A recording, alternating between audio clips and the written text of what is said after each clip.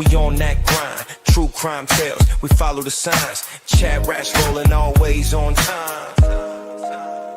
We dive in deep into every case, from alibis to that suspect's face. Gobble drops and the stakes get high. We light it up, truth never dies. Global crew, all eyes on the stream. Investigations run like a dream. Popping facts with that midnight spark. Solving crimes even in the dark. We got theories and we got files. We got timelines stretching miles. Clicking links, checking the stats. Say it loud, we the chat rats. Let the story unfold from the first 911 to the courtroom code. Running down leads, we don't relax. Light it up, we got the files. Puff pass, bring the justice through. From the crime scene sketch to the interview. Together we vibe in every chat.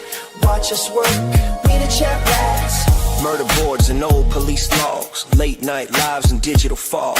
We question the lies, breaking it down. Flashlight minds in a sleepy town. Whispers turn to witness names. Motive, weapon, unravel the games. With every puff, a clue gets clear. Truth hits harder than smoke in the air. Follow the thread, where it led. One more clue, what they said. Puff pass, let the story unfold. From the first 911 to the courtroom code. Running down leads, we don't relax. Light it up, we got the facts. Puff pass, bring the justice through. From the crime scene sketch to the interview. Together we vibe in every chat. Watch us work, we the chat rats. Light it, pass it, the journey goes on. From the crime to the court, dusk till dawn. Truth seekers under digital hats.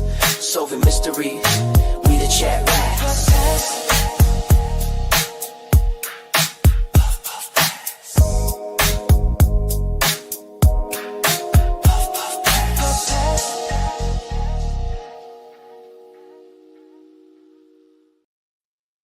What up, chat rats? What's going on, y'all? Petty, Joe, Angel Baby. Let's see who else is up in here. Mary B, Sassy, Prince Lover. What's going on, y'all? So tonight we're gonna do some more different stuff. Joe Biffle, what's up, buddy? Yeah, we got a couple of Karen Reed updates. I don't have the Alan Jackson one though, but I can look for it real quick. But we also gonna watch the Preppy murder trial. High school kids got in a big fight. One of them stabbed the other one, and you know how that went. So I think we got like 4 days of trial already done. So we can do opening statements, and we can do some pick and choose trial testimony on that, and 1 or 2 Suzanne Morpew updates. But yeah, if y'all hadn't watched any of this Preppy murder trial, it's pretty cool. There's a lot going on in that. These kids is crazy. They are crazy. But it should be pretty good. But we'll start off with a little Hank Brennan. We'll go over Hank Brennan's statement real quick. I'm not going to say his name right because he always says Elise. So I'm going to call him Brennan. Hank Brennan. Hank Brennan breaking his silence on Karen Reed's verdict. And opening statements is first to obtain Brennan's statement.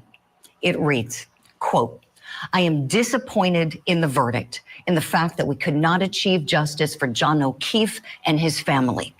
District Attorney Michael Morrissey appointed me, giving me full discretion to independently assess the case and follow the evidence no matter where it led. After an independent and thorough review of all the evidence, I concluded that the evidence led to one person and only one person. Neither the closed federal investigation nor my independent review led me to identify any other." And pinned to the top of the chat, as always, is Karen Reed fundraiser, and also Turtle Boys fundraiser for their defense funds. So if y'all got any extra money, lay it on. If you don't worry about it. Possible suspect or person responsible for the death of John O'Keefe. The campaign of intimidation and abuse that has been waged, funded, and promoted in public and on social media is the antithesis of justice. If this type of conduct becomes commonplace, it will threaten the integrity of our judicial system, affecting both victims and criminally accused. We cannot condone witness abuse, causing participants to worry for their own safety or that of their families. It is my hope that with the verdict, the witnesses and their families will be left alone. The harassment of these innocent victims and family members is deplorable and should never happen again in a case in this Commonwealth. My heartfelt condolences to the O'Keefe family and faith that over the coming years, they will find peace and closure. Hank Brennan, what a brilliant attorney and crusader for. Oh my God. I had to get irritated right off the jump. He is a good attorney, but come on, man. Come on. Is she trying to get a date or something? For justice. He deserves to be highly commended for his courage and the masterful Does she know how much he got paid? He has been highly commended. All the citizens of Massachusetts commended him with dollar bills. job he did seeking justice for John O'Keefe. Let's bring in our power panel to get some reaction to Hank Brennan's statement. I want to welcome in John DePietro. He covered the show start to finish. He's a nationally known radio host and the creator of Road Patrol. There are people, it's very dangerous rhetoric that's out there of we have to search for the real killers. How does this fucking numbnuts keep making it on national news? This is ridiculous. They just scraping the bottom of the barrel with these people. And I know we're going to talk about that juror interview that Vinny did. And I find actually a lot of things she's saying very troubling, where she keeps bringing it back to the house. And she's mentioning, Nicole Albert and Brian Albert. And we need to find out this is all dangerous rhetoric. Hank Brennan put together Joe, we're only doing a few minutes of Karen Reed, then one video on Suzanne Morpew, and then the rest of it is the Preppy murder trial. Solid case. He actually, to me, proved his case. You even have the juror saying, I think she touched him, which to me is the new spin of Karen saying, I didn't hit him. Now you have a juror saying, I think she's hearing the rhetoric that has been ginned up outside the courtroom. I'm not saying during the trial necessarily. Families left to suffer. So I'm with you, Julie. God bless the family going through another trial, but the burden's different in a civil case. And just the video we're seeing now.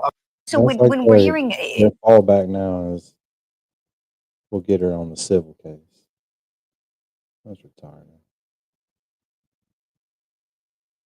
And this is y'all's.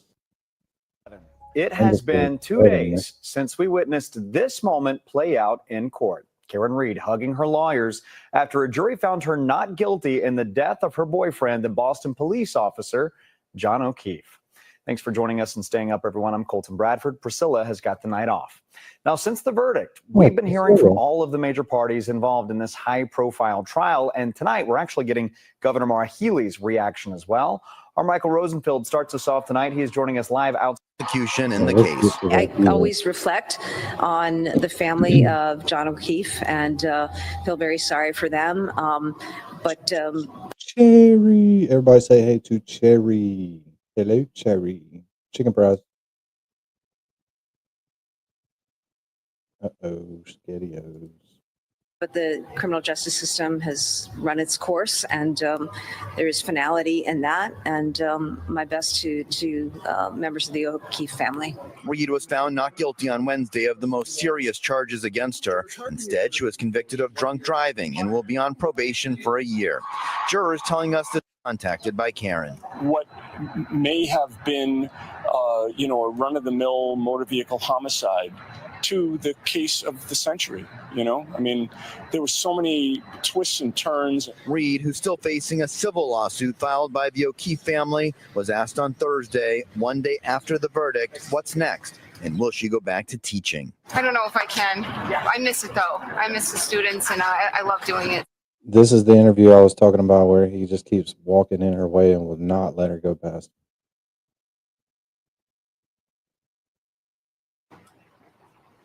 We still have not yet heard from the Norfolk County District Yeah. And we don't want to hear from him. All right. So they got a little interview here with Barry Morphew's ex. She's gonna drop some of that tea on us. CBS Colorado's reporting from the 29th of September 2021, almost 4 years ago. This week, the people who now live in the Morphew's former home say they saw Dark as she came up the long driveway and took a package from the front door of the home. She's now charged with criminal trespassing. Police aren't saying what was in the package she took or who the package was for. Meanwhile, Shoshana Dark, Barry Morphew's girlfriend for the past 4 years, has just broken her silence. Who is Shoshana Dark? Well, she actually makes an appearance in the epilogue in the final pages of the 131-page affidavit. I got nightmares in my head, I feel thoughts build up until I can't. Following the section dealing with BAM and tranquilizers. You may also remember. What's up, Connor? I thought Connor was on sabbatical or something. He'd been gone for days. Tranquilizer dart cap was photographed outside the dryer as part of the evidence. Many discounted it. The defense certainly did, but it seemed a very odd thing to be anywhere near the dryer, a tranquilizer dart cap. It also showed someone was doing laundry in the middle of a crime, a murder. A murder was committed, possibly inside that house.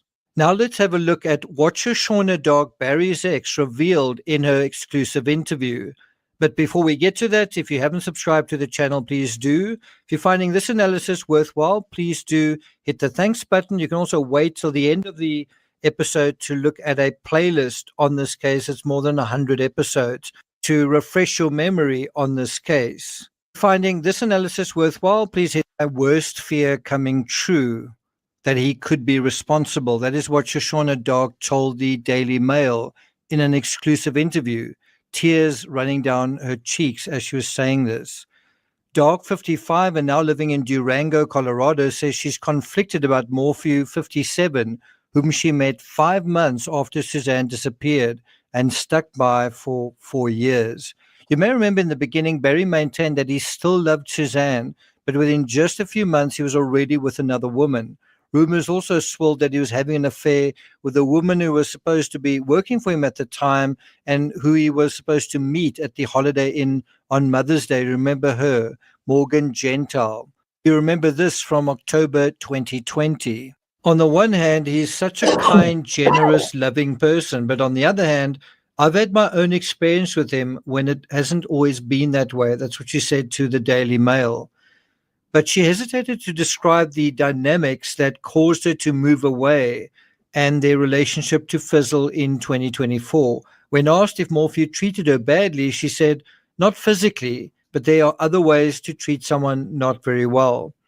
It's likely, I think, that Shoshana will be called as a witness in Barry Morphew's murder trial. If that happens, she will likely be cross-examined on the record on the true dynamics of her relationship with him, and that might provide some insight on the man Suzanne had to deal with.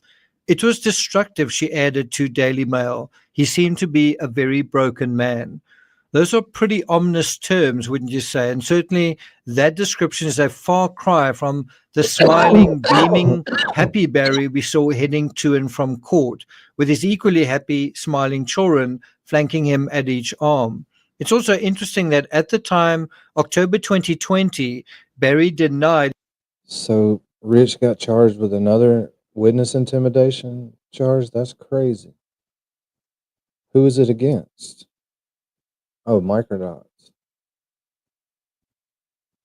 Richie.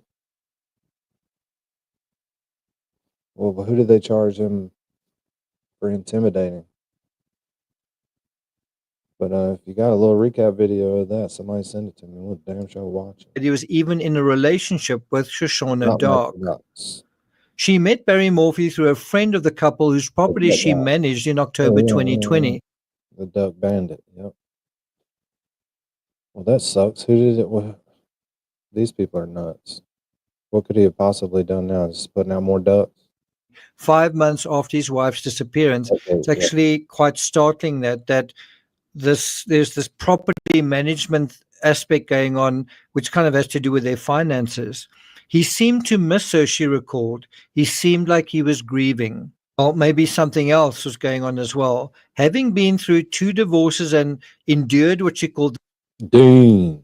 Yo, what's up, bro? I didn't leave you backstage, but I didn't say anything to you. Yeah, I was like, what the fuck, bro? How you doing, man? Gotta change it up. It's like throwing dice. Can't keep them the same way every time when you're losing. You know what I mean? Is that how dice work? No, Yeah, I didn't think so. no. But I figured you'd buy it, but oh well. You didn't buy it. I didn't buy shit. No, you didn't buy it. How you doing, man? Perfect to shoot dice with you, though. Are you just gonna ignore the question twice now? What? How are you doing, bro? Oh, man, I'm doing great. I'm doing great. It's hotter than 17 levels of hell down here in Mississippi. That's fucking terrible. Oh, man, I was on the outside of this brand new window, super low E coatings and shit. It reflects all the heat back out, no UV, all that shit. Yeah. And you're trying to install it, and the sun's hitting it, and it's right in your face. Oh, so great. Couldn't have been no more than 130, 140 degrees on the outside of the things. Oh, so great. Well, at least you're inside now, man. Yeah, right now I am. Yeah. Not earlier while I was dying. But Yeah, but now you are. No. Yeah, in the cool air. It's hot. I'm talking about hot. I think it's like 95. And it's just anywhere there's concrete or brick or any, no, there were chicken fries. If there were any chickens out today, they turned into chicken fries. Because Burger King's got a guy out trying to catch all the loose chickens. Do you know that? That's how they're cutting costs. No, I did not know that. Yeah, I mean it's a great way to cut costs if you can beat the Popeyes people to them. But you know, free chicken. the trauma of working as an Army National Guard medic in Kuwait during Operation Desert Storm. Dark said her empathy led her to get pulled into a relationship with Morphew and the drama around him. They lived together in a rental house, I think in Poncha Springs, not far from the $1.62 million home he shared with Suzanne on Puma Path. Dark also admitted being Barry's girlfriend wasn't always easy. People accused Dark of breaking up the Morphew's marriage, helping kill Suzanne, and generally being a slut. That's according to the Daily Mail. The bullying was constant, really ugly, horrible stuff, she says. I was living a pretty happy life until then, and then it blew up when she began dating Morphew. Still, she stuck it out with him for 4 years. According to the... I mean, I know the dude's got money and all, but that's kind of a creepy look right there, isn't it? Yeah, well, I mean, every villain in every 80s movie right there. The smile. Yeah. Yeah. You just want that tooth to go ding. Yeah. I'm not a fan of the tie for sure. Yeah, when it makes that ding and a little flash, you know he's the villain. The Daily Mail, Dark said she told herself that evidence against Morphew was merely circumstantial and that authorities would drop the investigation after his first murder charge was dismissed. I wouldn't be surprised if he told her the same thing. Oh, everything against me is merely circumstantial. Well, circumstantial evidence can be compelling. You can win a case on circumstantial evidence. She also said that Morphew never wanted to discuss it when she asked him about his wife's disappearance. He just wanted to heal and move forward, I'm sure. In hindsight, she realizes she didn't push those conversations. Do you see, once again, a failure to think? Tombstones, has there ever been a more redder flag than, oh, my ex-girlfriend went missing? Like, okay, I think I left my stove on. You know what I mean? You got to get back to the house. Unless he picked you up at the house, then you've already made the mistake, right, Dean? Yeah. No, if he for picked sure. you up at the house, yeah. Meet at Starbucks, don't. Yeah, that's the shark in the water flag at the beach. You know what I mean? Yeah. Shark in the water. So, somebody's always going to just run out there with their little boogie board. Sharks aren't mean. critically in a very serious situation. In a situation like this, where someone is accused of murder, you could. Yeah, look at that. You think they gave him his hairpiece back while he was in jail, or is that's the implant saying it? Yeah, look at the bags under the eyes. Jail's rough. Yeah. Whew. Not want to be in that where he's at. That was so. But never ask a hungry bear what's for lunch. Could literally be putting your life on the line if you don't think critically, if you don't deal with the subtext to the situation. Dark also believes Barry's daughters have believed wholeheartedly in their father's innocence, at least until now. According to the Daily Mail, it's unclear whether his daughters, both now in their 20s, still believe in his innocence after new evidence has come to light and he was arrested Friday in Arizona. She described Morphew as a great dad. They've probably never had a negative experience with him. Well, so a dad being accused of their own mother's murder and him being on trial for murder doesn't count as a negative experience. He has always been there, always listening and wanting the best for them, she said, then paused, starting to cry again. Well, I'm not sure if he's going to always be there for them going forward. He's being held on $3 million cash-only bail and is said to be extradited to Colorado's San Luis Valley. I think they still completely do think he's innocent, Dark said. But what about Dark? What does she believe? This is what she says. I guess there was some cognitive dissonance on my part. It's something you can't even comprehend, that somebody you thought was a good person could even be capable of doing, something like that. Well, I'm not sure it's about cognitive anything. There's a 131-page affidavit out there. All you need to do is Google it and download it. And there is a woman who was found dead in a field with a special cocktail in her bones. What's so hard to comprehend about that? So if he shot her with that dart gun, that would definitely drive that chemical into the bone for sure. Yeah. But that, ooh, man, that would suck so bad. It does seem like Dark remained in a relationship with Barry for as long as a year after Suzanne's bones were actually found. I mean, should you date someone who is in the news suspected of murdering his wife? Should you live with him when he has inherited money as a result of someone's death? Dark moved to Durango when their relationship grew strained, and she said she last saw Morphew in Arizona in 2024. He was struggling then for sure, she said. Well, the struggle is going to get pretty real from here on out, isn't it? I'm not going to take it further than that. Thank you for listening, and I'll see you guys next time. Sorry, but we're going to watch as many of those as we can find. And then we get to start this. You seen anything on the Preppy murders, Dean? Nothing. Bunch of high school kids at a party. Got in a big ass brawl. One of the kids had been carrying around a knife all night. They had tried to kick him out of the party, and I don't know how he can, it's a party. He just got back in or whatever. And then a big fight started, and he unalived another kid.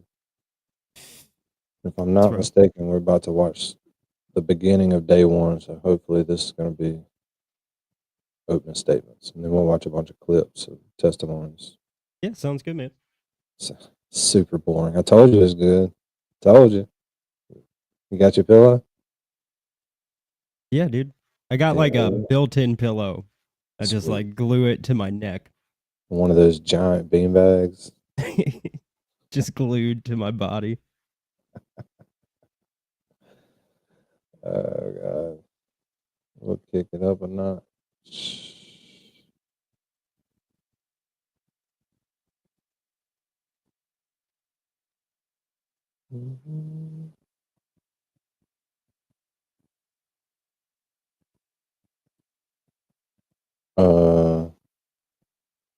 Yeah, no, this is good.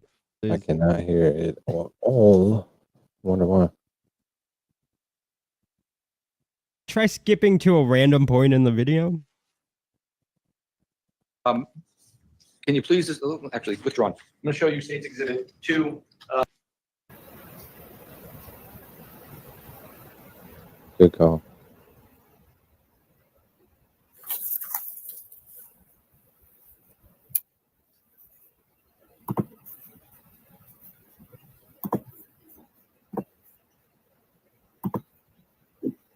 Of the witnesses pursuant to 42-36, and that's the court under such an order. All right, Attorney Durso, do you wish to be heard on that? I don't have an objection to that. I don't see. I do see one witness that was on the witness list. The defendant's mother was on the witness list. To the extent that she becomes a potential witness in rebuttal or on defense's case in chief, I think that needs to be addressed by the court. But outside of that, I don't see any other witnesses. Attorney Smith? Your Honor, I understand that she is a witness on the state's witness list. The defense certainly does not have any intention to call her. I would ask that she be allowed to remain in the courtroom and not be subject to that sequestration order. So Attorney Smith, she's not on your witness list currently, correct? That is correct. All right, so I just go back to you, Attorney Durso. That guy looks like one of them slick defense attorneys, doesn't he? Mm-hmm. Yeah, I think he's gonna be pretty slippery. Is it possible that if in fact there are segments Steven Seagal Defense Fund. of the trial that you Do believe? that move when you pop, pop, pop, pop, make the noises and stuff. Yeah. Did you see him online when he fought the real fighter? Oh my God, he was out of shape. Dude, he's been out of shape. He like does his fucking karate moves from a fucking chair now. Oh yeah, I no doubt. He does them from the TV. He's like, watch this TV screen. This is me, but not today.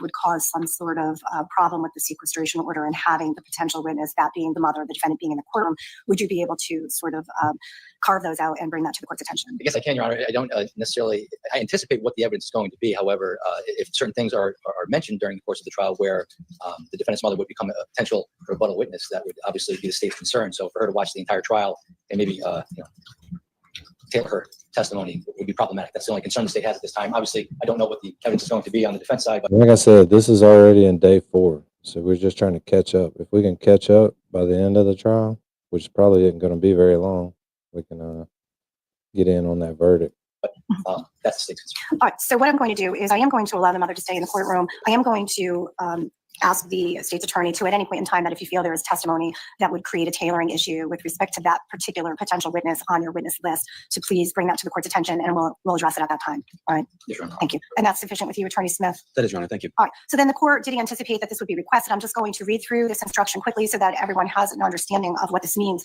So I am going to go ahead and grant the motion to sequester witnesses. This is the order that is going to be in place. All witnesses, defense, and prosecution, including expert witnesses, shall be sequestered while another is giving testimony and shall be precluded from discussing testimony with any other witness. This order extends to any and all such testimony via live coverage, testimony recorded, broadcasted, displayed on any other media platform, transcribed or documented by way of any other written or photographic form. The order extends to the transmittal of testimony to a witness by any means, directly or indirectly through a third person or entity. Upon a sequestered witness's completed testimony, the sequestered witness is allowed to observe the proceedings in person or otherwise. The sequestered witness, however, continues to remain under the court's order to not discuss or transmit their testimony by any. Angel, this is Raul Valle. Who? Valle. Raul Valle. At first you said Ryu, and I was like, is this fucking Street Fighter? No. We're gonna watch fucking Ryu get sued by Akuma. Ryu. Not Ryu. Raul. Street Fighter. Valle. This is a Preppy murder trial. Some high school students. They just got into a big old brawl and they were at a big party, and this kid was walking around showing everybody the knife earlier. They tried to kick him out, etc., etc. Big brawl happened. He stabbed another kid. Shit. And that was 2 years ago. And today is day 4 of the trial. So we're going to try to catch up. And Cherry's making fun of me for my pronunciations. Right, Dan? Yeah. Sherry D, what's up? Hey, Sherry D. Everybody say hey to Sherry D. Yo, what's up, Sherry? Not you, Dean. All right. Damn. Means to any other prospective witness. Counsel shall provide notice to all prospective witnesses of this obligation under the orders to their witnesses, and also shall inform the court immediately of any known or suspected violation of the order. The intent of the court in entering this order is to impose a broad application of the rule for the purpose of preventing witnesses from tailoring their testimony to that of other witnesses and to help to ensure a fair trial in the days of digital streaming, live media coverage, and other technological advancements. So with that, the order stands. Madam Clerk, I'll give you a copy of this. Is there anything else that needs to be addressed by the court before we bring our jury in? I don't believe so, Your Honor. Not from the defense, Your Honor. So with that, we are ready to proceed. Madam Clerk, please bring in our jury.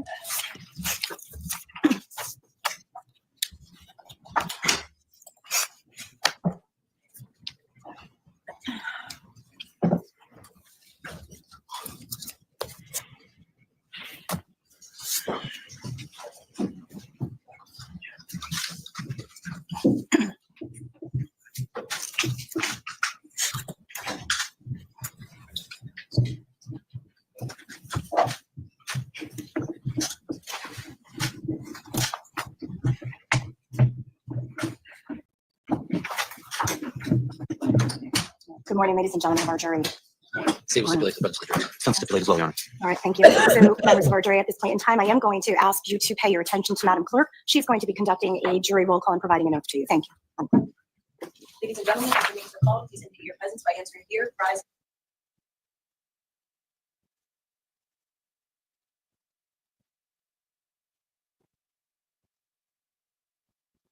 Oh, did you see Steven Seagal give somebody the head bop? Yeah, dude. That is a young Steven Seagal. Rigged jury. Jury is rigged. Steven Seagal's already got a plan. This is already good right from the start. Ponytail and everything, man.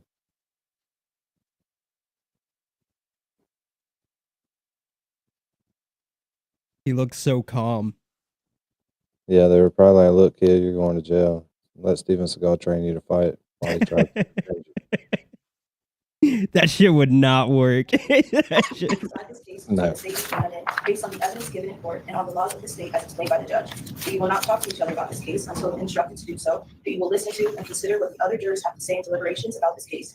That you will not speak to anyone else or allow anyone else to speak to you about this case. And that when you reach a decision, you will not disclose the decision until it is announced in court. So help you God or upon penalty of perjury. So please act. Thank you. You may be seated.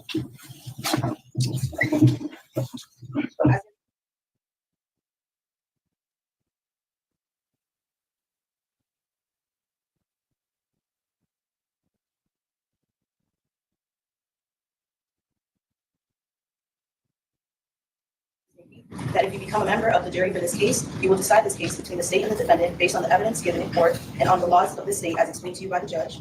That you will not talk to each other about this case until instructed to do so. That you will listen to and consider what the other jurors have to say in deliberations about this case. That you will not speak to anyone else or allow anyone else to speak to you about this case. And that when you reach a decision, you will not disclose the decision until it is announced in court. So help you God or upon penalty of perjury. And so please act. I do. Thank you. All right, thank you. Members of the jury, my remarks at this time are to generally acquaint you with some of the legal principles that will control your deliberations and give you an idea as to how this trial will proceed, how long it's expected to take, and what our daily schedule will be. You will get detailed instructions of the law at the end of the trial before you begin your deliberations. Now, I will be reading from a set of documents to ensure that I do get all of the important information that I intend to get out to you accurately. So this is a criminal case. The state has brought charges against Raul Valle as follows. In the substitute information in the Superior Court of the State of Connecticut for the Judicial District of Ansonia Milford in docket ending 418T, Part A, June of 2025, Mark R. Durso, Senior Assistant State's Attorney, accuses Raul Valle of murder and charges that in the County of Fairfield, in the City of Shelton, on or about the 14th day of May 2022, at or near 43 Laurel Glen Drive in said city, the said Raul Valle, with intent to cause the death of one James McGrath, did stab and cause the death of the same said James McGrath in violation of Section 53A. Valley. That's what I said the first time. Gubarachis. -54A, subsection A of the Connecticut General Statutes. Count 2. And said state's attorney further accuses the said Raul Valle with the crime of assault in the first degree and charges that in the County of Fairfield in the City of Shelton, on or about the 14th day of May 2022, at or near 43 Laurel Glen Drive in said city, the said Raul Valle. It is lies. I was high when I said that. Both of those things. With intent to cause serious physical injury to one Ryan Hines, did cause serious physical injury to the said Ryan Hines with a dangerous instrument, to wit, a knife, in violation of section 53A-59, subsection A1 of the Connecticut General Statutes. Count 3, and said state's attorney further accuses the said Raul Valle with the crime of assault in the first degree and charges that in the county of Fairfield in the city of Shelton, on or about the 14th day of May, 2022, at or near 43 Laurel Glen Drive in said city, the said Raul Valle, with intent to cause serious physical injury to one Thomas Connery Jr., did cause serious physical injury to the said Thomas Connery Jr. with a dangerous instrument, to wit, a knife, in violation of section 53A-59, subsection A1 of the Connecticut General Statutes. And count 4, said state's attorney further accuses the said Raul Valle with the crime of assault in the second degree and charges that in the county of Fairfield, in the city of Shelton, on or about the 14th day of May, 2022, at or near 43 Laurel Glen Drive in said city, the said Raul Valle, with intent to cause physical injury to one Faison Teal, did cause physical injury to the said Faison Teal with a dangerous instrument, to wit, a knife, in violation of section 53A-60, subsection A2 of the Connecticut General Statutes, dated at Milford, Connecticut, the 13th day of June, 2025, signed by Mark R. Durso, Assistant State's Attorney. Now, ladies and gentlemen of the jury, the information which I just read to you is not evidence.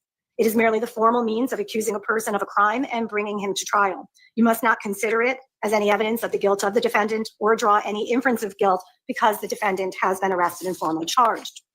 Every defendant in a criminal case is presumed to be innocent, and this presumption of innocence remains with the defendant throughout the trial, unless and until he is proved guilty beyond a reasonable doubt. The burden is on the state to prove the defendant guilty beyond a reasonable doubt, and that burden of proof never shifts throughout the trial. Unless you find at the conclusion of all the evidence that the state has proved beyond a reasonable doubt that the defendant has committed every element of an offense, you must find him not guilty of that offense. On the other hand, if you are satisfied that the evidence establishes the guilt of the defendant beyond a reasonable doubt, you should not hesitate to find him guilty. Now, the defendant may or may not testify in this case. An accused person has the option to testify or not to testify at the trial. He is under no obligation to testify. He has a constitutional right not to testify. You must draw no unfavorable inferences from the defendant's choice not to testify if the defendant chooses to not testify in this case. The procedure of the trial is as follows. After I finish this instruction, the state will present its evidence, then the defendant may present evidence. The defendant has no legal obligation to present evidence. The law does not require a defendant to prove his innocence or to produce any evidence. If the defendant does present evidence, the state may then present rebuttal evidence if it so chooses. When all the evidence has been presented to you, the lawyers will then make their arguments to you. Bear in mind, argument is not evidence. You may consider argument of counsel during your deliberations, but it is not evidence. Under our rules, the state argues first, then the defendant through counsel argues, and then the state argues a second time. But the defendant does not argue a second time. Each counsel is, however, given the same amount of time for argument. It is only the state that breaks its argument into two parts. When arguments are completed, I will then instruct you as to the law that you must apply in this case. At the conclusion of the instructions, I will send you to the jury room to begin your deliberations. That is the first time you will discuss this case with anyone. Up until that time, you will not discuss this case with anyone, not even each other. Once deliberations start, all deliberations must be conducted in the jury room and only when all jurors are present.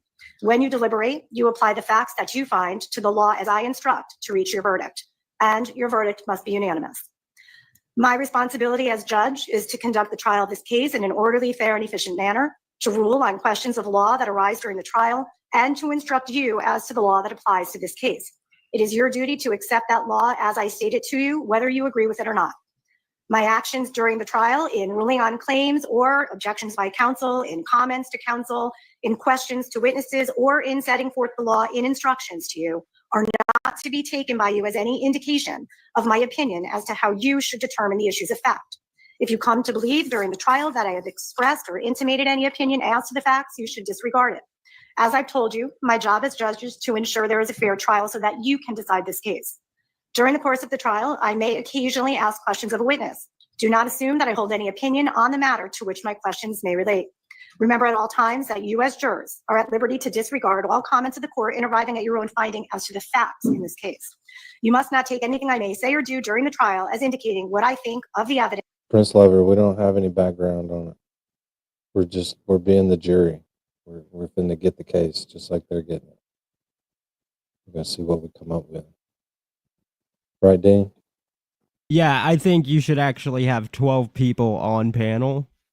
12? It won't let me Yeah. do 12. It won't let me do 9. I know. But then at the end, we can decide guilty or not guilty. Hell yeah. Every stream, 12 people. No. Evidence or what your verdict should be. Every stream we'll do a 6-panel jury. Oh, this will be a Florida case, I get you. We can't talk about the case till we get in deliberation. The whole time we're just silent. We log offline after each stream, not being able to talk to anybody.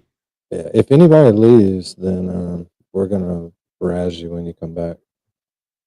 We'll have to have an alternate in the back. Oh. Like, just leave them Gotta have- backstage.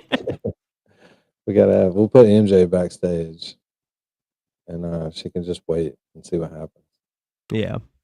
She's just gonna wash dishes anyway. It's not like she's gonna hang out or nothing, you know. We'll wash dishes, play with the dogs.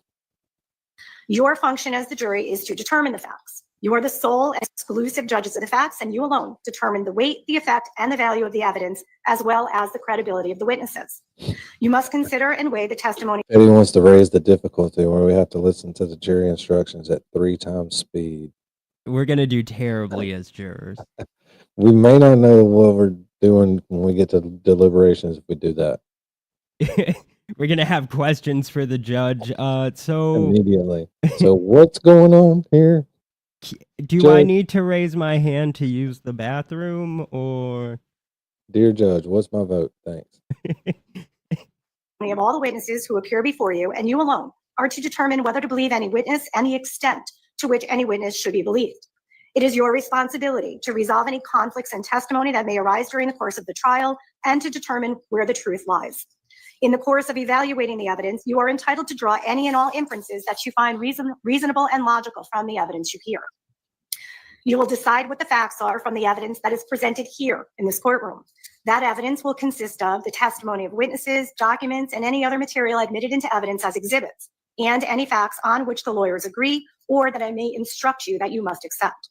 The following are not evidence, and you must not consider them as evidence in deciding the facts of this case. Statements and arguments by attorneys, questions and objections of the attorneys, and testimony that I instruct you to disregard. There are 2 kinds of evidence in a trial, direct and circumstantial. Direct evidence is testimony by a witness about what that witness personally saw or heard or did. Circumstantial evidence is indirect evidence. That is, it is evidence from which you can infer another fact. As an example, if you wake up in the morning and see that the sidewalk is wet, you may infer that it rained during the night. The wet sidewalk is circumstantial evidence that it rained. Other evidence, however, may provide another explanation for the water on the sidewalk, such as a garden hose that was left on overnight.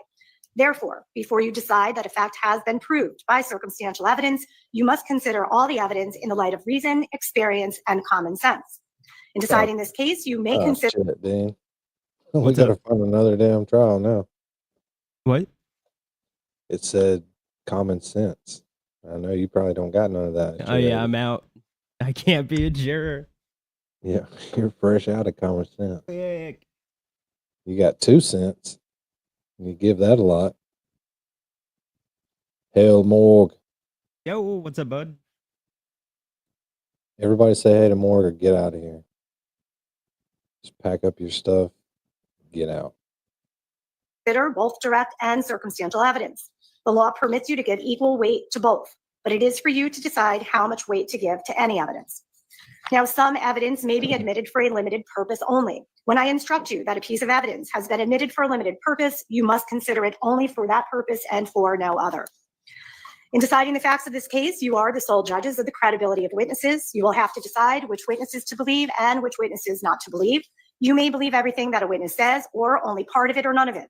Every witness, however, starts on an equal basis. You are to listen to all of them with an open mind and judge all of them by the same standards. Police will be testifying in this case. You must determine the credibility of police officials in the same way and by the same standards as you would evaluate the testimony of any other witness.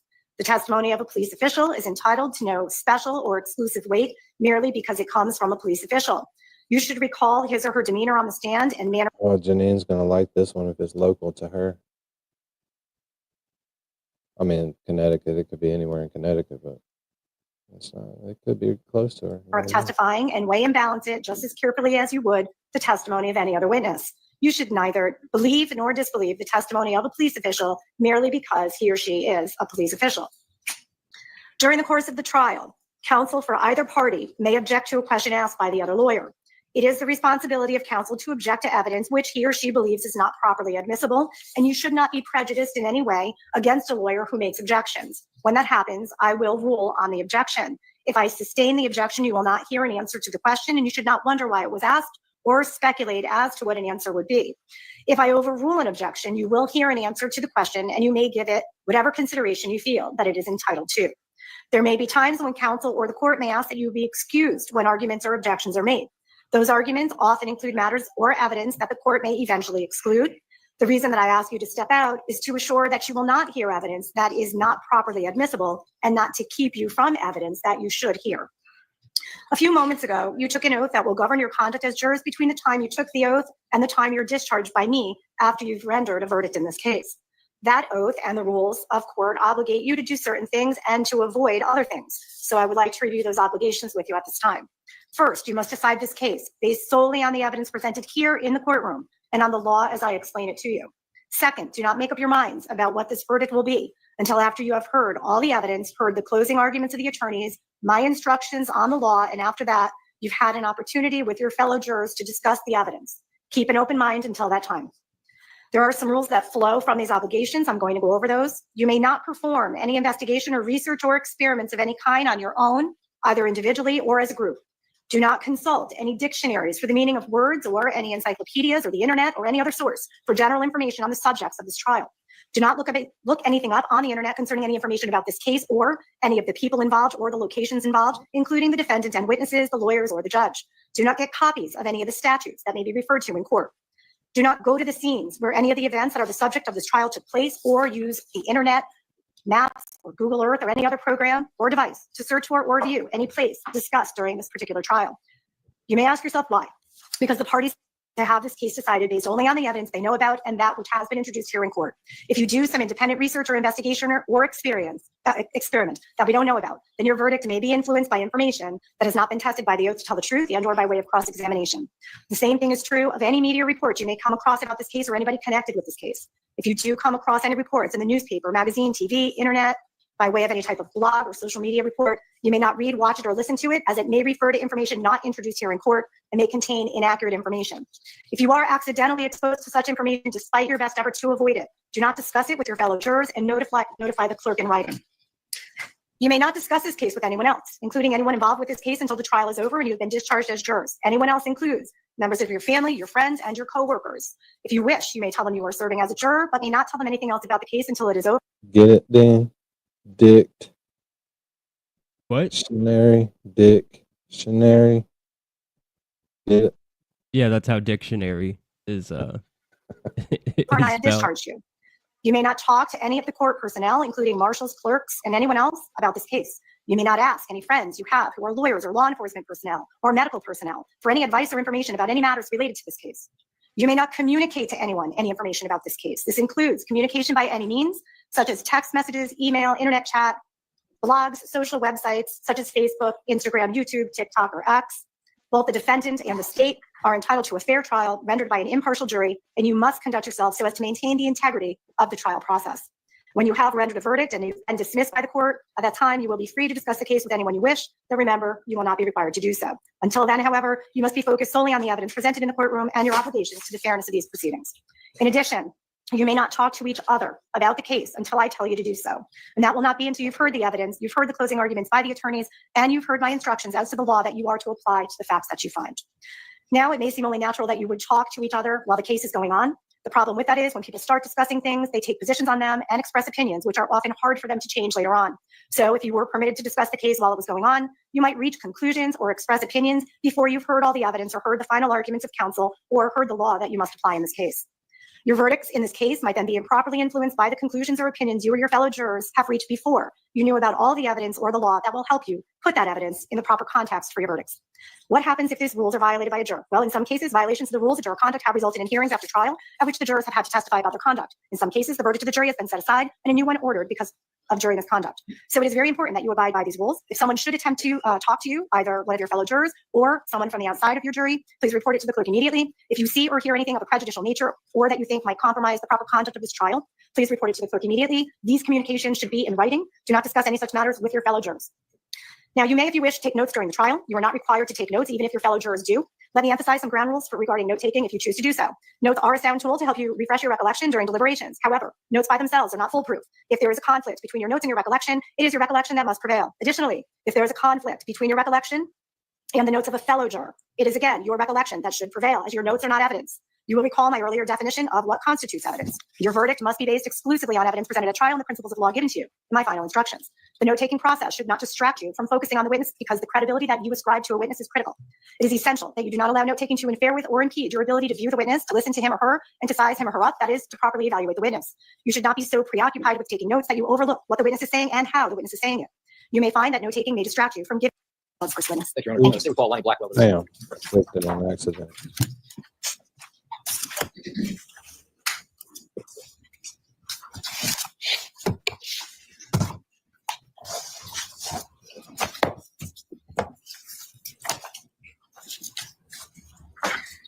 Please watch your step. Please remain standing as you enter the witness box. Pay attention to Madam Clerk, who will be putting you under oath. Thank you.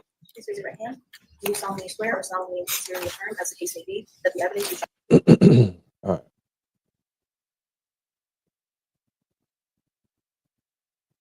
I got a couple of videos already queued up. We can skip out of that.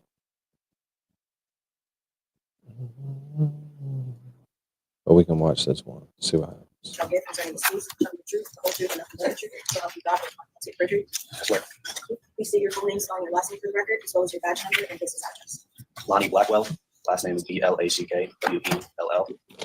And was Badge number and business address. currently don't have a current badge number. My business address would be 150 Court Street in New Haven, Connecticut. Thank you. You may be seated. Good morning, Mr. Blackwell. Good morning. Mind just keeping your voice up? It's a little loud in here with the AC, okay? No problem. Can you please tell the ladies and the jury what you... Did you just say it?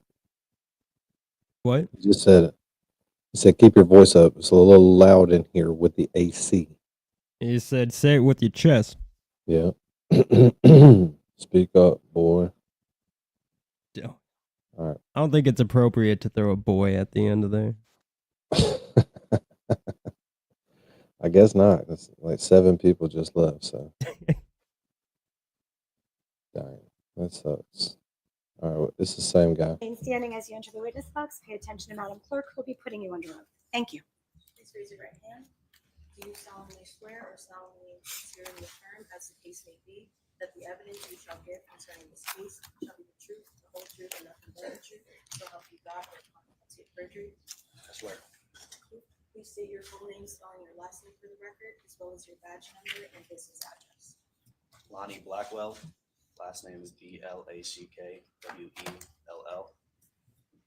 what was my Badge number and business address. currently I don't have a current badge number. Barely hear him on this station. Let's go back to this one.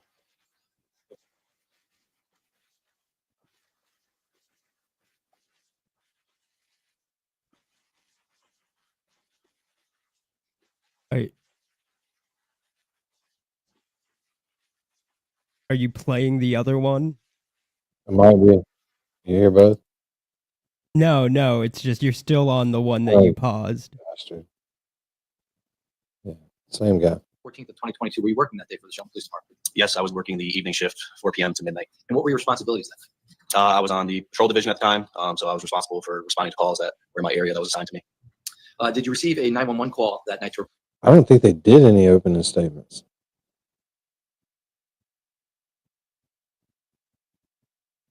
Because that was day one right there. If they did, we're fucked as jurors. What? I said if they did, we're fucked as jurors. I looked them up earlier and I couldn't find them. All I could find was day one. So, but they brought the jury in. Should have been opening statements, but I think Steven Seagal passed on that. He's like, nah, we don't need that. I'm gonna put the jury to sleep when I get up there. And... Watch me hit their pressure points. Shelton. Yes, I did. And can you tell us a little bit about that? Yes, so around 11:53 p.m. that night, dispatch reported that there was multiple stabbing victims at the address of 43 Laurel Glen Drive. I immediately responded to the area, arrived to the area of the scene in about 6 or 7 minutes.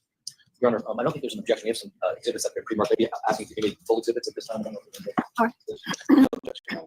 have they been marked full yet? Your Honor, I have reviewed these in advance. All right, give me one moment. Once the mark. Your Honor, Guess what number has that on? Thank you. Thank you.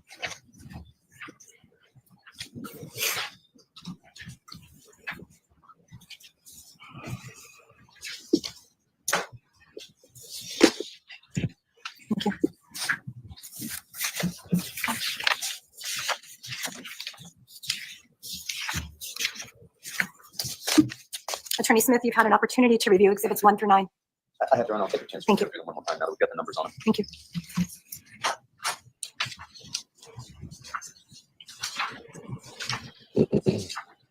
Yeah, I can't find any opening statements on this trial. And it just happened 4 days ago. So I don't think they did any. I don't know, maybe that's common in Connecticut. I don't know. No objection, Your Honor. All right, court will go ahead and accept into evidence states exhibits 1 through 9. So I may approach the witness, Your Honor. You may.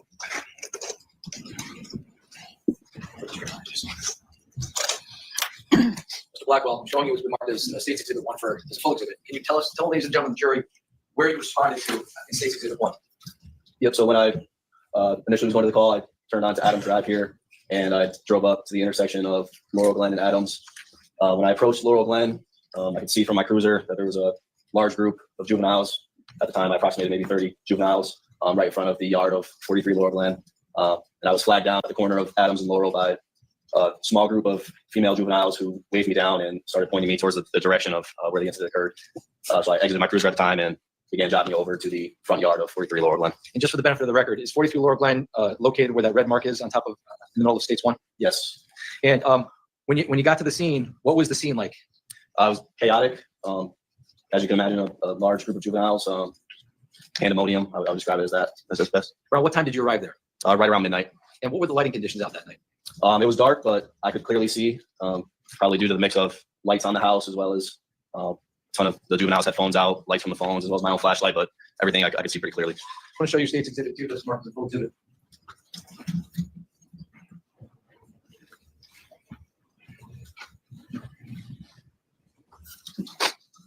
Can you see that? Yes.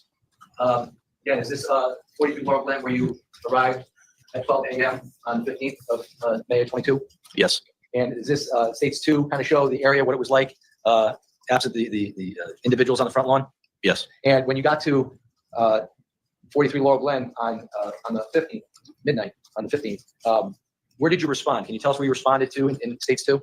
Yeah, so when I walked up on foot, I responded to the specific area of the grass area to the right of the house if you're looking at the front of the residence. And that's where a large majority of the juveniles were located, as well as the 4 victims that I later identified. I'm going to show you States 5. This is a daylight picture that was taken, obviously, at 43 Laurel Glen.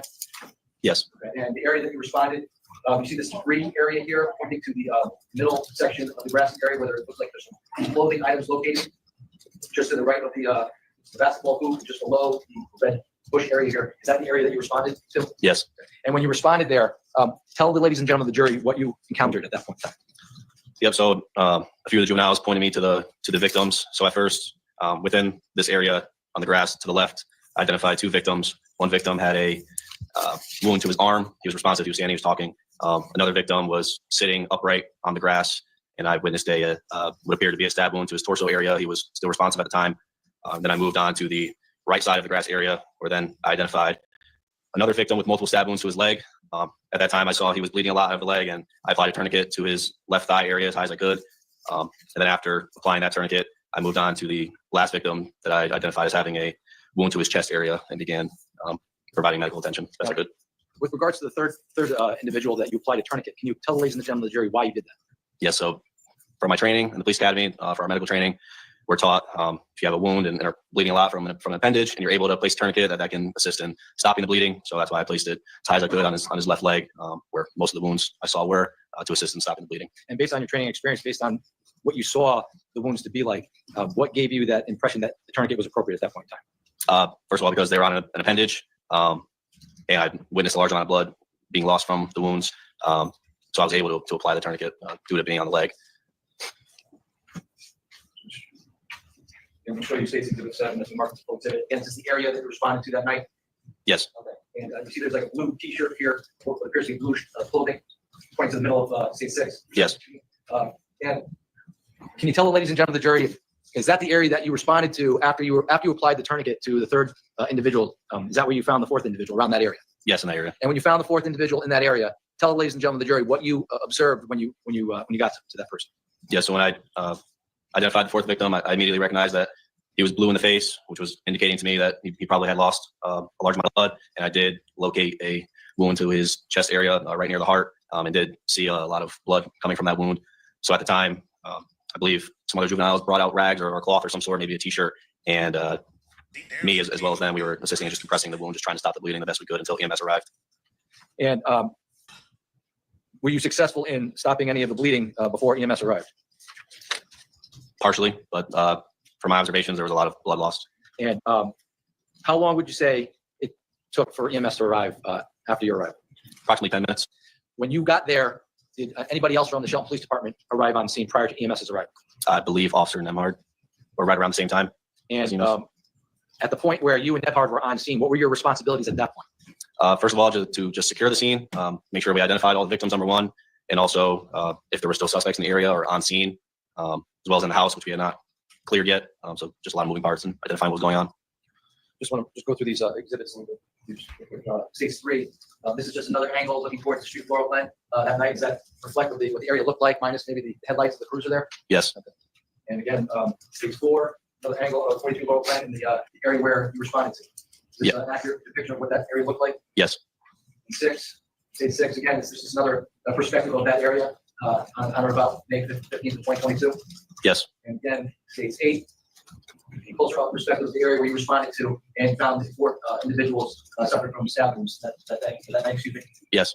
And again, stage 9, this is the area from the left side of 42 Laurel Glen, the area you responded to. Yes. Now, after police responded to the scene and EMS finally responded 10 minutes later, did your responsibilities change at the scene? Not at the time. I still assisted EMS in providing medical attention. Like I mentioned before, with whatever cloth or rag I was provided, I kept compressing on the wound while EMS then began doing compressions, as well as with the assistance of a neighbor, I believe. And during your time providing aid with EMS, how long would you say you stayed with the fourth individual at that point?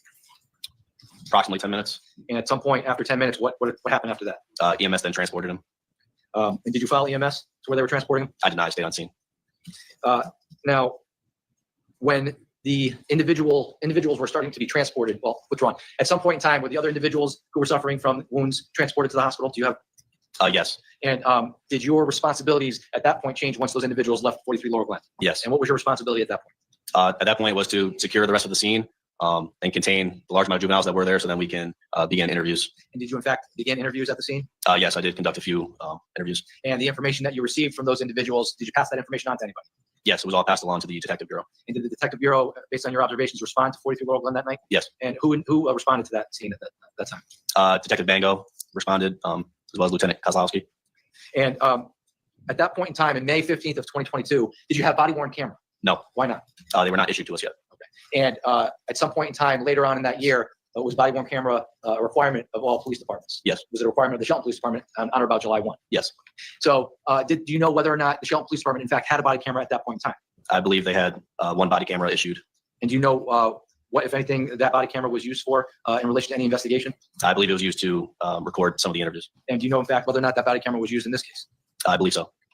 Now, how long would you say that you were on scene at 43 Laurel Glen conducting your witness interviews and securing the scene? Approximately three or 4 hours. And at some point in time, did you leave the scene? Yes, I went back to the headquarters to type my report.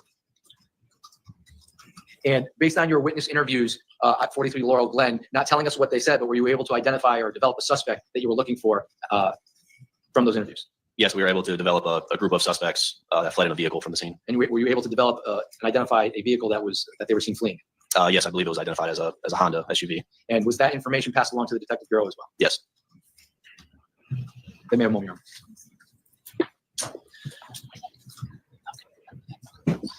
Your Honor, no further questions.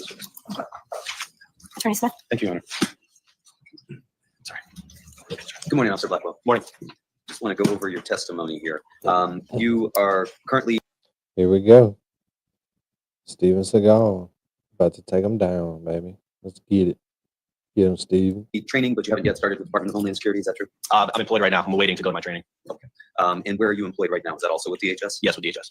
But you are going to complete your training and then go on to do what exactly? To be a Homeland Security investigator. Gotcha. You told us that you arrived about midnight in response to a call from dispatch, correct? Correct. And you got to 43 Laurel Glen Drive. That's a house in the Shelton neighborhood that you described there on that Exhibit 1 behind you, correct? Yes.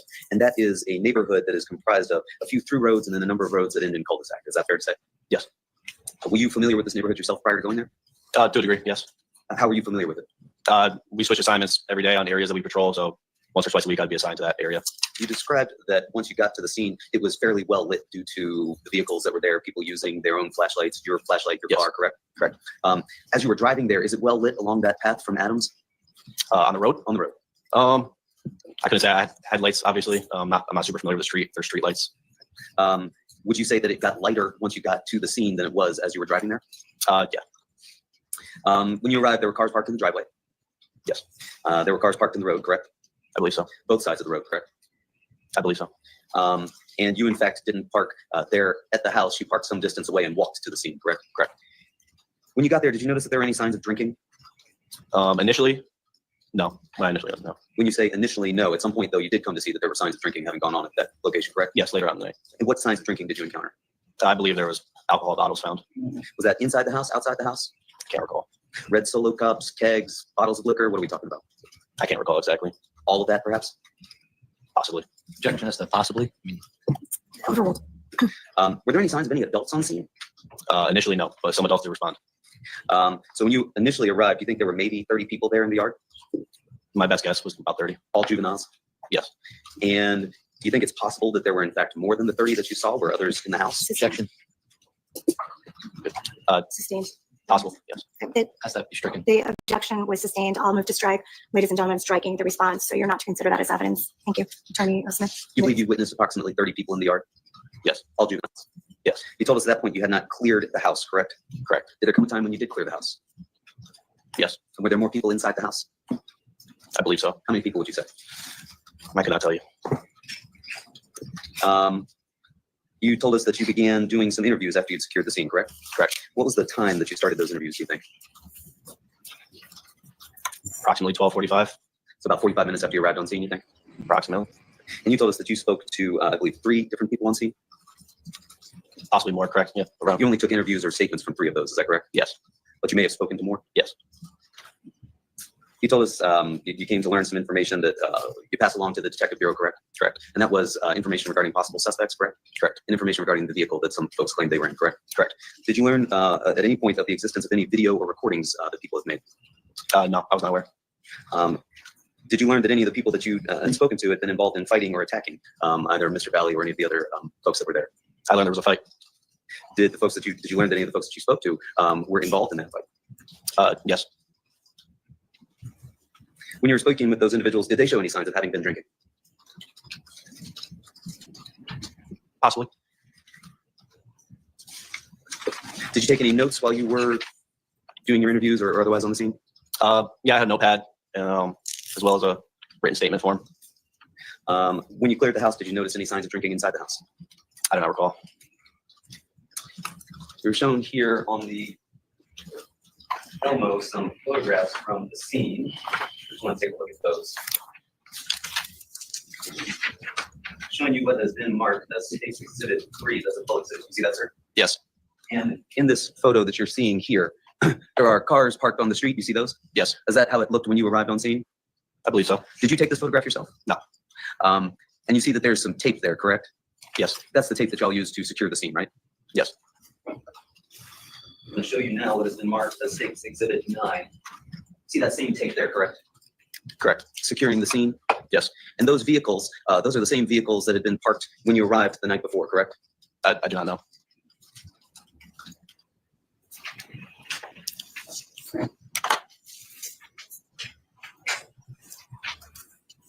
Showing you now what has been marked as State's Exhibit 2. Do you see that, Officer Blackwell? Yes. Would you agree that those same vehicles are there in the parking, in the driveway? As the previous picture? As in the daylight picture that we just saw with the secure tape around it? I would have to look side by side. You see what I'm showing you right now is Exhibit 2, correct? Correct. You see those same vehicles there? Two of them, yes. Can't see what was on the other side of those vehicles in the picture that was shown before, is that fair to say? Yes. But you see that tape behind those vehicles, correct? Correct. From your training and experience, that tape is meant to keep the scene as it is, correct? Correct. Did you use that tape? Did you put that up yourself? I do not believe I did. I'm showing you now what is State's Exhibit 2. Do you see that, sir? Yes. See that same tape that's corralling off the yard, right? Yes. Because that was the scene of your investigation and you wanted to secure that, correct? Correct. No tape used in the street. Would you agree? I do not recall. Did you ever use any tape to secure any of the vehicles that were parked there on the road on either side? I did not.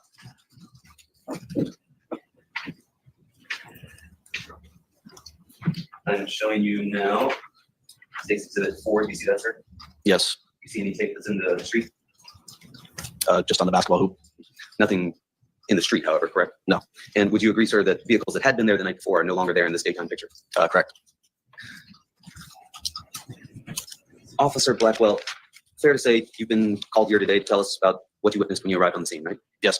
And you've done that to the best of your ability? Yes. But if what these jurors want to know is why Mr. Valle did what he did that night, you can't really be of any help to them at all, can you? No. Nothing further. Attorney Joseph. I have no further questions for this Oh, witness. very good. So witness may step down. Thank you. Attorney Joseph, I think this is a good time to take the morning recess, okay? So ladies and gentlemen of the jury, I did indicate that we would be having a morning recess as well as an afternoon recess. So we are going to stand in recess for 15 that rhythm based off their knowledge versus the machine doing it. And the paramedic would make the decision to, if the rhythm had to be shocked or defibrillated, the paramedic would make that decision versus what the machine making that decision. Now, were you working back on May 15th of 2022? I was. And in what capacity were you working? I was an EMT at that time. And where were you an EMT? At Echo's Ambulance in Shelton. And EMT, what does that stand for? Emergency medical technician. And what shift were you working on? I was working 6 p.m. that night until 6 p.m. the next morning. I was on a 24-hour shift. So you started on the 14th into the 15th? The night of the incident is when I started at 6 p.m. Okay. And you were slated to get off at 6 a.m. the next 6 p.m. the next day. Yeah, day? 24. We call it a reverse 24 to start later in the day. Okay. And did you have an occasion to respond to a report of medical need at 43 Laurel Glen? I did. And I want to direct your attention to State's Exhibit 1 behind you. Is that the area in which you responded? That just for the record, the red dot there is 43 Laurel Glen? That is, yes. Okay. And when you got there, can you please just, actually, withdraw. I'm going to show you State's Exhibit 2. Again, is this the house that you responded to that night? That is. A report of medical, somebody needed medical attention? Yes, sir. Okay. And when you got there on May, what time did you get there? I believe the call was dispatched just before midnight, and we arrived a minute or two after midnight. Okay, so for all intents and purposes, you arrived there on the 15th of May. Yes, sir. So when you got there, can you describe to the ladies and gentlemen of the jury what the scene was? Sure. So when we arrived, the police were obviously there. I think there was maybe 1 or 2 units. I can't remember specifically. And there was a large group of people on the front lawn. We pulled just past the residence to leave room for additional ambulances because at that point we'd been told there was multiple patients. We got out of the ambulance. We were encountered with a very large crowd. It was rather chaotic. People were screaming and yelling. We knew there was possibly four patients at that time. So we started our triage. We came across the first patient. In this picture, if you kind of see, there's a cluster of, looks like kind of garbage. That's right around where we found the first patient. I'm sure you State's Exhibit 5. Sure. This is daylight picture essentially the same area. Yes. Can you do State's 5 to kind of describe what you did? Yeah, so there's that red tree right there, just in front and to the right of that red tree. We found our first patient. He was laying supine on his back. He was completely unresponsive. His breathing was spontaneous but erratic, which is not a good sign. We immediately checked for, in times like that, for triage, we immediately checked for a pulse, which he had a very weak 30 pulse, which is not a bad sign. And he did not look well. You look at someone that's very sick and determine they don't look well.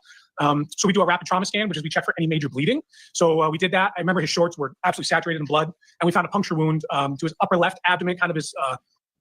Yeah, we got to investigate this real quick. We are the jury. We can see this. See that? This dude's rocking the damn double ponytail. Wow. I would turn you into the judge for being preoccupied with non-evidence, Danny. So like Dean, he has handlebars. What are my handlebars? Wow. 2 ponytails, Steven. Damn. That's cold right there, son. I'm still curious. What are my handle? I'm skinny, damn it. Don't mess with Steven Seagal. That dude right there is $652 an hour. Or pro bono, which is mostly all of his cases. He's a pro bono guy. Kicking ass, taking names. I'm a pro boner guy. So when we come across a wound like that where there's suspected trauma, He fights for freedom now, Dean. Nice. you apply what's called a chest seal. In the event that there is a punctured lung, it can help stop that lung from collapsing any further. So we applied that chest seal. At that point, we didn't see another major bleeding, so my partner broke off and continued to triage the rest of the patients. And when I went to reassess that patient that was laying there, we noted that he had stopped breathing at that point. I reassessed the pulse, and he had no pulse. So you mentioned triage. What is triage? Can you just explain? Yeah, of course. So triage is when you get onto a scene and you're overwhelmed by patients for the amount of resources you have immediately available. You have to determine who is in the worst shape and who could benefit most from the help. So if you come across someone that is in cardiac arrest and deceased and you have 4 other patients, you're not stopping to help that patient. Unfortunately, you're moving on to someone who can still be helped. Because if you stop to help that person, their odds are very slim. Now someone else who had another chance to survive, their odds are going down because you're spending time on this person who really has no shot. So on the night in question, when you got there, is it safe to say, based on what you've told us so far, when you got there, you attended to the first patient that you saw? We did, yep. And that patient, based on your assessment, was still breathing and had a pulse? Yeah, it was a very weak 30 pulse, and his respirations are very erratic, but they were spontaneous, so he was still breathing. And when you applied the chest seal, I think you said, what, if anything, did that do for the patient? In this case, I don't believe it did much because when we went to reassess him right after that, he was in cardiac arrest. So I don't think it did anything. So when he went into cardiac arrest, what, if anything, did you do next? So when someone goes into cardiac arrest, we immediately apply the AED. The AED will analyze a rhythm. While we're setting up the AED, we'll start CPR. But in a witness arrest, you want to get the AED on as quick as possible. The witness arrest meaning you went into cardiac arrest right in front of us because odds are he's probably in a rhythm that can be shocked. So we started CPR. I had 2 bystanders there. One said she was a nurse. One said he was a neighbor that was trained in CPR. So at this point, my partner was triaging the rest of the patients. So I directed them to start CPR. We applied the AED. You step back and the AED analyzes. It told us that there was no shock advised. And then we retrieved the BVM, which is a bag valve mask. It's called bagging. We applied it to him and we began delivering respirations and CPR in 2-minute cycles. Now, when it was no shock advised, what does that mean? So the AED will analyze a number of heart rhythms, but there's only 2 rhythms that you can shock: ventricular tachycardia and ventricular fibrillation. And the AED will only deliver a fibrillation. Fibrillation. I meant to say fibrillation. Atrial fibrillation and ventricular tachycardia. Sorry. Ventricular tachycardia and sorry, I'm drawing a blank. Okay, ventricular fibrillation. Sorry. Those are the only 2 rhythms that can have a defibrillation delivered to them. So the AED won't deliver a shock to anything else besides that. So when it says no shock advised, it means it wasn't in one of those rhythms. I can't tell you what rhythm it was. It doesn't tell you what it was. It just means it wasn't one of those. Okay. So when you applied the AED, you received that information. What, if anything, what steps did you take to continue to render aid to that individual? Sure. So we insert an OPA, which is a small piece of plastic that's curved that helps keep the tongue forward to help deliver ventilations a little more effectively. And then we do CPR at a rate of 30 compressions to 2 ventilations. And we do that in 2-minute cycles. And the AED will count down and it will tell you to stand clear and analyze. We'll analyze, tell you if there's a shock advised, no shock advised. And then you just continue doing that in 2-minute cycles. Now, what was the scene like around you when this was going on? Did you recall what the scene was like, or were you completely? Yeah. So it was as I mentioned before, it was pretty chaotic. There was quite a few people that were screaming, a lot of people in distress. I remember it was dark. One of the police officers was providing light to us with a flashlight, but even then, that wasn't like there 100% of the time. So it was fairly chaotic. Was it so dark where you couldn't see what you were doing in front of you? No, I could see what I was doing. But it was dark. But I wouldn't say it was like pitch black where I couldn't see anything. I believe there was. I feel as though there was light coming from the house as well. We have seen lights on the side of our ambulance that we turn on as well. That are kind of like floodlights that provide light. In this case, the ambulance was fairly close to where we were working on the station. And looking at this exhibit here, States Exhibit 5, was your ambulance parked somewhere in the area of this on the street here? It was, yeah. If you look at that reddish tree, I'd say we were just past that. Past it to the right. To the right. Okay. And with regards to Stage 5, can you tell where you were working on the patient you just testified to in Stage 5? Yeah. So there's a cluster of looks like white garbage. Yeah, right there. I'd say it was right in that area because that looks like the remnants of kind of what we leave behind sometimes in emergent situations. A lot of the wrappers of things that we use. If the record can reflect that, I'm pointing to what appears to be the lower right-hand corner of the grass area where there's white, it's like maybe gauze pads or debris or medical material. All right, thank you, Attorney Durr. So the record shall reflect that. Thank you. Now, you said you were an EMT back on May 15th of 2022. Yes. Did a paramedic arrive to the scene at some point? He did. I would say just over 5 minutes, anywhere in the 5 to 10 minute range. A paramedic arrived at that point. Our primary paramedics were from a service called VEMS, Valley EMS, and they are out of Seymour. So anytime that there's a call that is considered advanced life support, they will also come in addition to us. And when That parent, do you know the name of that individual? Jeff McKee. And when Jeff responded to the scene, were you present when When Jeff responded to the scene, did he take over care of that patient? He did. We give a short handoff report of what we encountered, what we've done, and then he assumes primary patient care. And when you handed off care to Mr. McKee, what, if anything, did you do or did you observe at that point in time? At that point, I believe we did not spend much time working on him there. We moved him onto the stretcher. We moved the stretcher into the ambulance, and then we started transporting a short time later. And what were your responsibilities with regards to transport? During transport, I was driving. Okay. And who went with you? Did you go to the hospital? Driving, I did, yes. Okay. What hospital did you go to? Bridgeport. And who was in the ambulance with you while you were driving? It was Jeff McKee and my partner. And who was your partner? Sophia Kaiser. And what is the protocol when you withdraw? How long would you say it took to get from 43 Laurel Glen to Bridgeport Hospital? I can't recall the exact time. If I don't want to guess. I can't give you. It's hard for me to give you a number on that. When you were driving from 43 Laurel Glen over to Bridgeport Hospital, does the ambulance you were driving does it have lights and sirens on it? Yes. Did you in fact initiate the lights? We did. Sirens? And and when you get to the hospital, any given patient that you deliver to the hospital, what's the protocol for handing off to the hospital? Yeah, so generally at Bridgeport Hospital, we touch base with what's called the EMS triage nurse. She'll check the patient in. You give a handoff report to them, and then they'll assign the patient depending on the acuity of that. Calls like this, we do what's called a radio patch, where you call into the hospital ahead of time and let them know what you're coming in with, and you try to impress on them the seriousness of the situation. So when that happens, a lot of the times you won't stop at EMS triage. You'll bypass them and go directly to the trauma room where the trauma team will be waiting. And that happened in this case? It happened in this case, yes. And once you handed off the patient to the hospital at that point, what if anything, did you do in relation to this? At that point, I just removed the stretcher from the trauma room. We go back to the ambulance and we begin to decon so we can get back in service for if there's any additional calls coming in. Thank you. I have no further questions. Thank you. Attorney Smith. You're welcome. Here we go. Good morning, sir. I'm good. How are you? Here we go. Talk a little quick, Mr. I'm sorry. Is he Mini Segal? I think he's Mini Segal. They call him Little Stevie. That's a good name. Oh, yeah, I tend to do that. Little Stevie? Yeah, Little Stevie. That's what they call him down at the law firm. So I'm going to maybe ask you to just slow down a little bit I'll do for my us. I best. just want to go over things, okay? You used a term right there at the end, which I was unfamiliar with. Maybe the jurors are unfamiliar with as well. You said after you took the stretcher out and went back to decog? Decontaminate. Decon. Yep. Gotcha. Decontaminate. Thank you. All right. So you were telling us, Mr. Egan, that you arrived on scene and it was chaotic, correct? Yes. In fact, you said people were screaming, correct? Yelling obscenities, correct? And in fact, yelling obscenities at you and your crew member, Ms. Yep. Kaiser, correct? Yeah, it happens frequently. You said that the crowd was difficult to part to get to the patients. Ultimately, however, you did get to the patients. We correct? did. And you said one of the patients was standing and able to talk. I didn't write that note. I believe Sophia might have written a addendum after she went triaged, but I did not encounter any standing patients. You didn't encounter any standing patients. You encountered one person who was laying down on the grass, correct? Yes.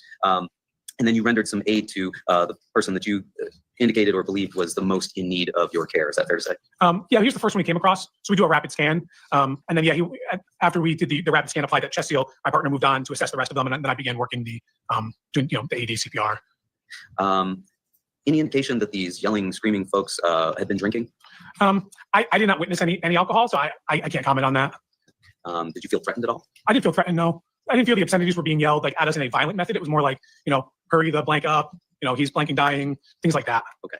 And yet they were still difficult to part for you to get to the patient? Yeah, because it was very chaotic. So situations like this, people tend to move in on the patients. You have to be like, hey, excuse me, move out of the way, give us some room. You mentioned that you parked up to the right of where that red bush is on the exhibit that you were shown. There were cars parked along the roadway? I can't remember if there were cars parked like directly in front of the house or where they were, to be honest. Do you recall whether or not there were cars parked in the driveway? I do not recall, no. You were solely focused on trying to get to the patient? Yes. Yep.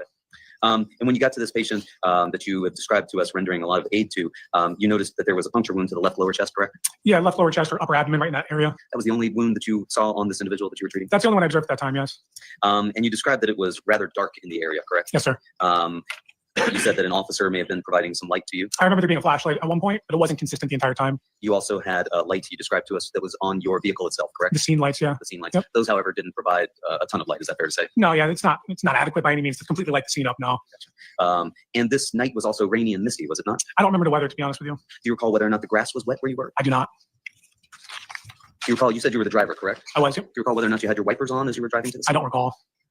And then you described for us rendering aid. At some point you were joined by Jeff McKee, correct? Yes. He handed off to him. Did he stay in the vehicle with you as you drove to Bridgeport Hospital? Like, did he stay in the ambulance with us? Yes. Yeah, he was in the back working on the patient. So in this vehicle was you, the patient, Ms. Kaiser, and Mr. McKee, correct? Yes. And sir, you've been called here today to tell us what you witnessed when you responded to the scene. Yes. You've done that to the best of your ability. Yes, sir. But if what these jurors are interested in is why Mr. Valle did what he did that night, You can't really be of any help to these jurors. No, sir. Thank you. Nothing further. Thank you. Thank you. Any redirect? No, Your Honor, thank you.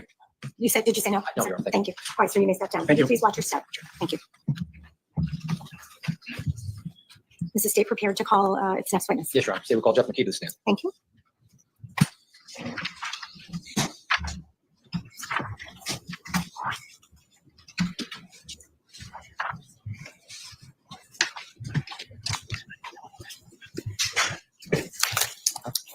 Good morning.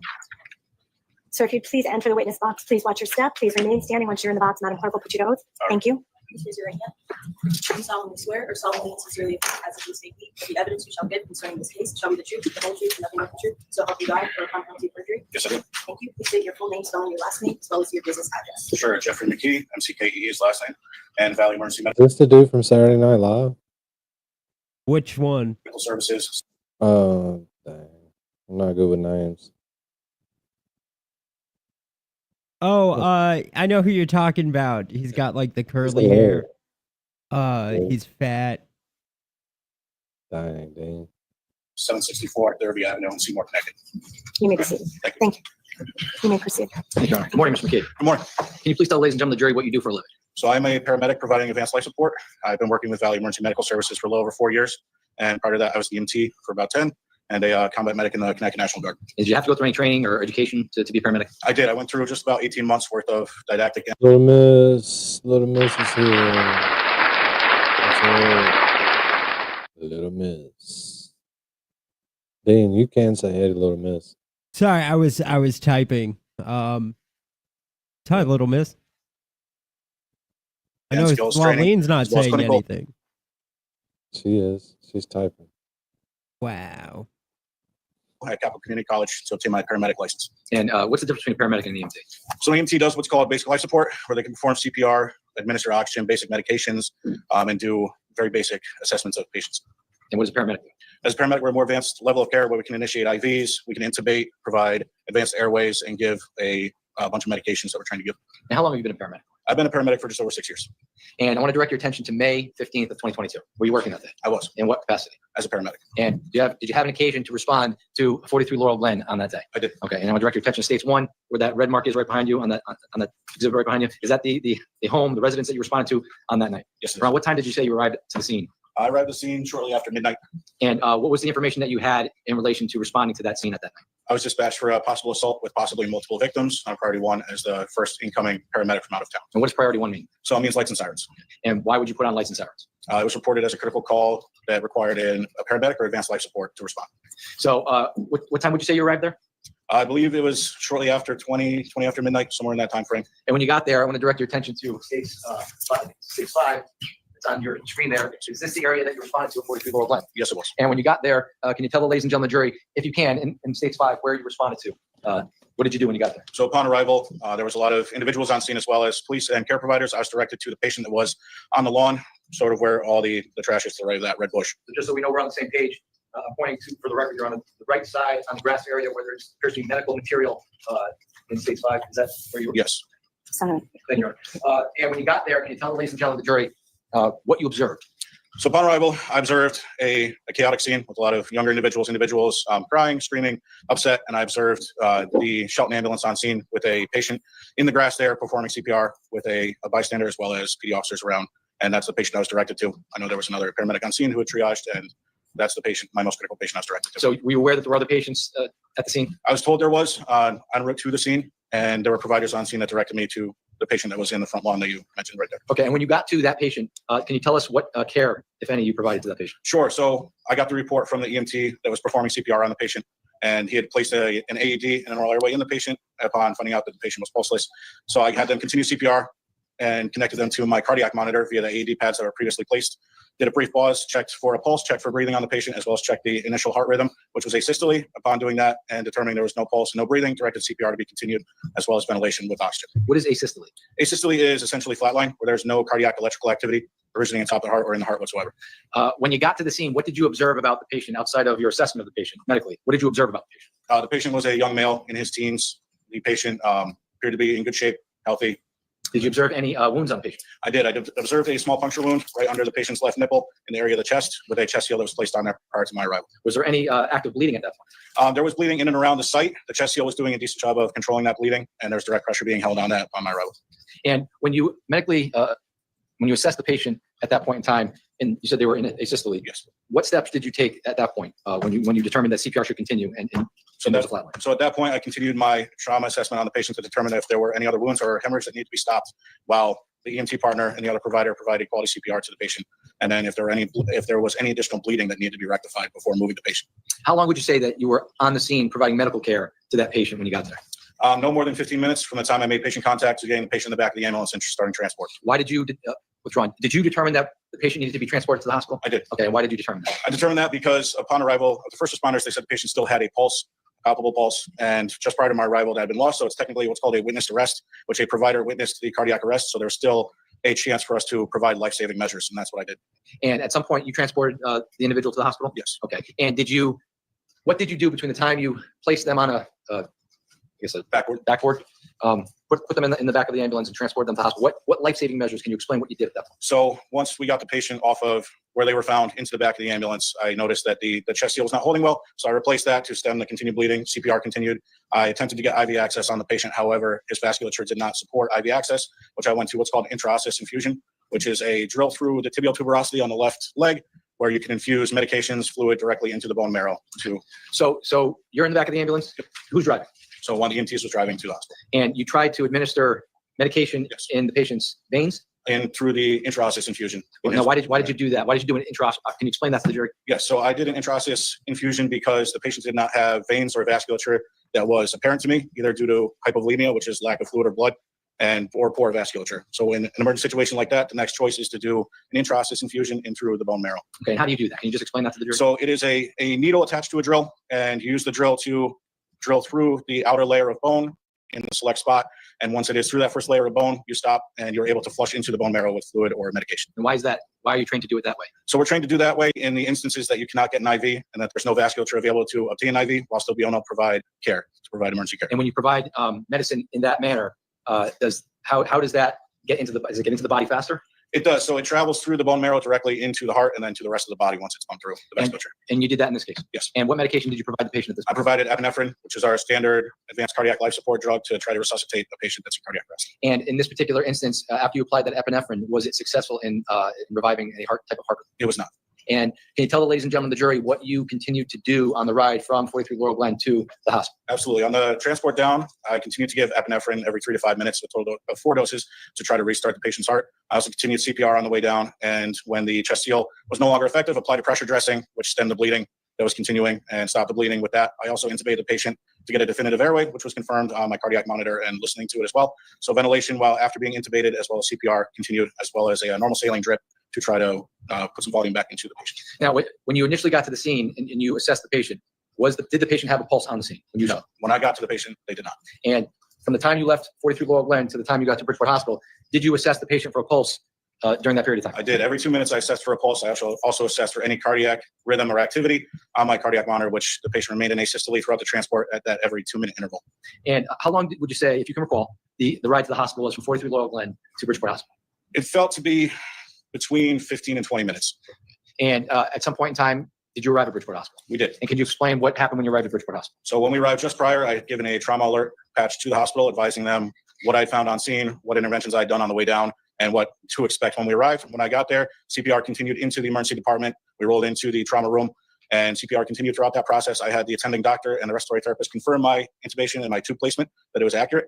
And I gave a report to the attending physician and nurses that were there. And then the patient was moved over to the hospital bed and the staff continued their resuscitation process. And at the time that you handed the patient off to the hospital, at that moment, did you do any final assessment as to any type of pulse or activity with regards to I did. Just prior to bringing them into the ED, I did a final pulse, breathing, and cardiac rhythm check. The patient remained in asystole, remained pulseless, and remained not breathing. So we continued CPR from the ambulance and through the ED with the ED staff taking over CPR. I have no further questions. Thank you. Attorney Smith, any redirect? Any cross? Thank you. Thank you. Good afternoon, Mr. Davis. Afternoon. Just want to go over what you've told us here and make sure I got this correct. When you responded to the scene, you encountered a chaotic scene. Is that fair to say? People screaming? Yes, crying, yes.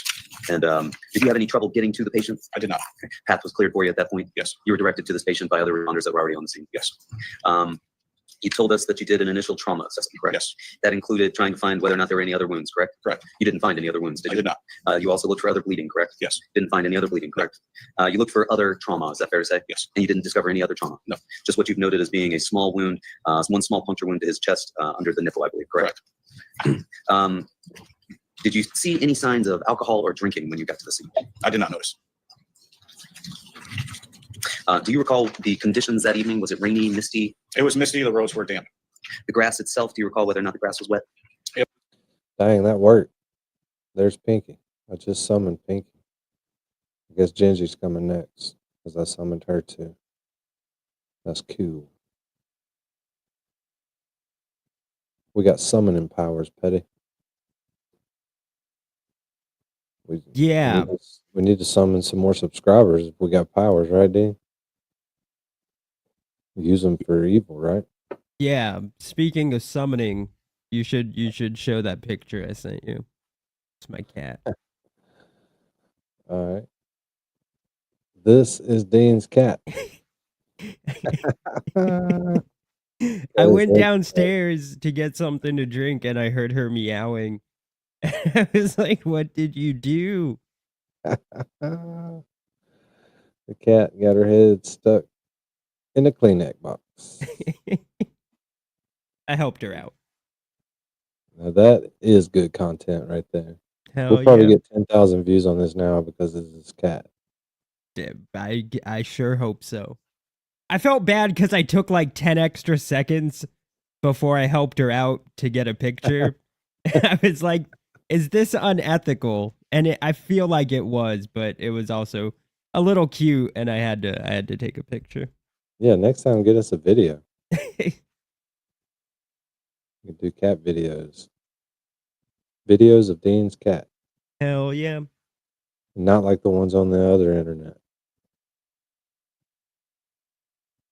It was damp. That caused you to slip or anything while you were setting up? No. And then you described for us the level of support that you gave to the patient, correct? Yes. And that, I believe you told us, at some point you determined that he needed transport, correct? Correct. And you determined he needed transport because it was what you described as a witnessed arrest, correct? Correct. Meaning that the people who had responded to the scene had gotten some indication of a pulse, correct? Yes. And some heart activity, correct? Yes. And however, by the time you arrived, there was this witnessed arrest, which means that there was still a chance to provide life-saving measures, correct? Yes. And that's why you determined it was time to take this patient, transport him to Bridgeport Hospital, That correct? is why. Yeah.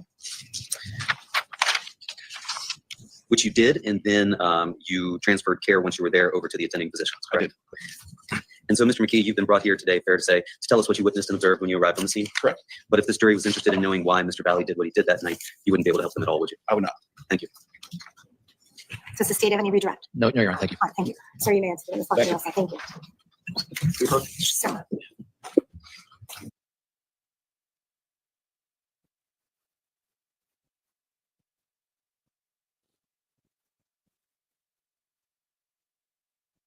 And do you recall what date Dr. Jones performed that postmortem examination? I'd want to look at the report just to refresh my memory, but it was May 15th, 2022 And to your knowledge, where was that examination conducted? at the office in Farmington. Pinky, we are watching the Preppy murder trial. High school kids, big fight, knife. But we're only watching testimony. We're going to determine guilt or innocence. Right now, this witness kind of looks like Phil Donahue. This is a celebrity trial. That's what I'm saying. Now we got to find a celebrity to match every witness. Yep. Damn it. This just got more difficult. Who's the judge? We all know Terry doesn't like her kin. I don't know. Good afternoon. If you could please step into the witness box and remain An older standing. Amber Madam Clerk, Fry. put you on board. Thank you. Do you solemnly swear or solemnly and sincerely affirm, as the case may be, that the evidence you shall give concerning this case I shall don't be the know truth, the whole truth, about that. truth, so help you God, or not guilty of perjury? I do. See your full name, spelling your last name, as well as your business address. for the James Gill, Gill, 11 Shell Road, Farmington, Connecticut. You may be seated. Thank you. Thank you, Your Honor. What's the lady from Handmaid's Tale? The one that was bossing them all around? She was also in True Detective, first season. I couldn't hear you say it again. I said, what was the lady from the Handmaid's Tale? The one that was kind of the leader of the punishment and stuff? Rosie O'Donnell. No. But that'll work. That's a good one. Yeah, we'll use Rosie while I Google the other. Yeah. This is Phil Donahue. No, actually, I think this is the doctor. Good afternoon, Dr. Gale. How are you today? I'm well, thank you. Good. Dr. Gale, where do you currently work? I work at the Office of the Chief Medical Examiner in Farmington And for how long have you been with the Office of Chief Medical Examiner? since July of 2013. And what is your current position with that office? I'm the Chief Medical Examiner for the state of Connecticut And how long have you been in that position? since July of 2013. Please tell members of the jury what your educational background is, as well as the experience that qualifies you to have the position that you hold. I received a degree in biology from MIT, followed by my medical school at the University of Connecticut. I did an internship in medicine in Vermont, followed by my pathology training at Yale. I did a fellowship in cancer pathology at Memorial Sloan Kettering, and then a fellowship in forensic pathology at the New York City Medical Examiner's Office. I'm board certified in anatomic and forensic pathology and licensed to practice medicine in Connecticut and New York. And what are your duties as a chief medical examiner? I have administrative duties as well as investigative duties. So I'm kind of the commissioner of the agency, but I also do a medical legal death investigation. So that includes performing autopsies and certifying deaths. And please explain generally what the term pathology entails. So pathology is that area of medicine that deals with the laboratory aspects of the body. So things that can go wrong with the body. And typical pathologists usually work in the hospital and they'll examine different tissue samples from the operating room and so forth to determine if there's cancer or what have you. And is there a difference between pathology and forensic pathology? And if there is, what is that difference? Yes, so forensic pathology is a subspecialty of pathology that requires additional training, and it's that specialty that deals with the investigation of sudden, suspicious, or unnatural deaths. So deaths that are related to trauma, injuries, intoxications, things like that. And up to date, if you can approximate how many postmortem examinations you have conducted? I've performed over 4,000 autopsies and many thousands more of examinations of bodies. Do you primarily oversee the autopsies of other members of your office, or do you conduct them independently? I do both. I actually yesterday I did 2 autopsies yesterday, but I also oversee the office. In your career, have you conducted or overseen autopsies or examinations where the cause of death was a stab wound? Yes. Dean, you have no clue who Phil Donahue is, do you? What? Of course. Of course I know who Of course you don't know. Phil Donahue is. Well, look it up. I'm not going to tell you. And I don't can you need approximate how many to. times? Many dozens of times, both homicidal as well as suicidal self-inflicted injuries. And prior to today, have you testified in court on the field of forensic pathology? Yes. Prior to coming to court today, did you have an opportunity to review any records from your office to prepare? Dean, did you see Petty just told everybody that they bought a nice Coleman hot tub and put it in the garage so they could do some stuff? I got one of those little blower units on it. You got the bubbles, everything. That's pretty good. Dude, I would love a hot tub. I mean, how do you know the difference when you're in there chilled with your head laid back, relaxing in the hot tub? That is Could be fair. on the side of a mountain. It could be in a Coleman hot tub in a garage with that little motor going wee. Yeah. Motor working overtime in that house. Yeah, that garage floor's slick now. You splash all that water out of there. Better have them little socks on with them grippers on there. Oh, they put a TV out there. That's dope.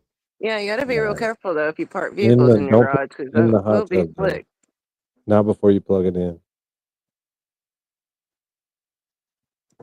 See where Melanie's about to do her interview with David and Robert, which makes me want to ask you guys, who do you think is going to have the best interview out of I everyone think on they're the going to say circuit? the same thing every time. I think it'll be basically the same thing every time. I mean, it's already been different in the first 2 for me. I enjoyed Ian's more than Lori, Who do you think will have the best interview? It depends on, I guess, who does them.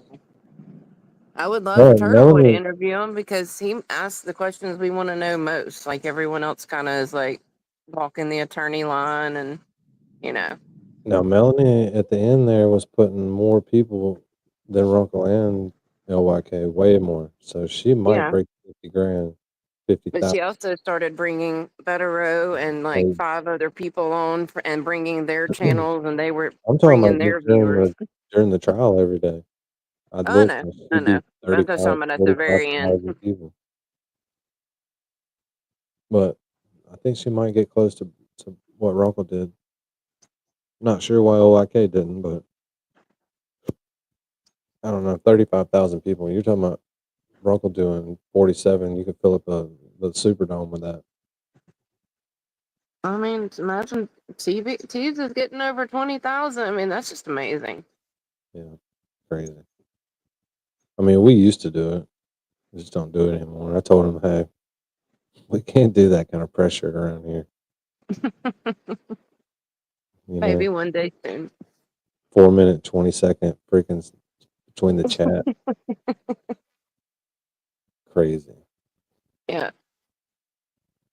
I'm gonna have to go back and watch Melanie's, I'm sure, but I feel like she's gonna do way too much patting herself on the back.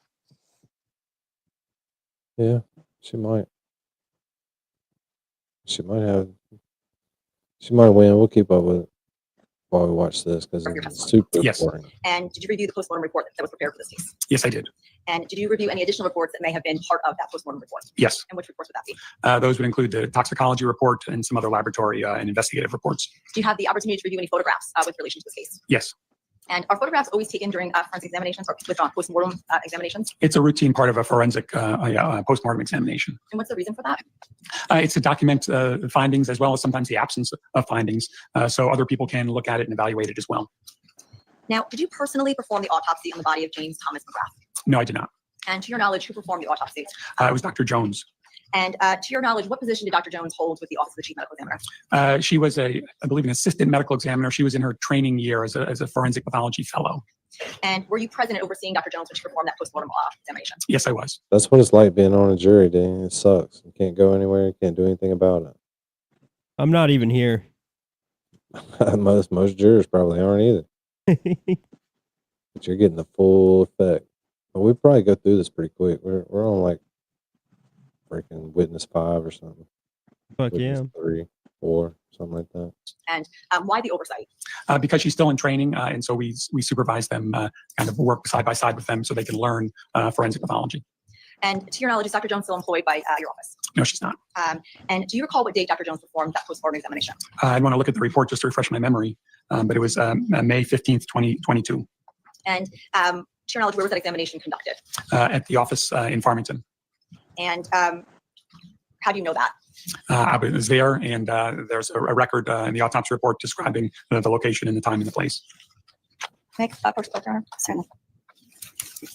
Oh, which one may I approach? Attorney Smith? Yes, you may.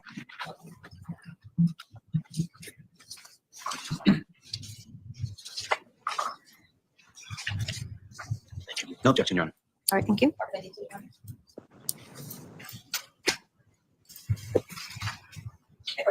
Yes, you may. What number is this? It's okay. States 10 for ID. Thank you. Dr. Gill, I'm showing you what's been marked as states 10 for ID purposes only. Once you recognize this document.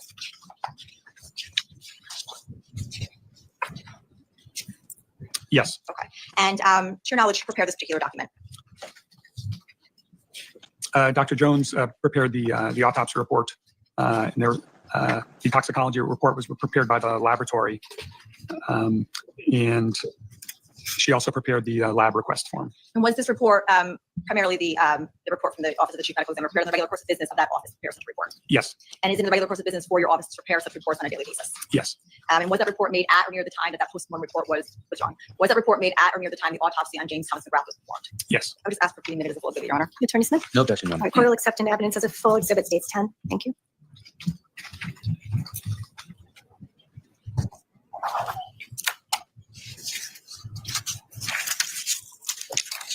Dr. Gill, I'm going to be asking some questions based on states 10, approaching the witness, Your Honor. You may read from this report now that it is a full exhibit.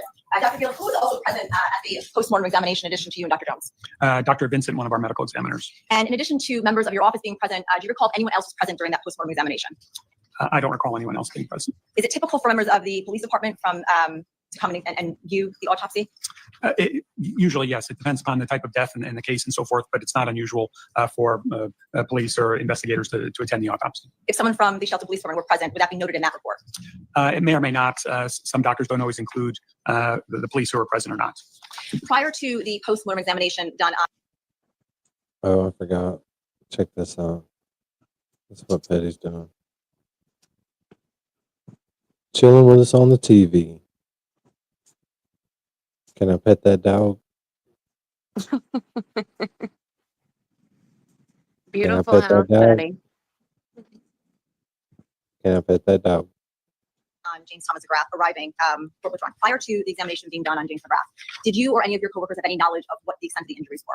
Yes. And where did you get that information from? The death was called into our office from the hospital, and so we get preliminary information from the hospital. And looking at state exhibit number 10, how old was James Thomas McGrath at his time of death? He was 17 years of age. And to your knowledge, you know where? Angel always tries to beat me to can I pet that dog? You can't do it. I gotta can I pet that dog on standby at all times. Gonna have to come on panel to beat him, Angel. Yeah, I got that on standby at all times. Can I pet that dog? James Thomas McGrath was pronounced dead.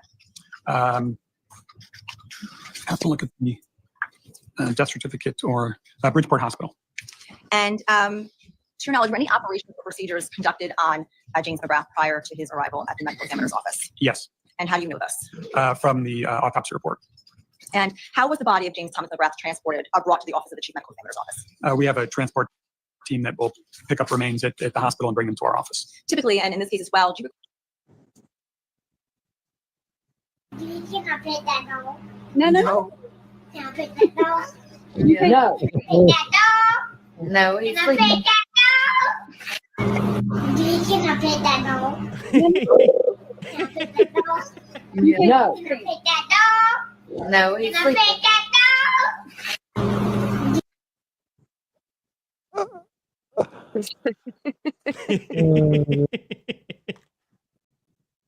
Oh god, that is. I've always got one of them ready.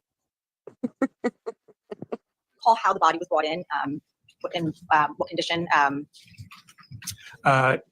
The body was brought with resuscitative equipment still with the body in a body bag. And was there an ME case number assigned to this examination? Yes. And referring to the exhibit number 10, can you recall or can you tell the members of the jury what that ME case number is? Yes. It's 22-10921. And what is the significance of that ME case number? So 22 is the year, and then we give each death that's reported to our office a unique sequential number. So it's a unique number for Mr. McGrath. Can you please tell the ladies and gentlemen of the jury generally what goes on in a post-mortem examination, if you give details as to what is conducted?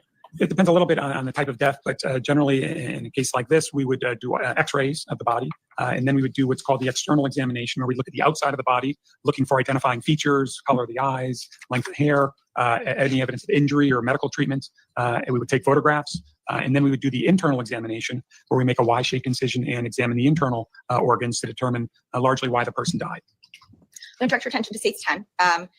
Where it says external examination, what is the purpose of that section? So that, again, is to document the different physical characteristics of the body, color of the eyes, scars, tattoos, things like that. And where it says under postmortem changes, what does that paragraph indicate? This is page 205. So that's where we would describe any changes that we see from occurring after death, like rigor mortis, stiffening of the body temperature, lividity, the settling of the blood, change in color of the body after death. And as indicated before, you said that there was some medical intervention that was done. And looking at States 10, can you please explain what was done or what was present on the body of James Thomas McGrath? He was received with a breathing tube in his airway, as well as two catheters, intravenous type catheters actually in the bone on both lower legs. And is that what is referred to as therapeutic interventions on States 10? Correct. Again, referring to States 10, under where it says injuries external and internal, what evidence of injury was present on the body? So there was evidence of both sharp injury and blunt injury. So sharp injuries are injuries that are caused by sharp objects like a knife, a piece of glass, and you can either have a stab injury or a cut injury. The difference is that stab wounds are deeper into the body than they are along on the skin, while like a cut or an incised wound is longer on the skin than is deep in the body. Blunt injuries are different types of injuries. Those are injuries caused by blunt force, where they're, person, they fall down and bruise their knee or what have you. We call those contusions. So he had some bruises as well on different parts of his body that were just very superficial. So in addition to those superficial bruising you indicated, was there also a stab wound found on the body of James Thomas McGrath? Yes. And where was the stab wound located? The stab wound was on the left chest below the left nipple. Can you either read or explain the directions within the exhibit? Indicates the directions are stated with reference to the standard anatomical planes with a body measured in the horizontal position. What does that refer to? So we don't know what position the person was in when they were stabbed. So we always give the directions in the anatomical position, which means standing straight up with your arms at your side. So we all have the same planes of reference. So for example, in this instance, the stab wound was going from the front of his body towards the back of his body, and it was going. Sorry, let me just. From the left of his body towards the right of his body, and then slightly upward in his body. Referring again to states 10 under injuries, external, internal, the last sentence of that paragraph indicates the injuries were labeled A through C for descriptive purposes only. What is the purpose of that? Explain to the jury. So there were bruises and there was a stab wound. There's no way for us to tell the sequence, which came first, which came second. Directing your attention to page 2 and to page 3 of exhibit number 10, under where it says A, stab wound of torso, can you please read what that paragraph says out loud to the jury? So a stab wound is centered 21 7/8 of an inch from the top of the head and 5 1/4 inches left of the anterior midline. It's oriented obliquely, which means kind of at an angle, with a sharp edge angled to the upper left and a blunt edge directed down into the right. It is 1 1/16 of an inch long, slit-like perforation on the surface of the skin without natural skin tension. After penetrating the skin and the muscle, the knife proceeded through the left 6 to 7 intercostal space, that's between the ribs, and perforated the pericardial sac and the left ventricle of the heart. There was approximately 750 milliliters of clotted blood in the pericardial sac around the heart, and approximately 1.8 liters of liquid and clotted blood in the left pleural cavity, which is the left chest cavity. And then the direction of the penetration is front to back, left to right, and slightly upward. In the estimated depth, that's how deep the stab wound was. The estimated depth of this penetration is approximately 2.5 to 3.5 inches deep. Now, in reference to states 10, that paragraph you just read, what does it mean? What is that intercostal space notation? What is that? So that's a term for between the ribs. So it went in the muscle part between the two ribs. And what would be there? Is it tissue? Is it? It's muscular and soft tissue. And again, you indicated the pericardial sac and left ventricle. What does that refer to? So the pericardial sac is the sac that the heart is enclosed in, and the left ventricle is the left side of the heart, the pumping chamber of the heart that pumps the blood to the rest of the body. So it's going to pump out through the aorta to the rest of the body. And there was a stab wound. The stab wound went through the wall of that left ventricle of the heart. That next paragraph, there's approximately 75 milliliters of clotted blood in the pericardial sac. Is that normal to have that? What caused that? You can explain that. Yeah, there shouldn't be any blood in the pericardial sac. So that was blood from that stab wound, from the blood first going into the pericardial sac and then continuing into the left chest cavity. Where it indicates that the direction of the penetration is from front to back, left to right, and slightly upward. How are you able to tell that? So we do a dissection during the autopsy where we kind of go in layer by layer and we follow the track, the path of the knife, and we can then see the direction that it followed. I'm going to direct your attention back to states 10. Where it says, again, page 3 of 5, under where it says B, blunt impact injuries of torso, where it indicates that there was a 3/4 greenish brown contusion of the inframammary right chest. What does that indicate? That means that there was a bruise on the right chest below the right nipple, and it seemed to have some age to it. It didn't look that fresh. And how do you know about the age? How would you be able to tell the age? Because of the green-brown color change. Also, states 10 again, page 3 of 5, where it says C, blunt impact injury of extremities. It references some injuries there, indicating a brown contusion, green-brownish contusions, and red-purple contusions. What does that indicate, that paragraph? So there are scattered bruises. Some of them, they're of different ages. Some of them are more recent, and some appear older. What is the purpose of documenting such injuries? It's just part of a routine part of it. Angela, I do not know what that means. Yeah, look who's hollering in the chat. Be nice, everybody. And then bam. Who you think you are, Cherry? I'll have to document all the injuries. You never know. I'm just kidding. I don't know what that means though. I see. When a particular injury may be important for an investigation. So you indicated earlier that in addition to an external examination, there was also an internal examination done on the body of James Thomas McGrath. Is that accurate? Yes. And what parts of the body were subject to Mary that internal B, from examination? where? All of the. Where'd you get them from? The ballpark? Got them from the ballpark. I got Arby's. Oh, Arby's. Yeah. Is that what you call your date, or you got the food? I got the food. Can I pet that dog? No. Can I pet that dog? Yeah. No. Can I pet that dog? No, he's Can I sleeping. pet that dog? Oh my God, that's hilarious. Internal organs of the chest and the abdomen, as well as the head. So the brain, the heart, the lungs, liver, kidneys, all of those were examined. And what is the purpose of doing an internal examination to all of those various parts of the body? If it's, I don't want to say pretty obvious, but if it looks to you where that injury might be, why do everything It's just being thorough and looking for other maybe natural disease that could have contributed to death. We also want to collect various tissue samples for further testing. And so it's again part of a kind of a routine autopsy to do that examination. Directing your attention again to stage 10, page 305, where it says cardiovascular system. What does that paragraph mean in layman's terms? So that's describing the heart, the valves, the blood vessels, and he had other than the stab wound, he had a normal heart. He was a normal, healthy person. So would it be safe to say that in that section, there would not be any indication regarding the injuries done to the heart? Correct. We include the injuries in a separate section. So the internal exam is really just the kind of the natural, normal descriptions. May I approach Councilor Warren?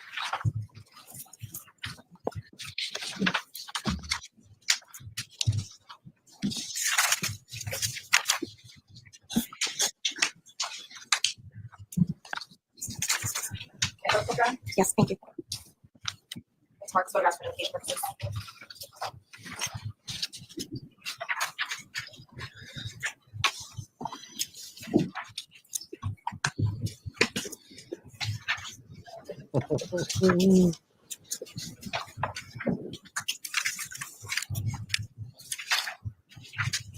Molly, you're gonna have Angela not being able to walk about.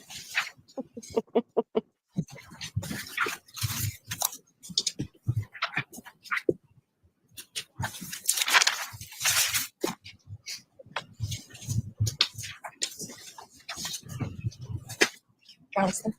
I'll just take a quick nap. Thank you.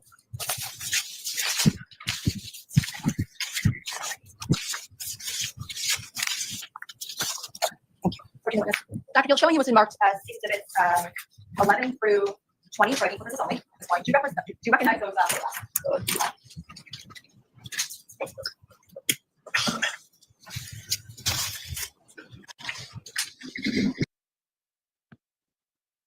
Calypso, hey Calypso, what's up? Yes. What do you recognize photographs to be? These are the autopsy photographs from Mr. McGrath. Do the photographs that you see here fairly accurately depict the body that came into your office on the day that the post-mortem examination was done? Yes. And in the photographs that were depicted, did anything look different to you than the body being photographed on the day of the autopsy? No. And again, the purpose of taking these photographs? To document the findings, who he is, and any injury. Don't creep. Don't be a creeper. Yeah, we can't talk to you if you're creeping. We only got 3.5 more hours of this to go through for day one. Do you recall who took these photographs? We have professional photographers who do that under our direction. I'd like to end this photo, Your Honor. Attorney Smith? No objection, Your Honor. My quarterly accept into evidence states exhibits 11 through 20 is full.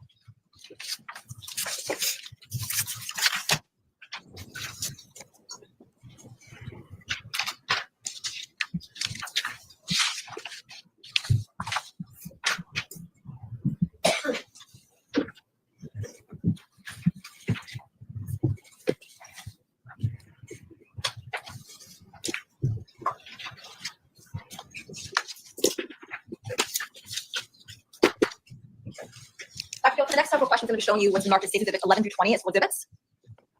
Can you see Dr. Gill where you are? Yes. Dr. Gill, what is this photograph depict? This is a full body photograph of Mr. McGrath showing how we received him at the medical examiner's office. And that placard that's placed above the body, what does that number refer to? That's his unique case number. And from looking at states, with state 11, do you see anything in this photograph which depicts any kind of, you indicated earlier, the therapeutic services that was done on Mr. McGrath at the hospital? Yes. Can you identify those areas to members of the jury? You can see the breathing tube coming out of his mouth. In his lower legs, there are these two are called intraosseous catheters in both legs. And then there's some gauze pad over the left chest. Referring to state 11, the lower left-hand area of the exhibit, there is a tag which is on the body of James McGrath's toe. What does that tag indicate? That's how it's an identification toe tag. Showing you what the market states 12. Dr. Bill, what is this photograph of? This is a face shot of Mr. McGrath. Certainly. I'm going with the strawberry syrup. Oh, of course, Connor went with Gushers. Of course. That's probably either one of them, probably pretty good. So that means go with the ice cream cake. Ooh.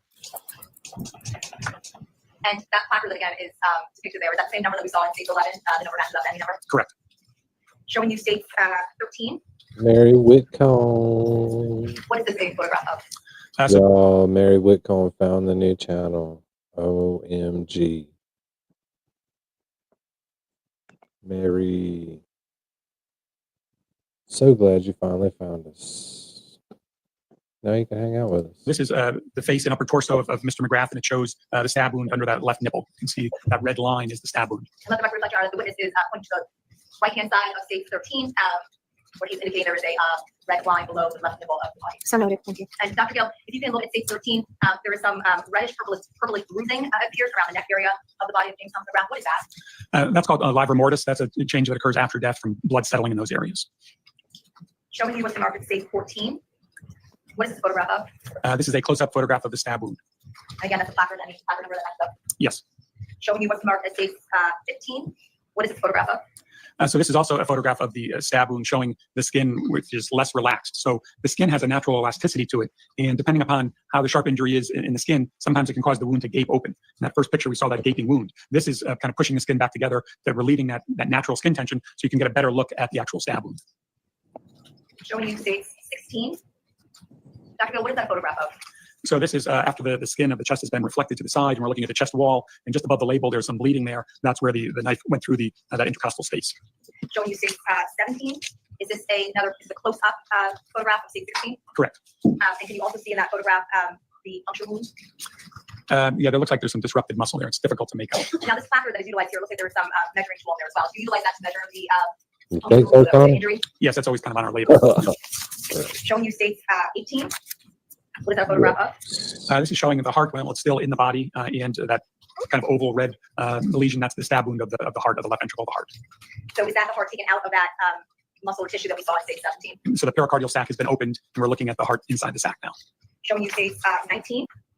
What is that a photograph of? This is let's see, showing the pericardial sac before it's been opened up. So you can see a little bit of lung, pink lung at the top there, and then that hole kind of right in the center. That's where the knife went through the pericardial sac. And lastly, showing you stage 20.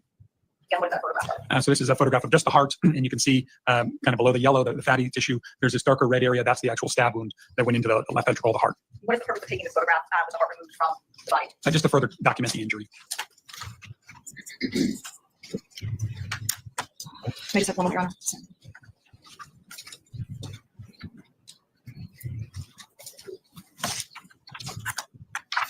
Dr. Gill, based on your training experience in the field of forensic pathology, with respect to stab wound to the torso perforating the heart, what effect would you expect such an injury to have on a person's ability to survive? Well, it would not be immediately incapacitating. The person would still remain conscious for a period of time until they've lost enough blood and the heart can no longer maintain the blood pressure. Then they would lose consciousness. And again, if the heart and the circulation isn't restarted, they would die. Were any samples or specimens collected during the post-mortem examination of and submitted for laboratory analysis? Yes. And do you recall what specimens were collected? There were several specimens collected for toxicology, including blood, vitreous fluid. Yes, Lawlene. We do not need to be showing none of that. I was sitting here waiting hoping they wouldn't. I'm glad they ain't. Because I don't want to. I was going to show the fight that happened because I've got 2 videos of it, but every time you start one, it's like got a disclaimer and shit. I didn't even know my question had started going through accidentally. I'm like, how in the heck can Danny see what I'm typing before I've even hit send? I didn't realize I started sending it. No, I Wait, had are a you serious guys looking question at for the people outside in the chat. evidence? No, I'm They're not. talking about the evidence right now. Who? So I Yeah, had a- but we're not watching the fight yet. I haven't No, seen we're the fight. not. We're not watching it at all. Well, 'cause Danny, we you haven't have seen the it. fight. I said I might have the fight. This is fucked up, dude. When I was Here I've Googling been earlier patient. about Tell me opening that. statements, I learned there was a video of the fight, but I The have not watched jury it does yet. So you've been not. doing research on your own. Stephen Skull doesn't do Checked opening on statements. opening statements only to He see doesn't do if there were opening opening statements. statements. Did nobody listen to jury instruction? Too bad. They were too fast for me. I have questions. Well, wait till deliberation. Y'all not even supposed to be talking to each other. And neither are you. Well, I'm trying to respond to you. Tell y'all to shut up because y'all are That's going to what get it's us like off in the the jury damn room or jury. on the bus ride. I'm going to get kicked off this jury, and it's going to be y'all's fault. I was We looking should have forward been to this $3 sequestered. a day. It's $3 a day. Good money. It's twice So what there Molly are makes some in people in here real that life. says they might get sick, and some people that say they would have to look away. Yeah, I don't want to watch. I don't want to see all that. No, I mean, I know. I'm just like, it surprised me that the jurors got sick during Karen's trial over the stomach mucosa. So, like, I was wondering how much that stuff really bothers people. I just feel like today in this world with, the internet, and we see like, Desensitized. well, yeah, like I figured by this point most people would not be as upset by seeing. I'm curious anatomy. what Laleen is looking up on the internet. Yeah. She's like, I just figure with Yeah. everything that's out there that I view all the time, most people wouldn't Well, I mean, be I see sick. this stuff all day, but like, I mean, I see a lot worse on the internet, and so I just figure most Yeah, people while are you're looking up desensitized. stuff on this trial, I checked for opening statements just to make sure we weren't missing did anything. you not listen to the damn jury instruction? I wasn't sure my foreman had provided me with all the information I needed to make a good decision in this case, so I was making Well, sure we that's weren't we're missing only on something. like witness 5. See, you're already trying to get to the end of it. Dean's your jury's Opening foreman. statements. Opening. Back when There you were are no questioning. opening statements, Laleen. Have When you? they It's said like you haven't paid attention at when all. they called the first witness, that was opening statement. You said, I'm not sure. It goes straight to this. So I went and checked to Yeah, see if we there were watched any it. opening statements we were missing. So you know how it goes. It goes jury instructions, then what? Yeah, but we're also watching Yeah. pre-recorded video. We It's not like watched they're it. live. I thought maybe Yeah, you it had is missed a live. clip. How do you know it's not live? See? Because it was 4 days ago. How can it be live? Yeah, but you don't know that. You're on the jury right now. Yeah. At least like try to commit to the At role, least guys. try to play the game.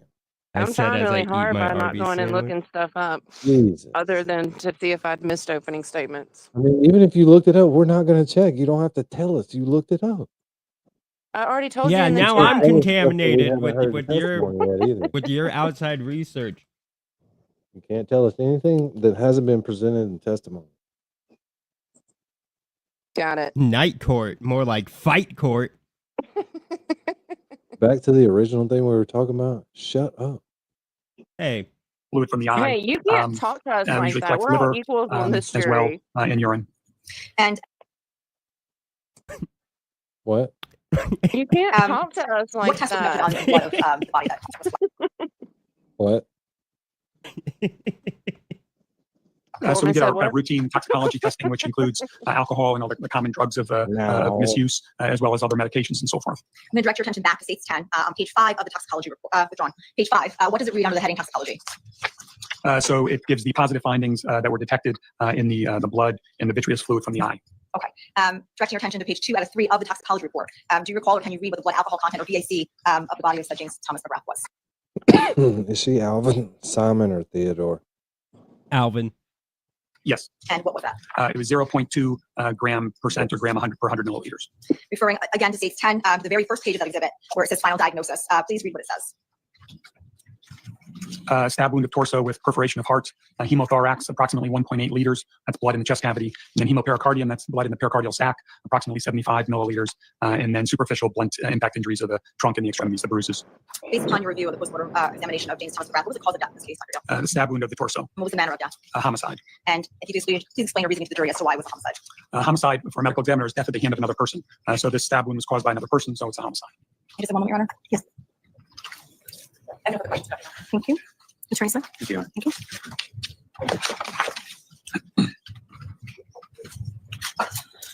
Good afternoon, Dr. Gill. Afternoon. You told us that you had been at the Office of the Chief Medical Examiner since July of 2013? Correct. And did you take over from Dr. Carver? Yes.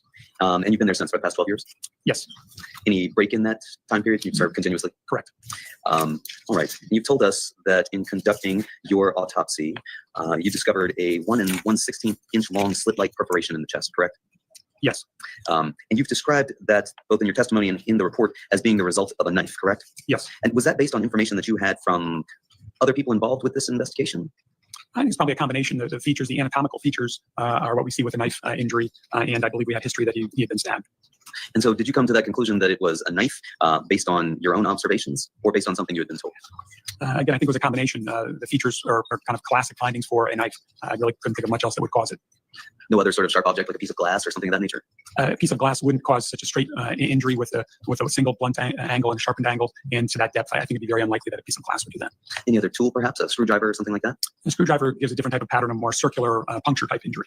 Fair to say you didn't have anything definitive at that point that led you to know that this was a knife, but that's what you concluded based on what you described here to us. Yeah, the anatomic findings are supportive, very supportive of a knife. Yeah. And you also had information, I guess, from the police officers that were involved, or where did the mention of a knife come from? Probably from the hospital that he presented with a stab wound. And you described that this stab wound went through the left 6 to 7 intercostal space, correct? Yes. And you described that as being the space between the ribs? Correct. And as you went through and gave us a list of your findings, you described also an injury under section B, which was an old bruise. Is that fair to say? Yes. And then under section C, a number of other scattered bruises of indeterminate age. Is that also fair to say? Correct. Now, as part of your report, you said that the wound itself was an estimated 2.5 to 3.5 inches deep, correct? Yes. Why is that an estimated number? Because the heart and the body can move. And so if a person's leaning forward or laying back, there can be some movement of the heart. So we can't give an exact, precise depth. Plus, if it goes into the heart cavity, we don't know how deeply it went into the cavity. It didn't go through the heart, through the whole heart, but it went through the wall. So we give an estimate. That's typical. So based on a position, the person's body position when the wound is suffered, fair to say the stab wound could have been 2.5 inches deep, could have been 3.5 inches deep. It's within that range, correct? You didn't note any other fractures, correct? Correct. You didn't note any other puncture wounds, correct? Correct. So this single stab wound that you've described to us, in your opinion, was both the only wound and the wound that led to his death? It was the only fatal injury, yes. Other than what you've described as being old, unrelated bruises of indeterminate nature, is that fair to say? The bruising, yeah, that played no role in his death. You also told us that you had ordered what was your standard specimen testing for toxicology reports, correct? Yes. And that included a toxicology for alcohol, correct? Correct. And did you tell us that the blood alcohol of the deceased was a 0.2? Correct. Did that have any bearing on your findings in this case? It played no physiologic role in his death. He would have died from this stab injury whether or not he had alcohol in his. Okay, order in the court. Y'all don't need to be talking to each other. Especially if you start talking about that, Petty, then he's going to start thinking about it, and he's going to be like, I'll be right back. My system. And Dr. Gill, you've been called here today to tell us what you witnessed and observed as it relates to this autopsy, correct? Yes. And you've done that to the best of your ability? Yes. But if this jury is interested in knowing why Mr. Valle did what he did that night, you can't tell us anything that would help them, can you? No. Thank you. Nothing further. Thank you. Attorney Messina? Okay. Dr. Gill, you had indicated on direct examination that you and your team determined that the fatal injury caused by James McGrath was a stab wound, correct? Yes. Okay. And I know you had indicated earlier, but approximately how many postmortem examinations have you conducted or overseen where the cause was a stab wound? So, Your Honor, I believe this is outside the scope of my cross-examination. Okay, so you did question the witness regarding other causes, so I'll allow it. Overruled. Many dozens, but some of those involve, for example, in one person, maybe 80 stab wounds. Stephen Seagal threw his first objection blow. Did y'all hear that? He lost big time. And Dr. Gill, you've been called here today to tell us what you witnessed and observed as it relates to this autopsy, correct? Yes. And you've done that to the best of your ability? Yes. But if this jury is interested in knowing why Mr. Valle did what he did that night, you can't tell us anything that would help them, can you? No. Thank you. Nothing further. Thank you. Attorney Messina? Okay. Dr. Gill, you had indicated on direct examination that you and your team determined that the fatal injury caused by James McGrath was a stab wound, correct? Yes. Okay. And I know you had indicated earlier, but approximately how many postmortem examinations have you conducted or overseen where the cause was a stab wound? So, Your Honor, I believe this is outside the scope of my cross-examination. Okay, so you did question the witness regarding other causes, so I'll allow it. Overruled. Many dozens, but some of those involve, for example, in one person, maybe 80 stab wounds. So yeah, I've seen hundreds and thousands of stab wounds. In those cases where you determined it to be a knife, have those injuries been very similarly situated to what you saw on the body of James McGrath? Yes. And you had indicated on cross-examination regarding the difference between a knife perforation versus, let's say, a glass perforation. What would be the difference there? A glass, because it's more irregular shaped, you get an irregular pattern and maybe more jagged. Usually it's not going to have that depth. This was a very smooth edged, straight in wound. So that was caused by something that's sharp, long, narrow, and that's a knife. You had testified on cross-examination that you were able to. Genji, do you know what we're doing? I'm going to tell somebody else. We are the jury in this case. We started at the beginning of jury instructions. We're only listening to testimony. Determine the positioning or how that knife went into the body of James McGrath. No opening statements. We didn't miss them. They just didn't feel like doing it. Would you be able to would you be able to determine the position of James McGrath at the time the stabbing took place based on the injuries? No. I have no further questions, Your Honor. Thank you. Thank you. Any additional cross? No, Your Honor. All right, thank you. All right, you may sit down. Thank you. Please watch your step as you exit out. If you don't Preppy murder trial. We should start getting some of these teenagers on the stand here before long. why not take that exhibit? Ooh. Thank you so much. Returning exhibit 10 to non-clerk. Steven Seagal, double ponytail. Council, this appears to be a good time to move into our lunch break. Yes, sir. All right. So ladies and gentlemen of the jury, we're now going to take a luncheon recess. We will be back in session at 2 p.m. and you should report back to the jury deliberations room so that we can start promptly. Please remember the jury. Thank you. 2 p.m. 80 rooms. That's a lot of sticks.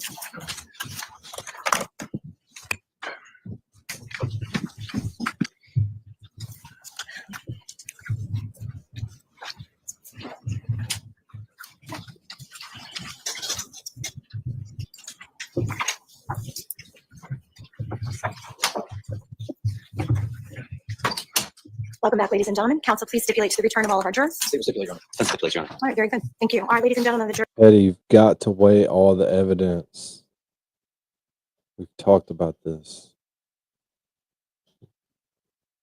I don't know, Dean. Do you have some of those complaint slips we can turn into the judge? And y'all talked about the weird stuff, and he's gone. Jury, we are ready to proceed. I'll ask the state to call its next witness. Thank you, Your Honor. The state will call Sergeant Richard Bango to stand. Thank you.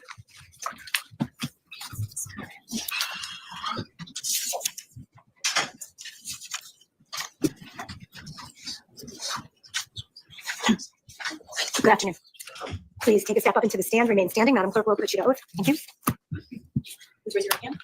Do you solemnly swear or solemnly and sincerely affirm, as the case may be, that the evidence you shall give concerning this You case think I need a whole 5 minutes? will help you God or help you perfectly? Thank you. Please state your full name, spelling your last name. Finish faster than that.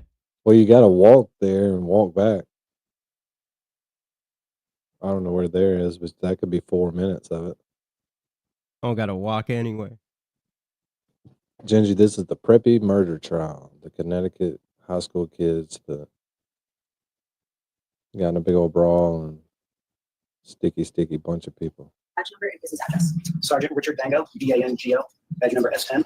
Business address. I'll just finished day 4 today, so if we can catch up over the next couple of days, we can probably get in by the time the verdict comes in. Get in on it. This is 85 Wheeler Street, Shelton.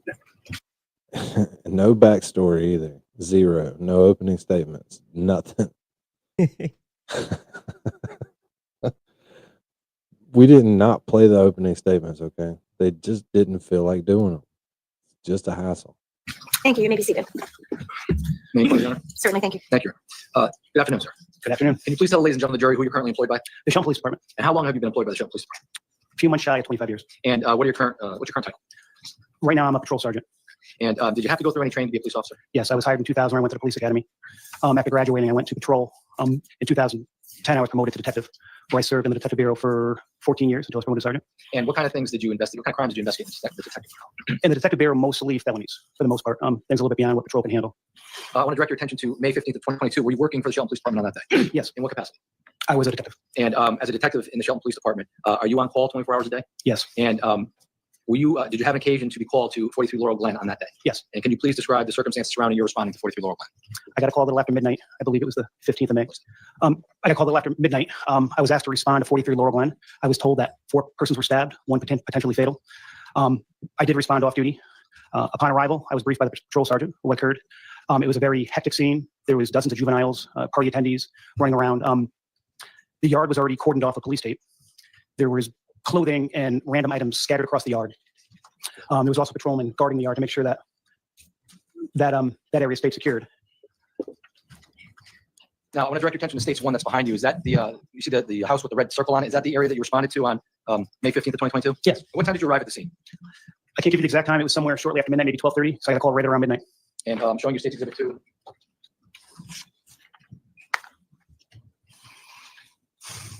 Is that the home that you responded to on May 15th, 2022? Yes. And what were the lighting conditions like that night? It was dark. It was dark in the yard. Most of the light that we had was illuminated through what we illuminated. Was it pitch black though? Not pitch black. Could you see? Yes. Yes. Yes. Show you States Exhibit 5. You had mentioned just now in your testimony that you arrived with some debris in the yard. Yes. Is this the debris you were referring to? Yes. And who taped off the yard? That was cordoned off before I arrived. Okay. Why would the Shelton Police Department tape off a certain section of an area? What would be the purpose of that? Well, those items there is potential evidence. So cordon it off. We don't want all the witnesses or the attendees to walk through it and trample the evidence. And when you got to the scene, what was your main purpose when you got to the scene initially? After finding out what occurred, or what the other Shelton Police Department members found out, I was trying to locate witnesses of what occurred. And with regards to the items of You determine those to be evidentiary value potentially? Yes. Do you know if those items were seized from the lawn? Yes, they were. So the night of photographs were taken where they lied in the dark. They stayed that way till morning until Detective Nugent arrived to assist me. He took daytime photos, and after taking the daytime photos, he seized everything in the yard. May I have a moment, please?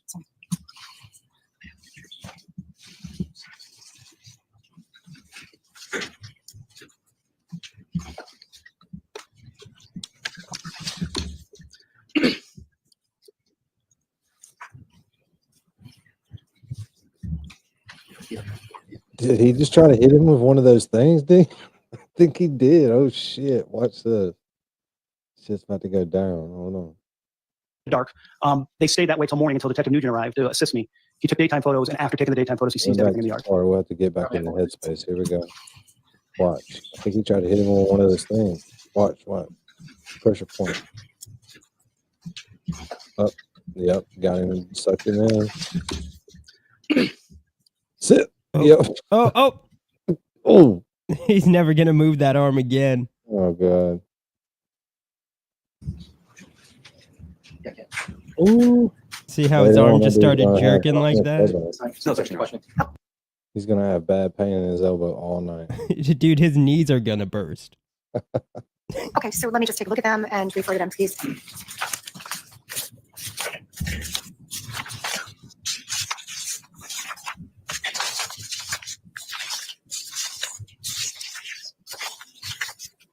I have 21. Is that what number is this?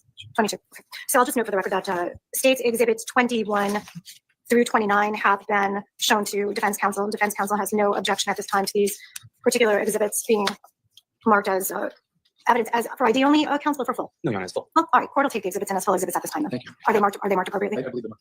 All right, so let's get them marked as full and then we'll move forward. Thank you.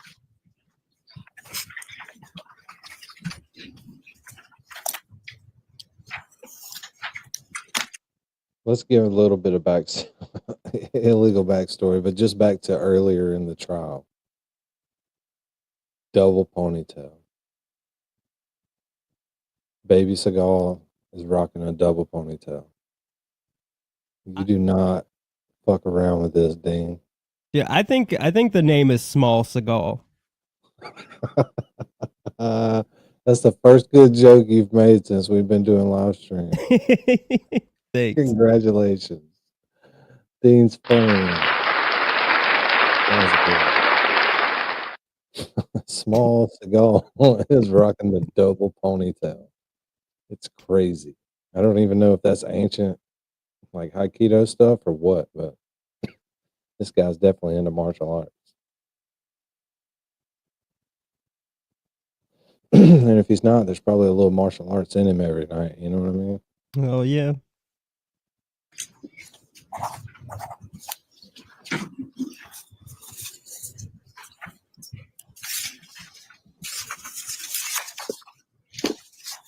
Sergeant Bango, with regards to the pictures that were taken in this case, specifically stage 5, did you take these pictures? I did not. And what would be the purpose in taking pictures of the scene?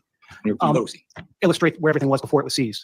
And do you have information as to whether or not the items that were on the front lawn were in fact subsequently seized, subsequently to this picture being taken? It was seized that morning. Okay, so pictures were taken, then it was seized? Yes, pictures were taken first. And when items of evidentiary value are seized by the Shelton Police Department, can you just speak to what is done to, I guess, establish some type of chain of custody and how you take it into evidence? So we would first take a photograph of where it lies undisturbed. Like I said, it was protected all night. After they're photographed, they would be, you put gloves on and you would put them in an evidence bag and seal it. You would date and time, exactly what time you seized it, and then you would enter into evidence at the police department. Let me show you what's been marked as Exhibit 21. It's been marked as a full exhibit. Do you recognize this? Yes, I do. What is stage 21? That's a shirt that was seized in the yard that morning. And obviously, this is a picture of what was seized, not at the yard. This picture wasn't taken at the yard. That picture was not. No, I'm sorry. That was taken after the fact at the police department. My approach, Your Honor. Showing you stage 22. Do you recognize stage 22? I do. And what is stage 22? That's the shirt that's illustrated in the picture. And this was the shirt that was seized from the front yard of 40. Angel's getting funny too. That's funny. You don't get that, dude? That's a Nickelback joke. Yeah, dude, I love Nickelback. They're like the Nicolas Cage of music. You didn't know that until Angel just told that joke. What? On May 15th, 2022? Yes, it was. That was Your good. Honor, That was good. it's appropriate if you're going to allow the witness to open the bag and reveal the contents? All right, sir, you can open the bag, reveal the contents. I do see that you have gloves available for your use, so that's fine. If you feel comfortable, go right ahead.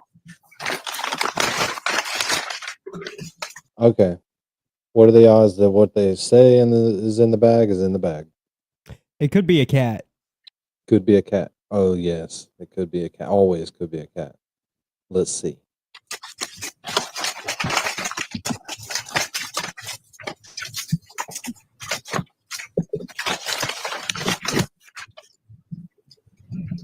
Okay, I was close. It was actually what they said was in the Regarding this bag, particular not piece of evidence a cat. that was seized from the front of 43 Laurel Glen, why was this seized? Is there anything on this piece of evidence that would indicate some type of disruption in the fabric? Yes, there's a defect in the shirt. Counsel, are you able to see? Yes, Your Honor. You can feel free to relocate if you want. Thank you. In the shirt on the lower left side. Great. Can you kind of hold up? Yeah. So right to the left side of the shirt, would be mid torso. Yes. Phone was leading.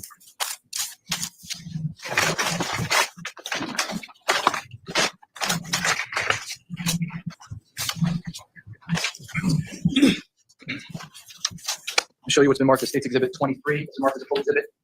Again, is this a t-shirt that was seized from the front yard of 43 Laurel Glen? Yes, it was. Again, was seized in the normal course of packaging, how you would package items of evidentiary value. Yes, it was seized, photographed before it was seized and put in that bag, and then later at the police department it was photographed again. And when things go back to the police department, how are things secured? Does anybody have access to your evidence? No, only the evidence officer. It would go from the seizing officer, detective, right to the evidence officer and evidence. I'll show you State's 24. It's marked as a full exhibit. Again, with these items that were seized from the area of the yard of 43 Laurel Glen. Yes. And with these seized, again, in the same manner in which the previous two exhibits that we just spoke about were seized by the Charlotte Police Department. Yes. I'll show you State's 25. These items in State's 25, items that were also seized from the front yard of 43 Laurel Glen. Yes.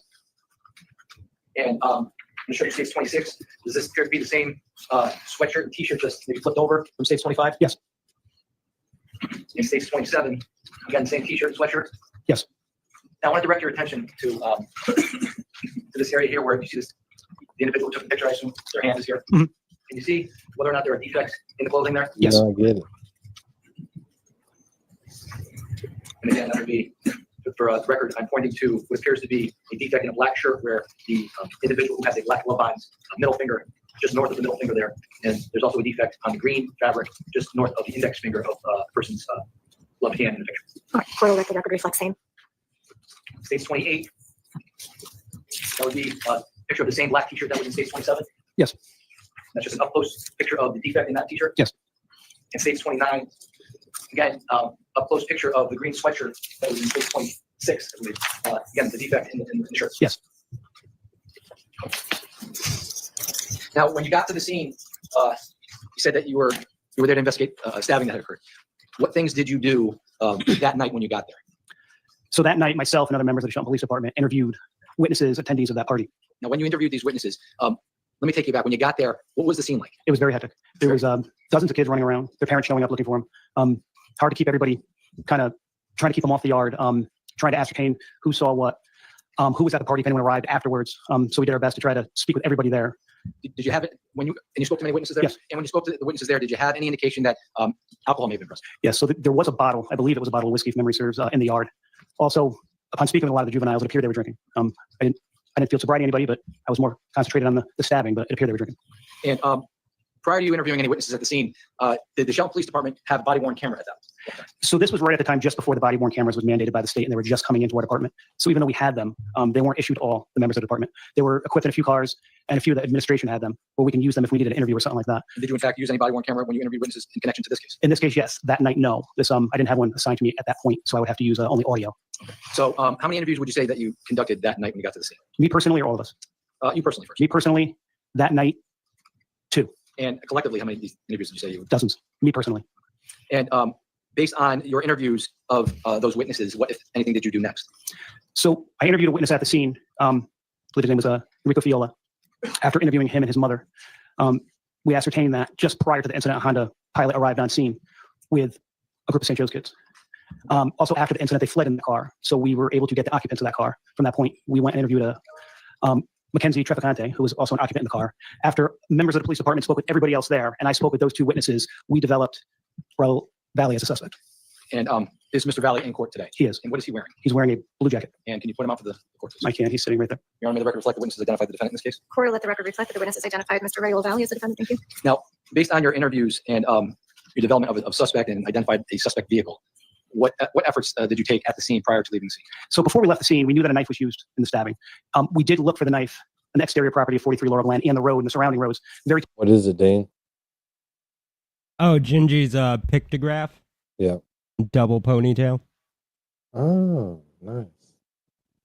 Damn it. Glad you figured it out, though.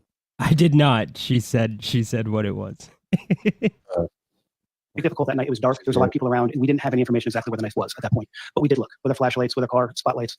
That carried on into the next day. Moving fast forward, we had 2 state police cadaver dogs arrive in the daylight, and they searched the entire area, the surrounding streets, the property, with members of the police department looking for the knife. And if I direct your attention to States 1, can you indicate on States 1 where the general area you conducted the initial search for the knife you just described? So here's the property with the front yard. We started here, but we actually looked all up and down the roads. This entire area. We also did a neighborhood canvass and spoke to all the neighbors.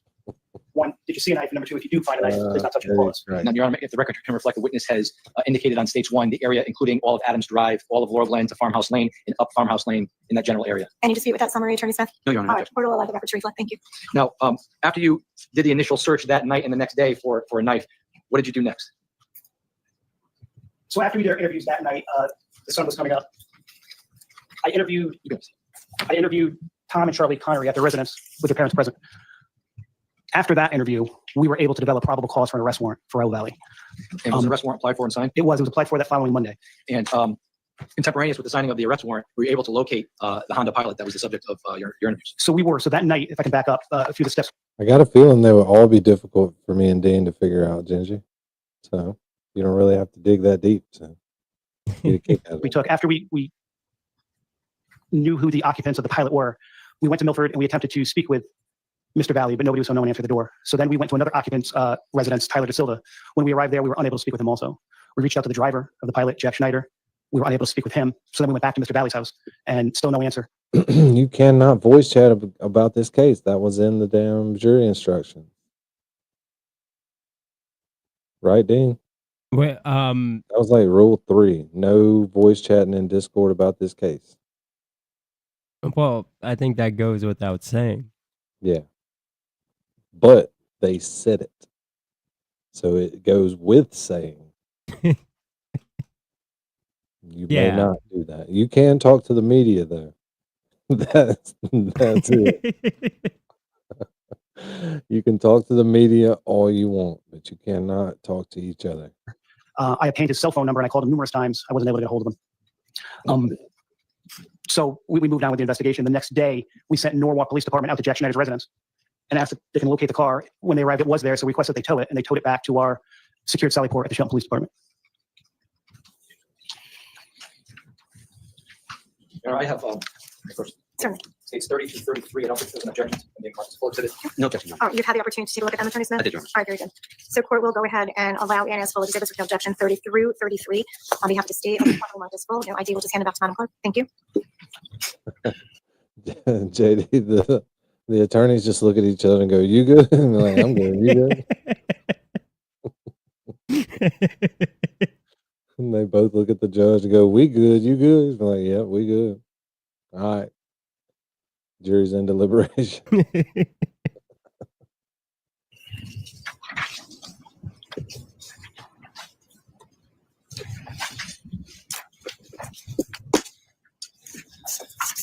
Now, when you were able to secure the Honda Pilot that was the subject of the investigation, you said you secured it in the sally port? Yes. And do you know what pictures were taken? Yes, well, we applied for a search warrant first, one was granted. Then once we executed that search warrant days later, we took photographs, the interior and exterior of the Pilot. Show you States Exhibit 30. That's a mark as a full exhibit. You recognize States 30? I do. And what is States 30? That's the Honda Pilot. And what is the purpose of taking pictures of the exterior and interior of the motor vehicle seized? Well, to show this, the condition it was in when we seized it. Showing you States 31. Again, what is States 31? That's a picture of the windshield of the Pilot? Showing the defect in the windshield? Yes. States 32. Picture of, what does this picture show? It's the interior of the Pilot. What would be the purpose of taking pictures of the interior of the Pilot? Well, the state of it was when we took it, and if we were going to seize any evidence, the state of the evidence it would be in. This would have been taken prior to any seizure of any other? Yes. States 33, this is obviously the driver's side again, picture of the driver's side of the Pilot? Yes. Now, once you were able to seize the Pilot and apply for a search warrant, execute a search warrant, you indicated prior to your testimony that you were able to secure an arrest warrant for the defendant. Yes. Can you tell the ladies and gentlemen of the jury what steps that you took after that arrest warrant was signed, what steps you took to execute that warrant? After we secured the arrest warrant, I believe it was the Tuesday, the 18th, we spent the day into the night searching for Mr. Valle. We were unable to locate him. We reached out to both his parents, but they were uncooperative in helping us locate him. It turned into the following day. We could not locate him until about 3 a.m. He turned himself into the Shelton Police Department. And when he turned himself into the Shelton Police Department, what was done as part of the booking process of the defendant? Well, the standard booking process, and we took, the booking photos, but I believe it was Lieutenant McFadden who was on scene when he turned himself in. He took photos of Mr. Valle because he had some apparent injuries on him. We've probably got some tail light left over in our case if y'all need to borrow it.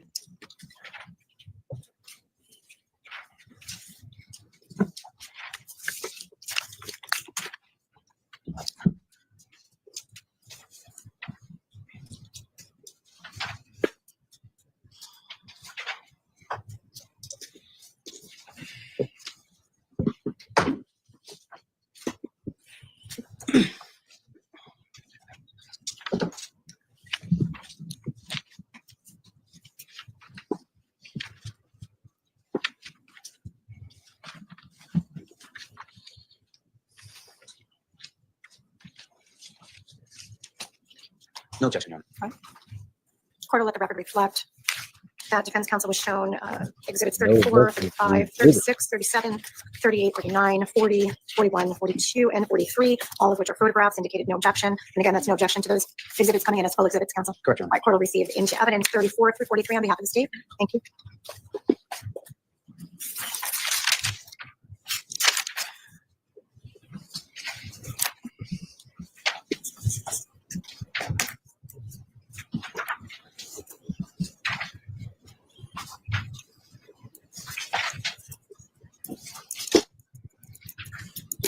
So you indicated that pictures of the defendant were taken some 72 hours after the incident when he turned himself in on May 18th? Yes. Okay.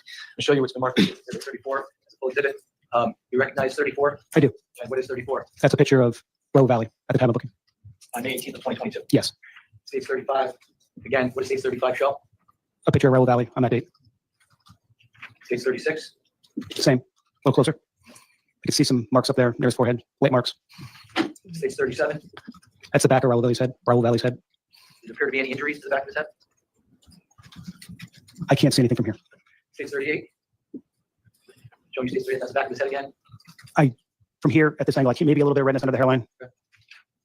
Stage 39? That's Mr. Valle's right arm. There seems to be some light scratch marks. Stage 40? Seems to be a shoulder wound. It does appear that's his right hand. It appears that it looks like it's scabbed over a little bit. Stage 41? Left hand? That's his left hand, a scrape on his palm. Stage 42? Any markings on his hand there? Some light marks on his outer wrist. That's really all I can see there. Stage 43? Again, this is his left hand. Any markings there? I can't see any.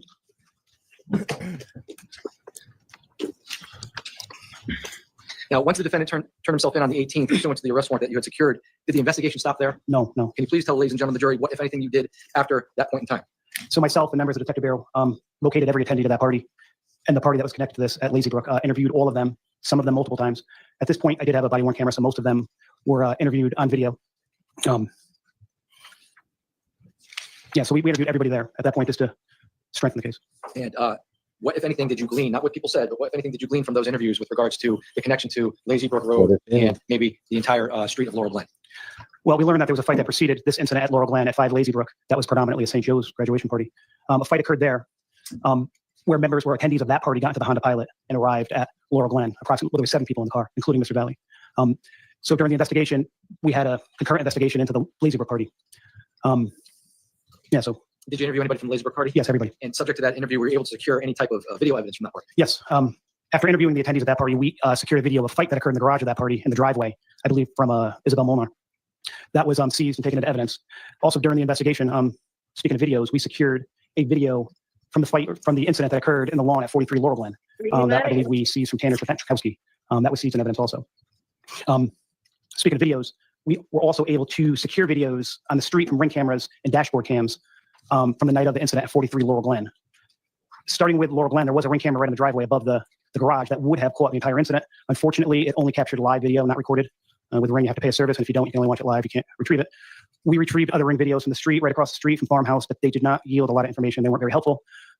We did obtain a video from 36 Laurel Glen. Directing your attention to State's Exhibit 1, can you please tell us on State's Exhibit 1 where 36 Laurel Glen would be located? 36, I believe, is this one here. I believe it's that one there. And why was 36 Laurel Glen important? So during the investigation, we learned after the Lazy Brook party, or the Lazy Brook incident, the St. Joe's kids got into the Honda Pilot and they arrived at 43 Laurel Glen, and an incident occurred in the street or an altercation. So the Honda Pilot drove off down the road in the area of 36 at the first incident or the first altercation between the St. Joe students and the Shelton High students. Upon securing that video from the homeowner, I believe his name was Ken Tuttle, we were able to find the Honda Pilot pulling up from the direction of Laurel Glen and stopping right in front of his house. And I may approach the witness.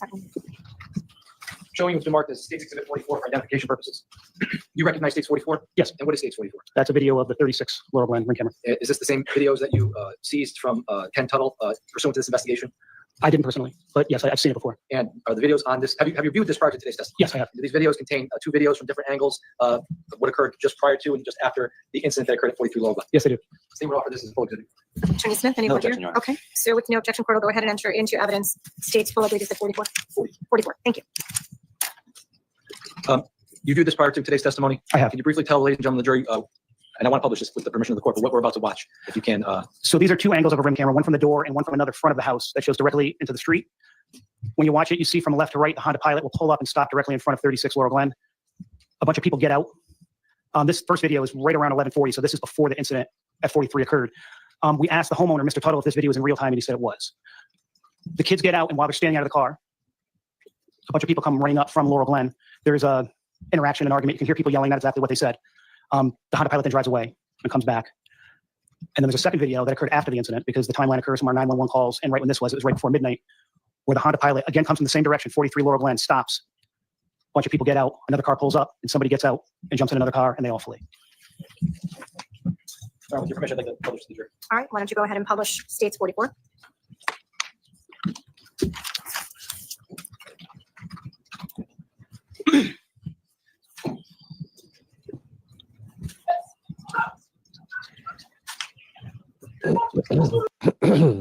Yeah, Dean. So this could be triggering. Are you gonna be okay? Yeah, he'll be fine.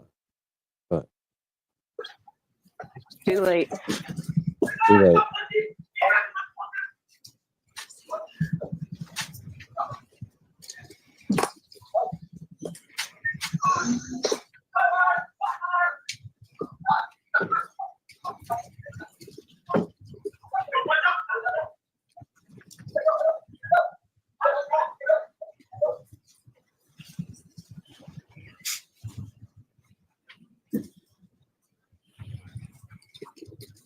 This next video is this different angle of the same video? It's the same video, just a different angle.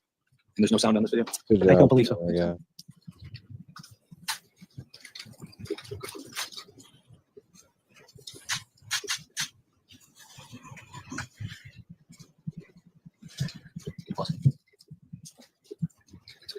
And those two videos that we just watched, it's around 11:40 p.m. on May 14th of 2022? Yes. So that would be shortly prior to the incident that occurred down the street of 43 Laurel Glen? Yes. And the next two videos we're about to watch happened just after. Directly afterwards, yes.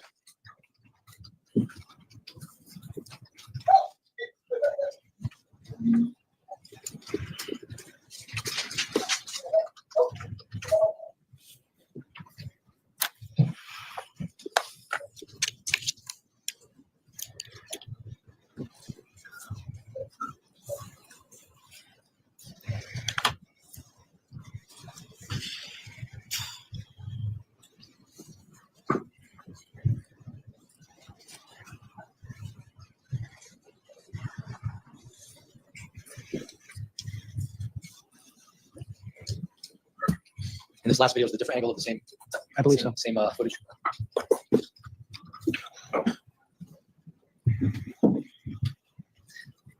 Again, the time on this is 11:55. Yes.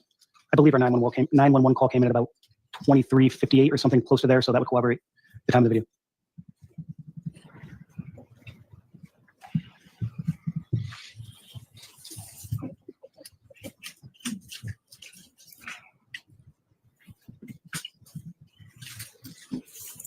Now, were you able to seize any videos from across the street from 43 Laurel Glen? Yeah, at 44, we seized the video. Unfortunately, from the distance of the door to across the street, we can hear a lot of people yelling, but you really can't see what's going on. And the homeowner was actually watching what was going on right in front of the camera, so we had a better view of her back than anything else. The homeowner was blocking? Yes, yes. Happening. After you were able to secure video, interview your witnesses, did the investigation end there? No. What if anything, did you do next? So over the next several months, we're in contact with Tyler De Silva and Jack Schneider's attorneys, attempting to interview them. When we were finally able to interview them, we did. This was now November of 2022. After interviewing them, we received information, so we drove to the dead-end cul-de-sac portion of Adams Drive. What was your purpose in driving to the dead end of Adams Drive? To locate the knife that was used in that incident on the 14th. And this was some 6 months after the incident? Approximately 6 months. We actually went there, our first time there, we went there with Jack Schneider and his father. Sure. Showing you it's been marked as State's Exhibit 45 for identification purposes. Do you recognize 45? I do. What is 45? This is the cul-de-sac portion of Adams Drive. Showing you, is this picture accurately reflect what the cul-de-sac of Adams Drive looked like at or near the time of the incident? No, this was 6 months later. 6 months later. Yes. Showing you 46. Do you recognize 46? I do. And what is 46? That's a picture of the wood line that separates Valley Road from Adams Drive. And does this picture indicate what the cul-de-sac area of Adams Drive looked like on or around the time you went back to Adams Drive 6 months later? No. What does this show? This shows a lot of leaves are on the ground. The ground is covered where, it's November at this point. So So this is 6 months after the incident? Yes. And showing you State's Exhibit 47. You recognize 47? Yes. What is 47? So this is the stream that runs in the wooded area just behind there, in between Valley Drive and the end of Adams Drive. I would offer these as full exhibits, Your Honor. No objection. All right, no objection. Court will go ahead and take into evidence dates 45, 46, and 47. Thank you. Thank you.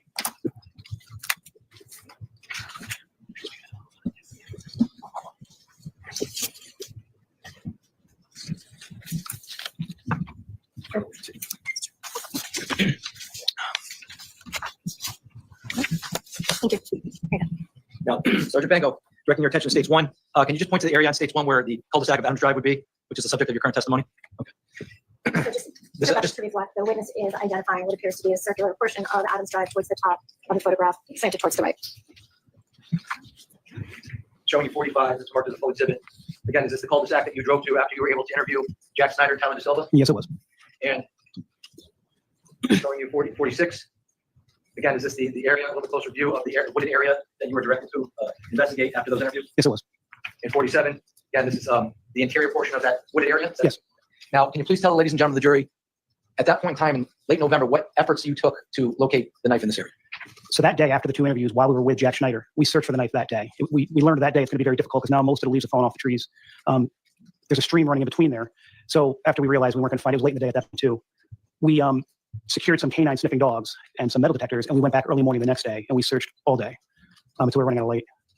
We unfortunately did not locate the knife. So we went back, I believe, 3 days later and did it again with metal detectors, and we did not locate the knife.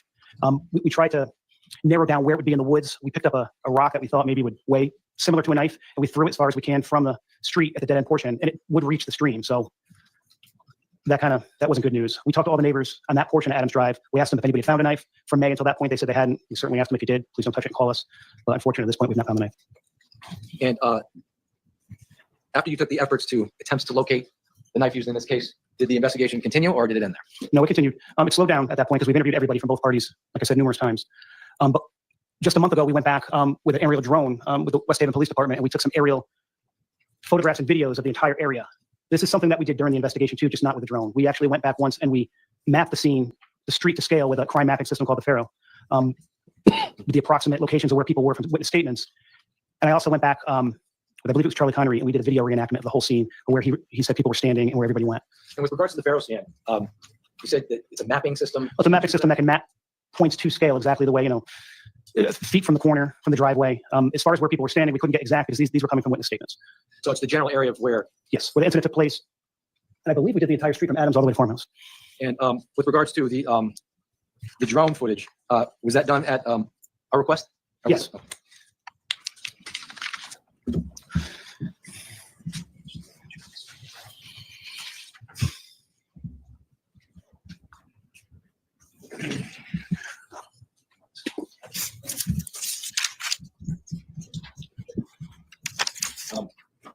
I don't think there's an objection to any of this, but counsel wishes me to lay it.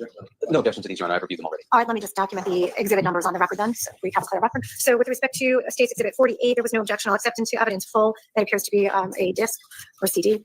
And then additionally, we have State's Exhibits 49, 50, and 51, which are photographs. And is that 52 there in your hand? 52. And 52, which appears to be a larger exhibit of depicting scenery. Thank you. Thank you. I'll just have Madam Clerk mark them as full before we use them. I'm Sorry, it's okay. Thank you.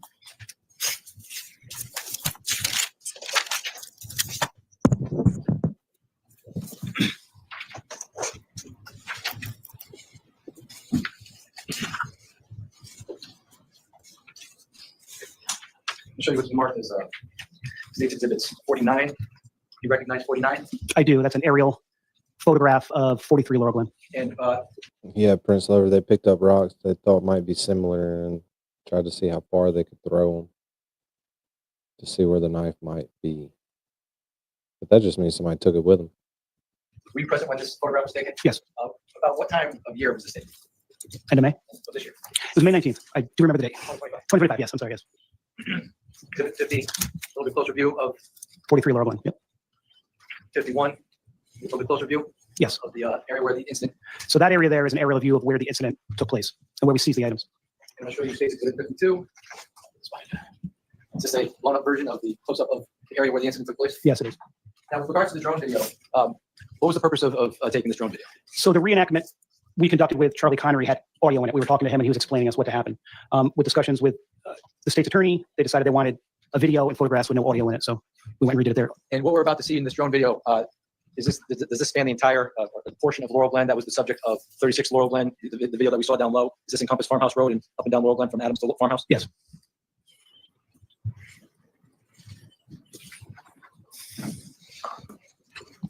Calypso, this is trial one. I mean, day one of trial testimony.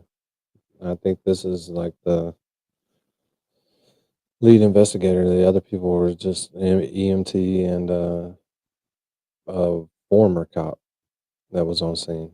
So it haven't been very much. And we didn't do any backstory because we're the jury. We can't backstory. Lauline's already broken all the rules. I've not. Danny and Dean are flirting, and I'm trying to break that up so we can focus on the case. Oh, no.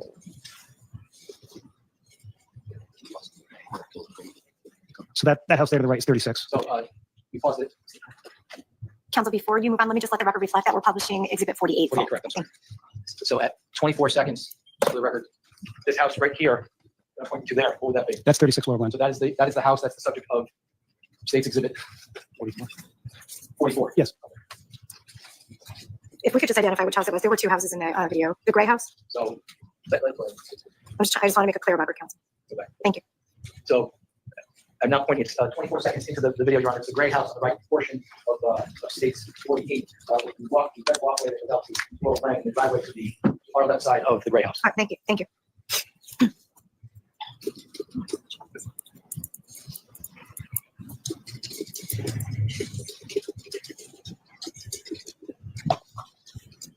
You want to start again on Windows? And just fast forward to 24.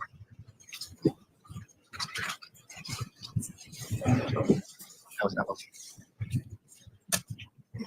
Play it Windows.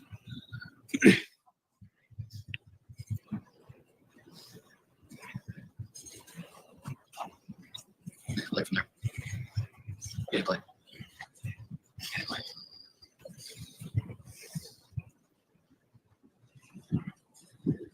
And also, day two starts with all of the teenagers that testified. So probably get pretty good once the young ones get How up do in you there. know that, fellow juror? Because they have to testify sometime. How do you know it's day 2? It's just a guess.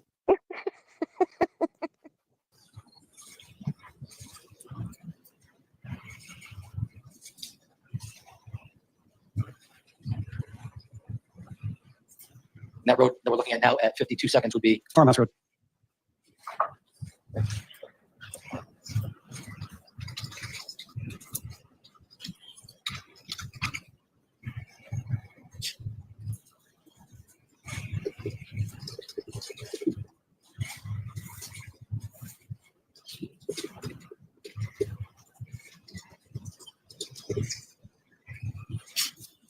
I'm waiting to see who the new so this subscribers area here are. is looking back down towards 42 Laurel Glen. Yes. And the house to the left here, that gray house again, is 36 Laurel Glen. Yes, We're at 67 now. because my friend just subscribed, so I thought we were getting closer to 70. Because I thought Mary B had to. I'm close to 70. I thought Wait. you were at 66 when you said it earlier. That's why I thought Mary B had 2, and then I had 1. So I thought we were like maybe 1 away. No, we were 64. Hmm. Mary B got us to 66. Bring your friends. Torture your friends. If They they really deserve it. love you, they'll do it.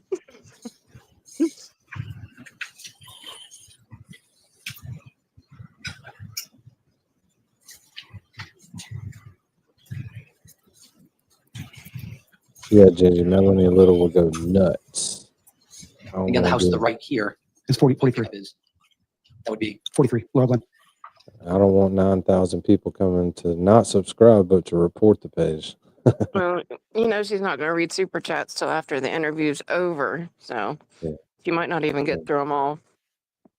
I don't want to be on that. I know. Gingy's now, when just you went out there on May funny. 19th, 2025. Yeah, she is. Were you She asked will by do it. I myself believe. measurements? Yes. Where 43 Laurel Glen is in connection to 36 Laurel Glen in Farmhouse Road. Yes. We do have to have So a we talk took a with Little measurement. Miss, I don't remember his exact number from the driveway of 43. Why? What happened? because she's in Melanie's chat right now, and she can't stand Melanie or her mom, but she left us and went to Melanie's chat. Yeah. You gonna learn. You gonna learn. So there's 30 minutes of this probably left. To the front doorway at 36, I believe, was 640 feet, 47 maybe, roughly about 1.5 to 2 football fields.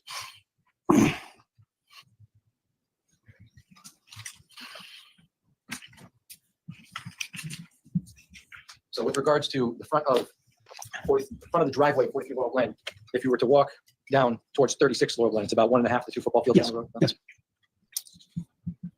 Please, may have a moment.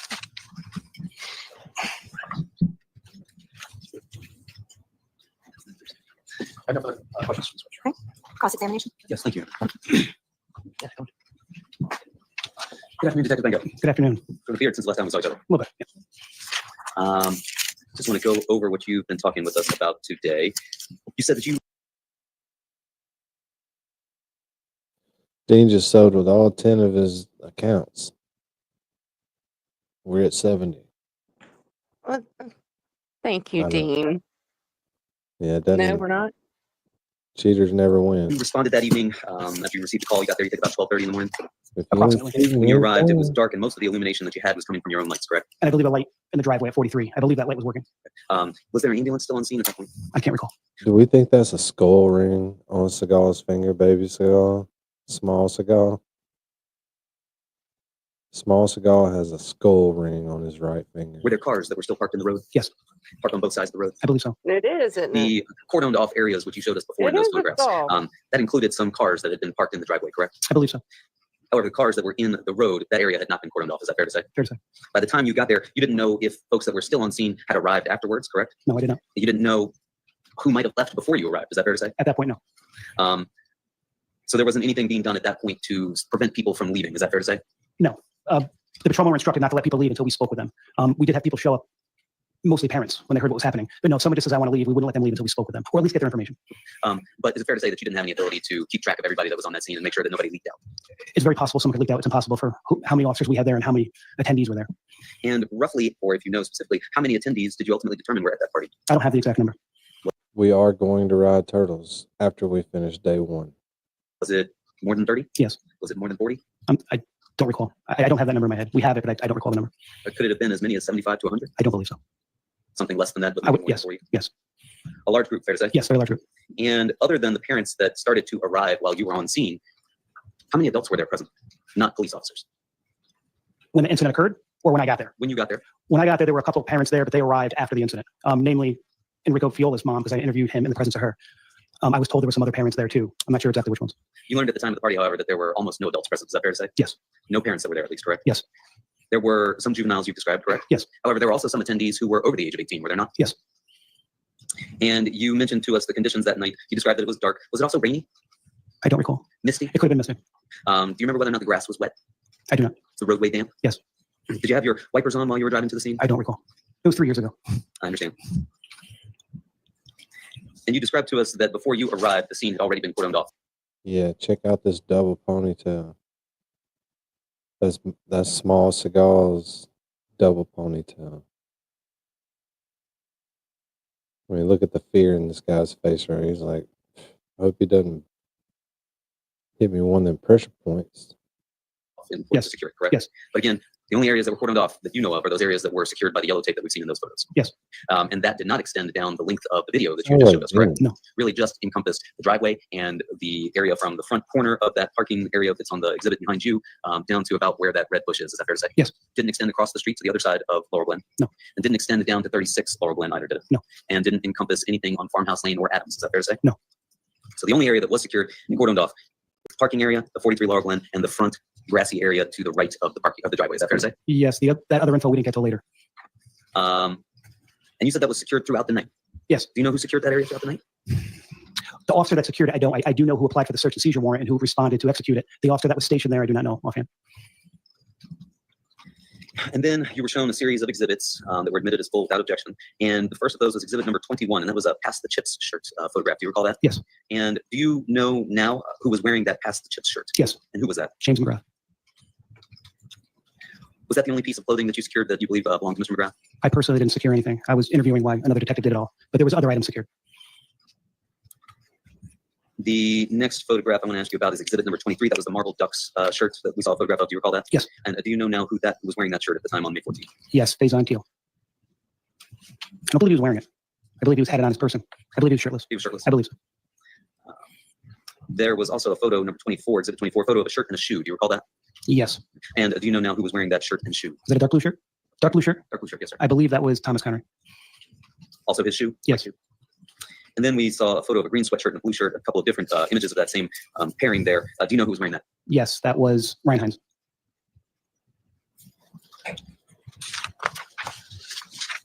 And then you told us that on this particular evening, it had not yet become the policy of the Shelton Police Department to have body-worn cameras issued to everybody that was on duty. Is that correct? I believe it was the policy at the time. It just wasn't implemented until June 1st. Why would there be such a policy, but it wasn't implemented until June 1st? The state came out with a mandate pursuant to the Police Accountability Act. So that was the date that we had to have. Lolly, tell Toy about the opening statements in this case. I'm not allowed to because I'm a juror. I can't talk to outsiders. There are Well, no yeah. opening statements. You can do it this And one we don't time. know- That way it'll satisfy your need to do that. I had to look it up, but there are no opening statements. In Connecticut, you have the right to pass on them, and apparently they both passed. Yeah, they were like, "You good? I'm good. You good? I'm good. Let's go." We actually came in early with body-worn cameras before that, but it was still in the process with Axon getting everybody equipped. So you could have worn them that evening. No. You didn't have to. I is didn't. that- No, I didn't have one. You didn't So the following day, when I did have one, I was able to meet with Lieutenant Kozlowski, who was the administrator of that program, and he had one, but not everybody had one. We only had a couple throughout the department. He had one, and he gave me his when I went to the Connery's house to use the body-worn cameras during that interview. So was it department policy that you should have had one? Not or at time? that date. No, it was not the policy. I thought you just told us that It was no, the policy was set in place. I believe it was June 1st, 2022, that we had to have it. Before that, could you have chosen to No. wear one? No, because I didn't have one. I wasn't issued Who one. would have issued those? Lieutenant Kozlowski. Could you have gone to Lieutenant Kozlowski and asked for one? Not that night. I was coming from my house at midnight. You mentioned that you arrived on scene and started interviewing witnesses, and that there were dozens of kids running around and parents showing up, correct? You were asked about whether or not there was any sign of any alcohol having been at this party. Do you recall that? Yes. And you told us that there was maybe one bottle of whiskey in the yard, I do remember seeing a bottle of whiskey. and that was the only indication that you had that there was drinking going on at this party. There wasn't alcohol cans all over the street or anything like that. There was alcohol in the house, but it's hard to differentiate what the parents owned or what the kids were drinking it. No one had alcohol in their hands at that time. And that was about a half an hour to 40 minutes after the initial call came in at 11. Maybe a little bit more at that point, after everything settled down. So there was at least a bottle of whiskey in the yard. Yes. And then you say there was other alcohol that was in the house, but that was hard to determine who that belonged to exactly. Yes. And what was the other alcohol that you found in the house? I don't recall. Was there a lot of evidence of alcohol in the house? I don't recall. You got to remember the focus was the stabbing that occurred, not alcohol by minors at that point. Because that wouldn't be pertinent to trying to understand. It would, and I do believe there are photographs of the interior of the house. I just didn't take them. Did you see those photographs? I don't recall. And do you recall whether or not you ever saw evidence of large piles of solo cups or any other indication that there was in fact a large amount of drinking going on at this unsupervised party? I do not recall a large pile of solo cups. Do you recall any evidence of a large amount of drinking going on? People's actions, the way they were talking to me, that was probably my biggest indicator. And what were those actions that indicated that? You could tell people are slurring their words. Their eyes are a little glossy. Just my training experience. I could tell someone's been drinking, especially at juvenile. But that would be my biggest. Like I said, I wasn't hunting for the underage drinking at that point because I had so much going on with the witnesses and the stabbing. Did you see any evidence that, or any indication that evidence of drinking had been cleaned up or that there was some attempt to shield you from seeing that? I did not. You say that night you interviewed two people, correct? Yes. And one of those was Enrico Fiola. Yes. And the other one, who was that again? Mackenzie Trefcanti. And that you later interviewed Tom and Charlie Connery, correct? Yes. And what was the date of the interviews with Tom and Charlie Connery, if you recall? So it was the same day. It was just late morning, early afternoon. So the 15th? Yes. And at that point, when you interviewed, so I just want to make sure I understand this. So as of the morning of May 15th, when you went to interview Tom and Charlie Connery, you'd only also interviewed Enrico and Mackenzie. A lot of people were interviewed. Me personally, who I interviewed, yes, those two. And at that point, when you went to interview Tom and Charlie Connery, had you learned of any cell phone videos that had been taken of the incident? At that point, I don't believe so, or I don't recall. I believe that was later on. So when you interviewed Enrico Fiola, you didn't learn of any videos that had been made. When you interviewed Mackenzie Trafficante, you didn't learn of any interviews videos that had been made. No.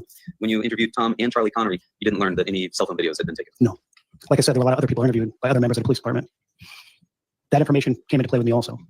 And as of the 15th, you hadn't been given any information based on any of the other interviews done by other members of your department that there was a cell phone video of this event. I don't believe so. So at the time that you applied for the arrest warrant for Mr. Valle, was that on the 15th? I believe it was the 16th.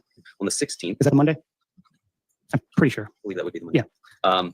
At that point, when you applied for the arrest warrant for Mr. Valle, you hadn't learned of any cell phone videos at that point. At that point, no.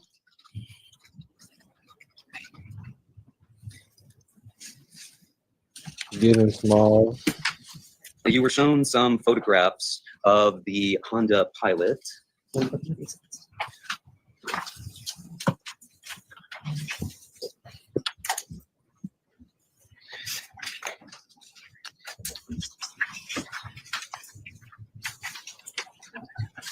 Attorney Smith, let me know when there's a good time to take the afternoon break.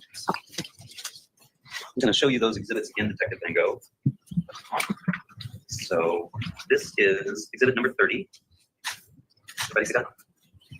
And Detective Van Gogh, you were describing for us, that is the Honda Pilot, correct? Yes. And that Honda Pilot belongs to Mr. Jack Snyder, correct? Yes. And in that picture of the Honda Pilot, I'm just going to move over here so that I can actually see it as well. I believe that Attorney Durso noted a defect in the windshield. Do you recall that? Yes. It is your understanding that that defect in the windshield, was that there prior to the incident on May 14th into the morning of May 15th? Some information I was, don't know how you have that knowledge. If he knows, fine. well, I don't know. Through interviews, what people told me. I'm going to show you what has been marked as exhibit 31.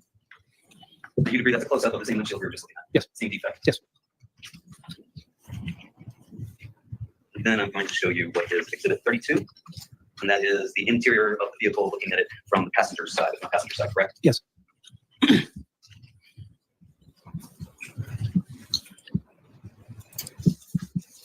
Your Honor, if the court was inclined to take the afternoon break now, maybe. Thank you. All right, very good. Court is going to move into our afternoon break. We will be in recess for approximately 15 minutes. I will remind the jurors again during the recess, please do not discuss this case, no independent research, and I remind you of your obligations and your oath. Please. I'm gonna have to tell Eddie and Wally. Could be that one, yes. You think it was this one?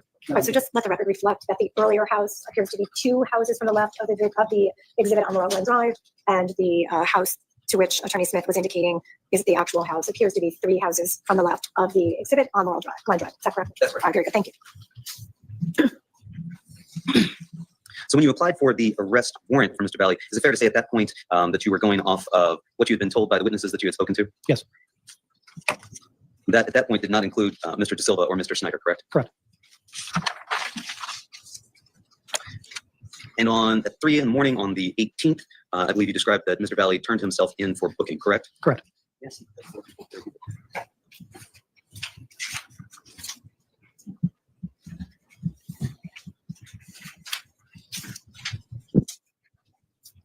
And you described. I mean, this dude is the living embodiment of witness intimidation. Look at this. Yeah, I'm Like, looking. Definitely a Like distractor he to you wrestles guys. on the weekends and shit. He's got like a whole wrestling like entourage and shit. They're all in the little seats right there. Look at the bracelet. Think he's That got is a manly bracelet. Yeah, do you think that's a free Karen Reed bracelet? That when Mr. Valle turned himself in that morning, it was with Detective McPadden, correct? Lieutenant McPadden. That's my apologies. And Lieutenant McPadden took the following photographs. Exhibit 34, correct? Correct. Exhibit 35? Correct. I feel like that guy might have more than one girlfriend. He's got a plethora. A plethora of girlfriends. I don't think they're necessarily the most attractive women in the world. There's probably 12 of them, and this guy's the king. He just gives off that Tiger King vibe. I Like don't he know. coulda had- Usually lawyers' wives, girlfriends are way better looking than they would get with other professions. So I think this guy might have a tiger cub at his house. Exhibit 36. Correct. And can you see in Exhibit 36 here on Mr. Valle's left eye what appears to be an injury, some bruising, and perhaps an abrasion? I could see a small abrasion. You don't see bruising there? Point out what you're looking at. Discoloration around the eye. Yeah, maybe on the inner portion towards the nose. Exhibit 37 was also taken by Lieutenant McFadden, correct? Correct. 38 was also taken by Lieutenant McFadden. Correct. I believe you described seeing some redness, possible abrasion under the hairline there. Possible. Exhibit 39 also taken by Lieutenant McFadden, correct? Correct. And there you described for us seeing the red scratch marks as well as some what appears to be bruising. Point out the bruising. Do you see some discoloration here just past the elbow on the bottom of the bicep? Possibly. Exhibit 40 taken by Lieutenant McFadden, correct? Correct. And that shows a wound on the heel of his right palm. Correct. Exhibit 41, also taken by Lieutenant McFadden, shows some abrasion injury on the left palm, as well as still that same injury on the right palm, correct? Correct. And then we saw Exhibit 42, taken by Lieutenant McFadden. Correct. And Exhibit 43, also taken by Lieutenant McFadden, correct? Correct. And those were taken, to the best of your knowledge, at around 3 a.m. when he turned himself in that morning? Yes. And that was done, again, to document apparent injuries that Mr. Valle had on him, correct? Yes. That's more than the standard booking photo that's taken of a person, correct? Not everyone's booked for murder. I beg your pardon? It was a murder case, so if we saw someone, let's say, in an assault and they had apparent injuries, we would take photographs of them more so than just the booking photo. Standard to take a booking photo, correct? Yes. When you notice injuries that you want to document, then you take more photos Yes. of those injuries, correct? And that's what was done in this case, right? Did Mr. Valle ask you to take those photos? I do not know I wasn't there. And then you said that the investigation continued thereafter, correct? Correct.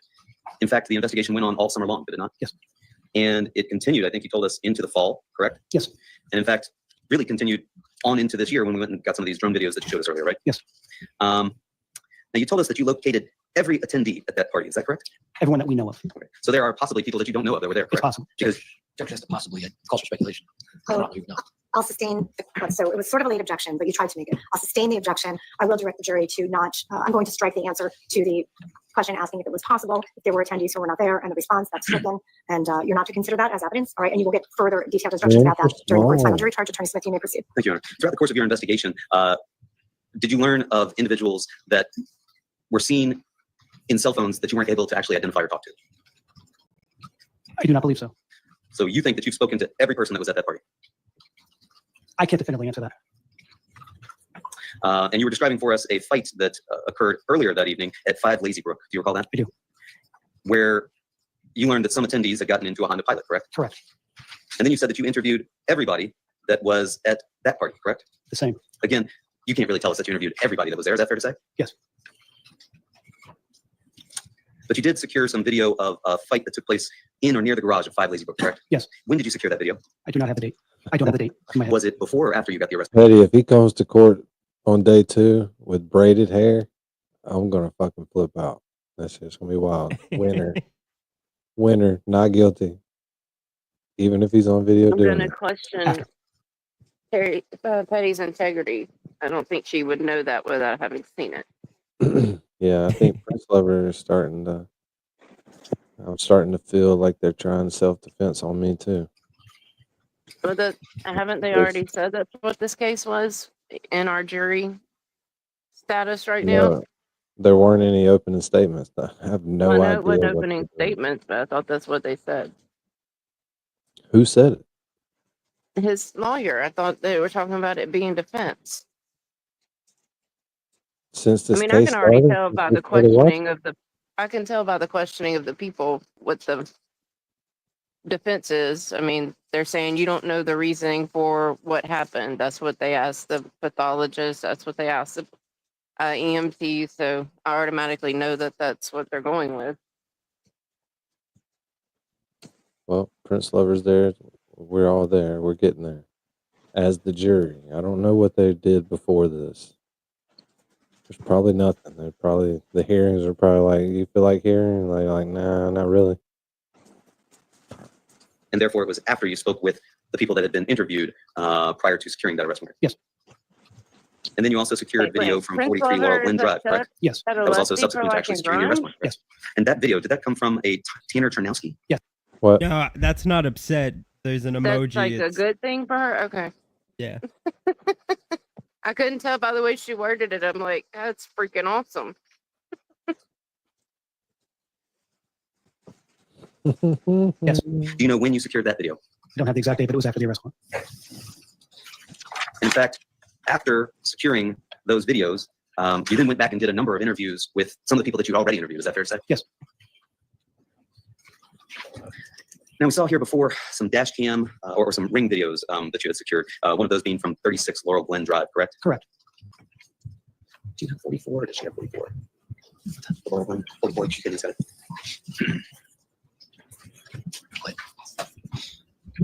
Any bets on whether his boots are ostrich or rattlesnake? I think ostrich. I think he's a man of class. Oh, you think you're going ostrich? Yeah. Scotch drinker? Hell yeah. Skull ring wearer? Definitely. I'm pretty sure I saw a skull ring on. I'm pretty when we sure looked at his the skull bracelet. ring has a You little could bit see of it up cocaine close in it. when he was doing the pictures on the Yeah, but marks I'm on pretty his. sure his little ring is for holding a little tiny bits of cocaine. He's got a skull cock ring. I don't have special effects, and I'm the one who needs them because I don't cut. You described Exhibit 44, which we're going to play for you in just a second here, as showing different angles. There's one angle that is from the door, correct? Yes. And there's one angle, and what is that different angle that we've seen? What's in the front of the house? Exterior camera somewhere on the somewhere wall? different on the porch. I didn't collect it, but that's what it looks like. But those are both Connor's stationary asking cameras, if we correct? can Unlike the drone camera, rewind our which we'll get to. testimony. And do you know whether or not those cameras are motion activated? I'm familiar with Ring, and I do know that they are motion activated. This particular one here, I don't have specific knowledge, but Do you know how it came to be that this is the only portion of video that we have with regard to that particular area? I don't know what Connor's talking rephrase that. about. Did- What is Connor? What is it?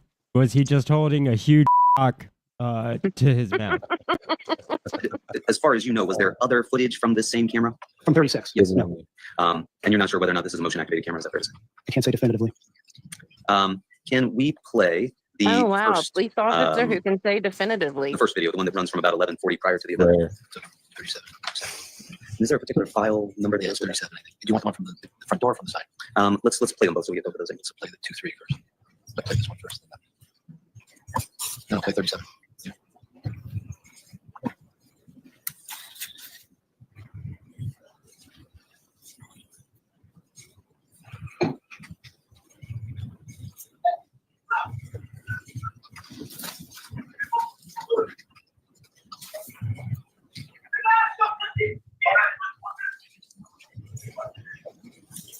Damn it. Yeah, bitch, get the head out the way. Where's the jury? We need to see. They had to move monitors because that bitch wouldn't get her huge head out the way. Move, bitch. Get your head out the way. Detective Bango, in that video, when we see folks coming from the left of the screen, that's 43 Laurel Glen, the direction that they're coming from? Yes. And they are heading in the direction of Farmhouse Lane, is that correct? Yes. So if you were going to describe for the jurors the path of that video that we just watched, would you just physically show us where that video shows? People comes here, and they come Where here. did my client? If you could just identify, could you just somehow use your words to identify what Okay, you're showing? So here's Laurel Glen. The vehicle comes from this direction and stops right here in front of 36 Laurel Glen. So, Your Honor, the record reflected that the witness has indicated using Exhibit 1 that the vehicle on the video moves from the front of 43 Laurel Glen, which is marked with the red marker, and it goes to the left down towards Farmhouse Lane in front of what the witness has already indicated is 36 Laurel Glen Drive. Thank you, sir. So noted. He's getting paid. And there's another video there that shows the same thing, but from a slightly different angle from the porch, correct? Yes. Were you able to identify any of the people seen in that video coming from 43 Laurel Glen and following the vehicle? From the video alone, no, it's not that good of a video. We had to cooperate through witness statements. And may we see now the video from after the incident? I believe it begins at 11:55 or so.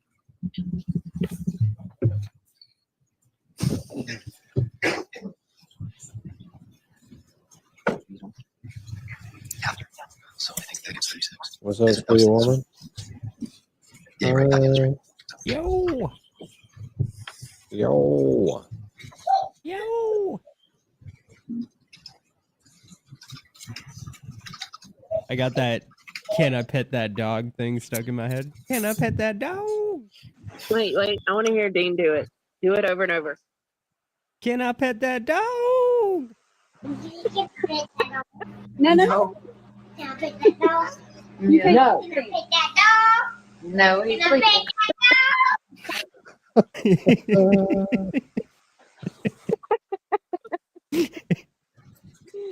that dog? Do it again. Do it again, Dean. Can I pet that dog?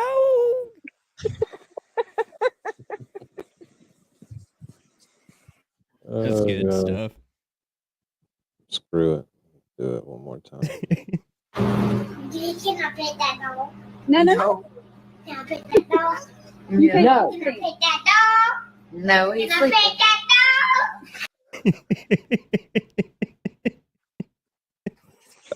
At the same time, if I'm her parents, I'm like, does she talk like that all the time? Like, I'd probably be annoying after so Oh, this is hilarious. Yeah, that's a bear. Prince loves Can I have Cheerios? Can I have Cheerios? She's probably 18 now. And Detective Bingo, that second video it comes from after you believe the fight occurred in the front yard of 43 Laurel Glen, correct? Yes. Shows two vehicles going down, stopping in front of 36 Laurel Glen? Yes. And did you identify either of those vehicles? Yes. Was one of them the Pilot? Yes. And what was the other vehicle? Yes, Gingy is a black bear. Can I pick that dog? No. Can I pick that dog? Yeah. No. Can I pick that dog? No, he's Can I sleeping. pick that dog?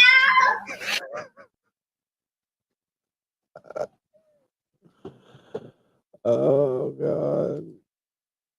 It's never gonna get old. Yeah, that's That great. was Megan Traficante's sister. Megan Traficante's sister? Yes.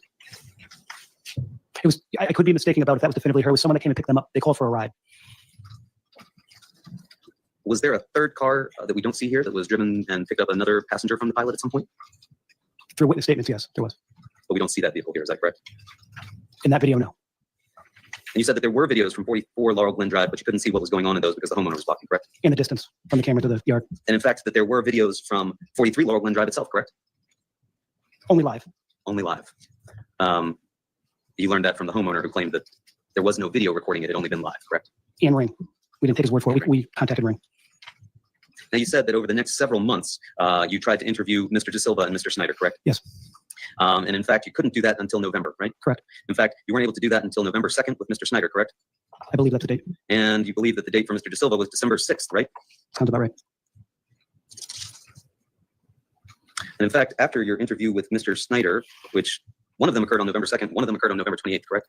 I do believe we interviewed Mr. Schneider twice. And you indicated that after that day of the Snyder interview, you went to try and find the knife. Which day was that? The Was first it the one. second? It The was first one. The first one. First one. Did anybody in the neighborhood, in the area which you went to on Adams Drive that you talked about in exhibits 45 through 47, did anybody in that area indicate that they had seen anybody throw a knife in that area? The night of, no. Or at any time thereafter? No. We did do a neighborhood canvas in that area. The only place that you came to believe that perhaps the knife had been thrown in that area was from Jack Snyder? And Tyler De Silva.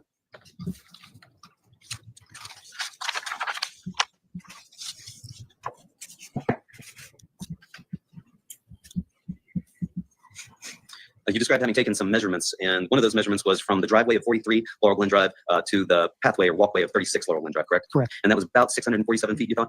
That number sounds about right. It's pretty accurate. You told us about 2 football fields, right? And were any other measurements taken as far as of the yard itself? On that day, no. But like I said, with the crime mapping system, yes. Do you recall any of those measurements?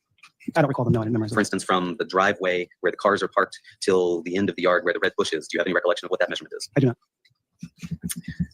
Were you familiar with this neighborhood prior to having gone there to do your investigation? Somewhat. I'm working there 25 years, but would you agree that this neighborhood is comprised of a series of through roads and then a number of cul-de-sacs that lead off of those roads that go the whole way through? Yes. And you described it as being dark on this evening, correct? Yes. Is it also fairly wooded in that area? Well, not there what we're looking at, but if you go to the cul-de-sac there, there's some woods. I do believe way on the other end, there's some woods too. And there's a river that runs along the backside there just beyond these houses on Laurel Glen? There's a river that runs behind the end of Adams Drive. Is that also behind some of these houses on Laurel Glen Drive? Like, for instance, 36? I don't know how far that river goes.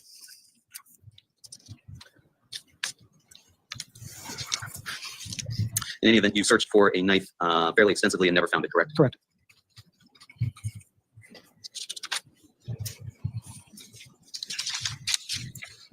Now, you described for us having done 4 interviews on the night of into the early morning of the next day, correct? Yes.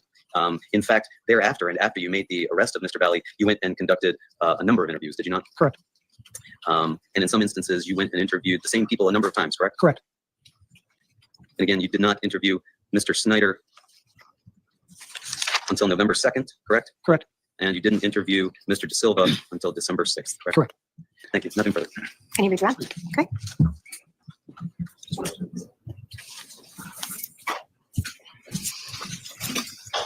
That dude's terrified of small cigar. Council just asked you about your continuing investigation that occurred after the signing of the arrest warrant for the defendant.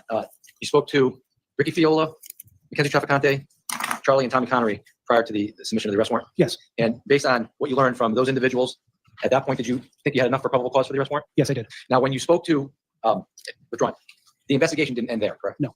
So when you spoke to individuals connected to the party, or connected to the 43 Laurel Glen, excuse me, and other individuals connected to the Honda Pilot, during those interviews, did you learn anything from those interviews that would lead you to believe that you didn't have enough for the arrest warrant that was signed prior on May 16th of 2022? No, just the opposite. And counsel asked you about not talking to Tyler De Silva and Jack Snyder until almost 6 months later. Correct. What was the reason why you didn't talk to them sooner? Their lawyers wouldn't allow us. And did you in fact try to talk to Tyler De Silva on May 15th of 2022? Yes, about What efforts did you take to talk to Tyler De Silva on May 15th of 2022? we went to his house, knocked on his door. And when you knocked on his door, were you informed that you were not allowed to speak to him? Yes. Why? His father said that he won't speak with us at a lawyer. His lawyer wasn't there. And how about Jack Snyder? Same thing? I didn't, but somebody called and it was the same thing. I have nothing further on. Attorney Smith, anything further? No, Your Honor. Very good. All right, you may exit the witness stand. Thank you. Please watch your step as you exit. Thank you. Damn, we made it through day one. Wow, and Loveline's not even here. Haha. Whew. And we're at day two where the kids start. Gotta hear some of the kids. I gotta see what Small Seagal does to these children. Small Seagal. Oh, it's just one ponytail this time. Yeah, so we might land this baby on 420. But Connor I says did- to check Discord. Who? Connor? Oh no.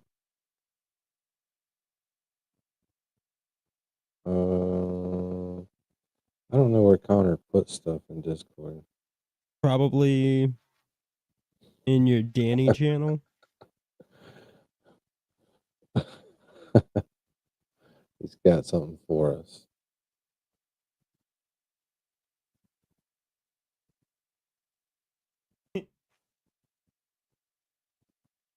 What is up with those fingers? It's one of those ancient wax stamp die things. No, but that his index finger. Do you see that? What is wrong with Dude, that? you know what it's like mixing up potions all night? Shit, No, it's dude, on it's your hands, like you know when they do like the finger training, like monks, they'll like one finger and they like just strike like coconuts with that one finger. That'll break a coconut right there, son. Yeah, dude. Your head like a coconut, Dean. Don't try to fuck with Smalls. If you see him at the gas station or something in Texas, don't fuck with him. No, Petty, that finger hasn't been broken. It's been trained. Due to striking coconuts. But I think if you dripped hot wax on a letter, an envelope, you know, that you folded up in the shape of a letter, you folded up in the shape of an envelope, and you dipped the wax and you just put your ring in it. Lord of the Rings, baby. Lord of the Rings. Bam! Small. They call me Small. Bam! Small Seagal. You don't want none of that.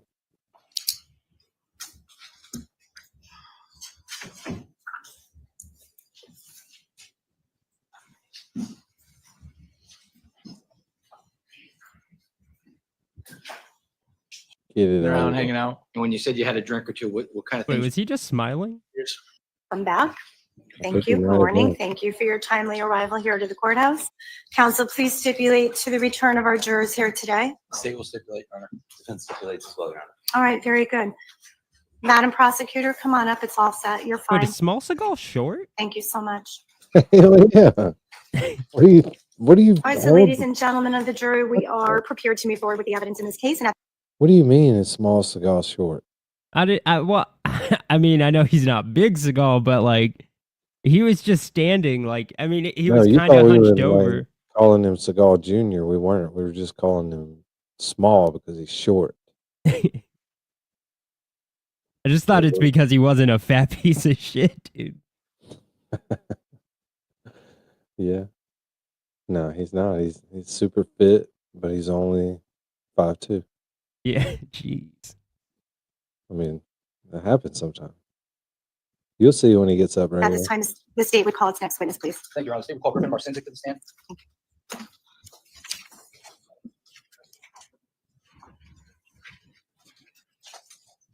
If Steven Seagal and Josh Brolin had a kid, it would look like Small Seagal. Good morning, sir. I'm going to ask you to please come on up. Please step into the witness box. Watch your step as you enter the witness box. Please remain standing. Madam Clerk is going to take your Slow down a oath. little Thank you. bit for the kid. Do you solemnly I guess swear they got to be or over solemnly 18, sincerely huh? affirm, as the case may be, that the evidence you shall give concerning this case They shall wouldn't be be the truth, showing. the whole truth, and nothing but the truth. So help you God, or Yeah. else may hurt you. Please state your full name, spelling your last name. Griffin Joseph Marcinzik, MARCINCZYK. Please state your address. You know, it is crazy. You may. Thank you. Like, the lawyer wears a skull ring and has a ponytail. That is fucking wild. Like, Public defender, I'm sure. yeah. Good morning. Good morning. How are you? I would hope not. Griffin, can you tell the ladies and gentlemen of the jury Oh, definitely. how old you are at this moment? I'm 19. And do you work? I do. What do you do for a living? I do sales at Ion Solar Pros. At Iron what? Ion Solar Pros. Okay. Just keep your voice up, okay? Soft spoken. And how long have you been working where you're working? About 7 months. 7 months. And are you nervous? Yes. And prior to today's testimony, have you and I met? Yes. And why did we meet? Because of this instance. And I want to direct your attention to May 14th of 2022, okay? How old were you back then? I was 16. And were you in school? I was. Where were you in school? I was a sophomore at Cheltenham High School. And did you play any sports? I played football and lacrosse. Now, I want to direct your attention to around 6 p.m. on May 14th of 2022. Can you tell the ladies and gentlemen of the jury what you were doing around that time? I was getting ready and headed over to one of my friend's house. And what friend's house were you going to? My friend Natalia. And did you go there with anybody? I went with my buddy Ryan Hines. And how do you know Ryan Hines? He moved to Shelton in 7th or 8th grade. We played football together ever since then. And when you got to Natalia's house, did you stay long? Decently, not terribly. We were there for a few hours. Few hours. And when you got to Natalia's house, what kind of things were you doing there? There was a small group of us. We were just hanging out. Had a drink or two. Really just kind of sitting around, hanging out. And when you said you had a drink or two, what kind of things were you drinking? Beers. Beers. And you said you had two beers? Yeah. Okay. And at some point in time, did you come to leave Natalia's house at some point in time? Yeah. And why did you leave Natalia's house? So me and Hines were a little bit bored, and we had known that our buddy Austin Leifer was throwing a party, and I'd grown up with him, so I gave him a text. I was like, "Hey, do you mind if me and Hines came?" He told us, "Yeah, feel free, come on over." So we had basically my cousin Tanner pick us up, and he dropped us off there. Now you say Austin Leifer. How do you know Austin Leifer? I've known him since we were young, 4th grade. We played sports together, went to school together. And they were having a party at their house? Yeah. And where does Austin live, if you can recall? I don't know the number, maybe 5, Lazy Brook Road. Lazy Brook Road. And so at some point, your cousin Tanner, Tanner who? Chernowski. Okay. And is he your blood relative? No, we've just known each other since we were born. Okay.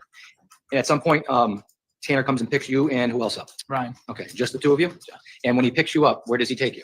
To Austin's house. Okay. And when you get to Austin's house, around what time of night? I'm not sure, maybe around 10. Okay. And when you got to Austin's house, who got out of the car? Me and Hines. Okay. And did Tanner get out of the car? No, he left. So Tanner just dropped you off and left? Yeah. Okay.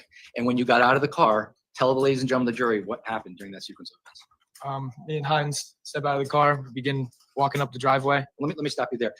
Did you bring anything with you to Lazy Brook? Heinz had a 12 rack of beer. 12 pack of beer. What kind of beer was it? I believe Bud Light. Okay. And when you got out of the car, you and Heinz, tell us what you and Heinz did after that. We began to go in. We entered the garage, and then we were encountered by 3 St. Joe's kids asking us basically who we are, basically what we expected, like what are we doing here, this and that. We told them Austin had invited us. Sustained. I'm going to strike what Mr. Hines said or what the other person stated. So if you took a note on it, please discard it, strike it from your notes. It's not to be considered for evidence in this case, okay? So without telling us what they said, did you have a conversation with these 3 individuals? Yes. And do you know who these 3 individuals were? At that given time, they were just 3 SJ kids to me. Do you know who they are now? Yes. And who are they? Tyler De Silva, Jack Snyder, and Raul Valle. Okay. And is Raul Valle in court today? Yes, he is. And what is he wearing? Black suit. And can you point him out for the ladies and gentlemen of the jury? Your Honor, may the record reflect the witness identified the defendant in this case? Court will let the record reflect the witness identified the defendant. You may proceed. And does the defendant have a nickname? Yes. What Lido. is his nickname? Lido. Lido. So when you and Heinz got to the St. Joe's party, the defendant and his 2 friends confronted you? Yeah. And Heinz? Yes. And without telling us what anybody said, what was that confrontation like?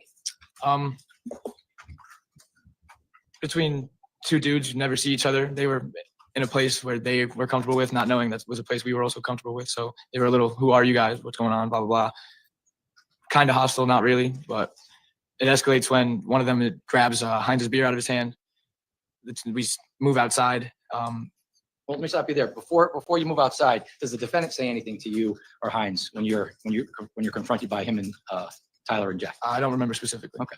And at some point in time, someone takes Heinz's beer? Yes. Who takes Heinz's beer? Jack Snyder. And when that happens, what's the reaction that, if anything, that Heinz has at that moment? He's pissed off that someone just grabbed his beer out of his hand.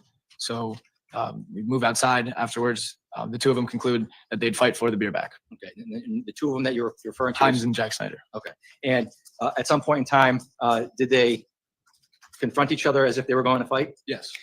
Were you present and witnessed that happening? And when that happened, what, if anything, can you tell us about where, withdrawn? Based on your recollection, do you know if Tyler De Silva was present at that moment? Yes. And where was he standing at that moment? So Heinz and Snyder are looking at each other. He's De Silva's to Snyder's left. So if you're Heinz and I'm De Silva's right there. So he's over to Jack's left. Yes. Okay. Was the defendant present when this was happening? Yes. And when do you recall where he was standing before when Jack and he was right here to Heinz. Behind him, to his right? Like peripheral. Okay. Now, what do you recall about what happened next when you were witnessing this? They both put their hands up. They're about to begin fighting, and the first punch was thrown, but by Lido from the back, and it hit Heinz in this back side of the head, and then Heinz instantly takes Snyder to the ground. So if you're Jack and I'm Ryan, the defendant is here, and he punches Ryan in the face from behind? Yes. Okay. I am here, Dean. Tell us, when that happens, what occurs next? Heinz instantly takes him to the ground, and this is like a 30-second thing that from start to finish. And once he gets to the ground, a girl they all knew was like trying to break it up. Lido had a motorcycle helmet on. He had taken it off and struck Heinz with it once or twice, hit him in the head. Now, when the fight starts after the defendant punches Ryan from behind, does anybody else jump in the fight? Once they get to the ground, Lido hits him with the helmet. So yeah, I guess that's jumping into the fight. Did Tyler jump into the fight? The way they fell, I only saw like his upper body. I didn't see any fists, so maybe he kicked, but I'm not here to say this. So at some point in time, Jack and Ryan are engaged in a fight. And what do you witness the defendant do? Hit him with the motorcycle helmet. So he comes over and hits him with the helmet. How does he hit him with the helmet? Takes it off and strikes him down on it twice, I believe. Okay. Do you recall what Tyler De Silva was wearing that night? A powder blue jersey. It was open, like a white shirt on, I think jeans. And do you recall what the defendant was wearing that night? Also a powder blue shirt with black, I think, sweatpants. And do you recall what Jack Snyder was wearing that night? A red hoodie and black sweatpants. Coach, look at your honor. Yes. Showing you what's been marked as State's Exhibit 53 for identification purposes. Do you recognize 53? Yes. And what is 53? A picture of Jack Snyder and the defendant. And is this, did you take this picture? No. Now, Is this how you remember what the defendant was wearing on the night in question? Yes. And is this a picture accurately reflect what Jack was wearing? Yes. Sharon, unless there's an objection, I would offer at this moment. No objection. Your Honor. All right, court will accept into evidence dates 53.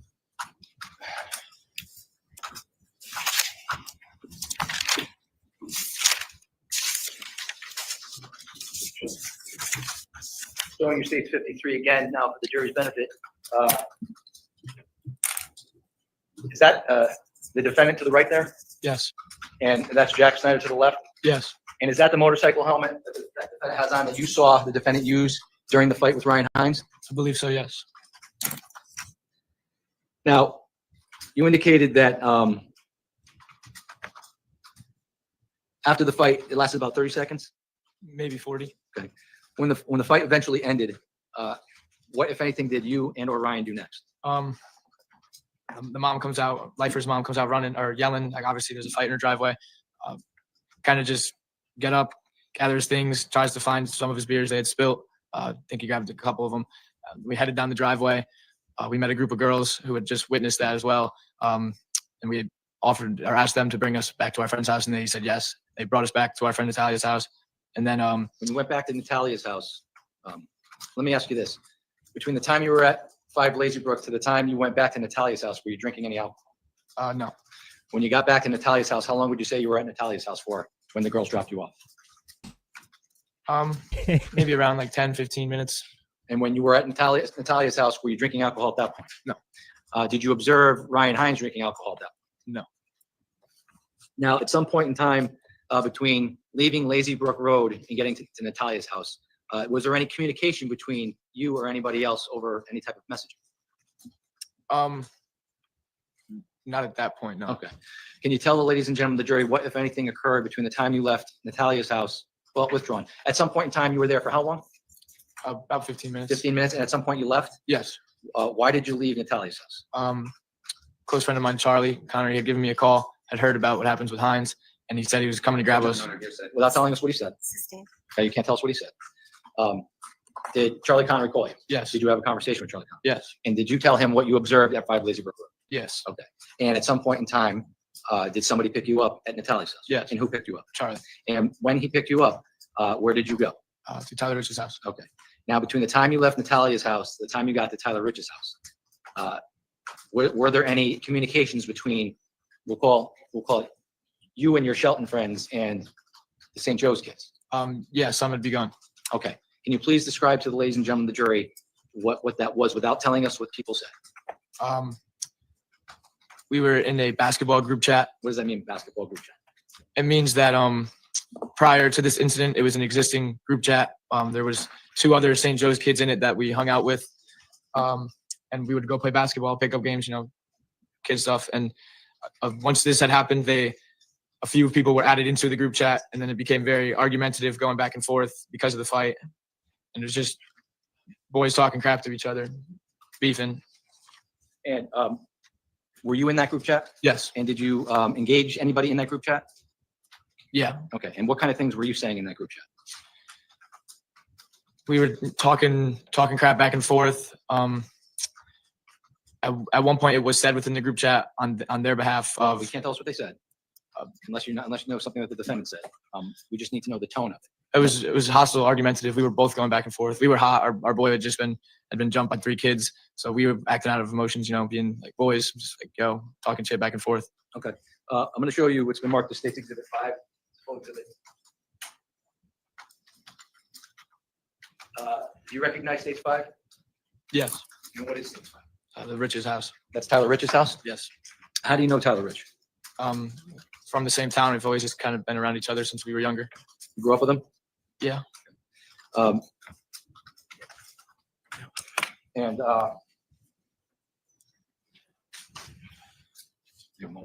Yes. What time of night would you say you got to Tyler Rich's house? Probably around 11. 11-ish? Okay. Was it dark out? What was the lighting like? Well, the sun was down, yeah, so it was nighttime, but the moon was out. It wasn't terribly dark. We were able to see outside. Okay. Was it pitch black? No. And when you got to Tyler Rich's house, was this group chat, this basketball group chat between the Shelton kids and St. Joe's kids, did that continue when you were at Tyler Rich's house? Yes. Was everybody that was withdrawn? How many people would you say were at Tyler Rich's house when you and Ryan got to Tyler Rich's house? Probably around 30, 40. 30, 40 kids?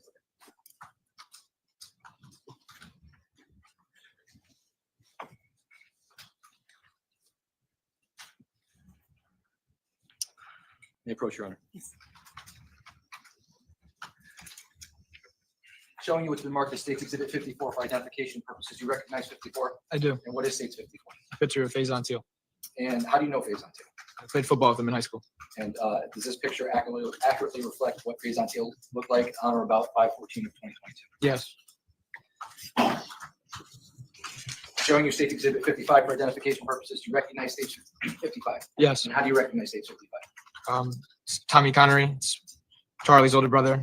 I've known their family for some time. And how do you know? You've known him for some time? Yeah. And are you friends with Tommy or Charlie more?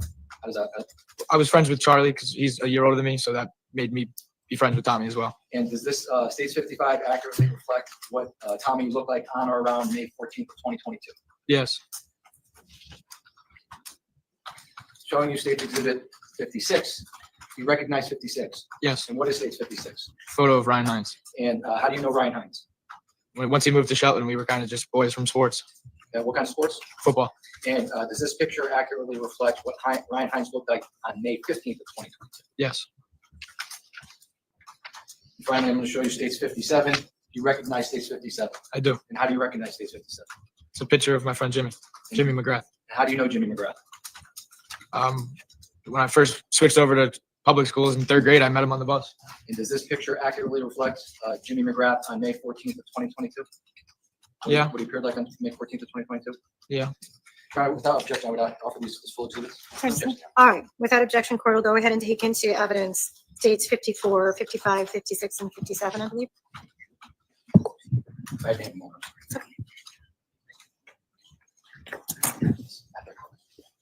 Madam Clerk, those went through 57. Correct. Yes. Thank you.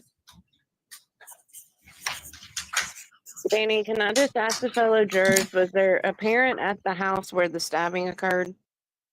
I know they said adults showed up afterwards, and at the previous house where a fight happened, the mother ran out the driveway. But were there any parents at the house where the crime scene is?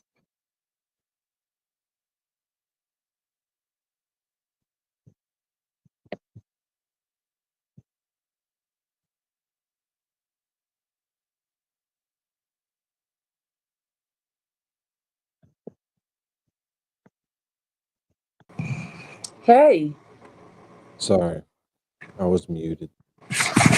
what's up? Just watching this Preppy Hey. movie. Huh? So this is this case, I can't believe that you're covering this. This case, I remember exactly where I was when my kids came in and told me what had happened to this boy. So this boy went to school 2 minutes away from where I used to live in Fairfield, Connecticut, Fairfield Prep. So there are 3 high schools. Wait, hang on. We're not allowed to hear any of this, Janine. We're jurors. Oh, okay. I'm just messing with you. I really don't know. I really don't know anything about it other than my kids came in. He went to Fairfield Prep. My kids went to, so that's at Fairfield University. And down the street is the high school, Fairfield Ludlow, where 2 of my kids went. My daughter went to a private school, but my son came in and said, "Ma, did you hear what happened?" And she said the boy's name, James McGrath. And she said, yeah, they were having a party in Shelton. And that's like a town maybe 20 minutes away. And he was stabbed. It was a house party and he was stabbed. And it was just like, oh, Gingy, I knew it. I just knew it. Gingy, dang, calm We knew down. this was close to you, so we thought you would know a bunch about it. But we Yeah, just finished day 1 of testimony. That was 4 days ago. There's 4 days of it. Yeah, no, I'm glad that you're covering this Yeah, because Patty's I already told you- told us you're connected to it. that you Yeah, noticed. So we've been waiting on you. I can tell you that, we've had a few things at like all places, right? So there were a few tragedies with young people, with young kids, mostly boys. There was a horrible accident, and it's like it's always awful when you hear about a kid that's killed. This was, I mean, I remember I was sitting on my couch, my kids came in, it sent shockwaves through me because my son was the same age, and I was like, and I still think about him all the time. When Greg goes out, I always, I give him the talk because and we went through this as soon as I saw that this case was coming to trial or was at trial. I said to him, we had the talk in the car, and I said, remember what happened to him, the kid in Shelton, and it's like, I hate to say the kid, James McGrath, and it's like it's so fucking tragic. So I'm glad that you're Yeah, we're in it to win it now because we Yeah. just finished day one. This is the start of day two. I mean, the it's going to first be two interesting young to hear people. the self defense part. But I don't. Did anyone answer me about were their parents at the location of the stabbing prior to the stabbing? Like I don't, this is a couple years ago, so I 2 mean, years ago. I Yeah, don't but I remember I specificity. heard them say the mom came down the driveway where the fight happened at the previous house, but the cops have only said that parents showed up after at the second house. So I'm wondering if all these kids are there partying and there's no adults, basically. Yeah, Janine. Anyways, we're just Dang, Danny. becoming the jury. What? Who's the judge? So we didn't get any backstory, We're the jury. and then they didn't do opening than- statements because Other it's than optional in this is Connecticut.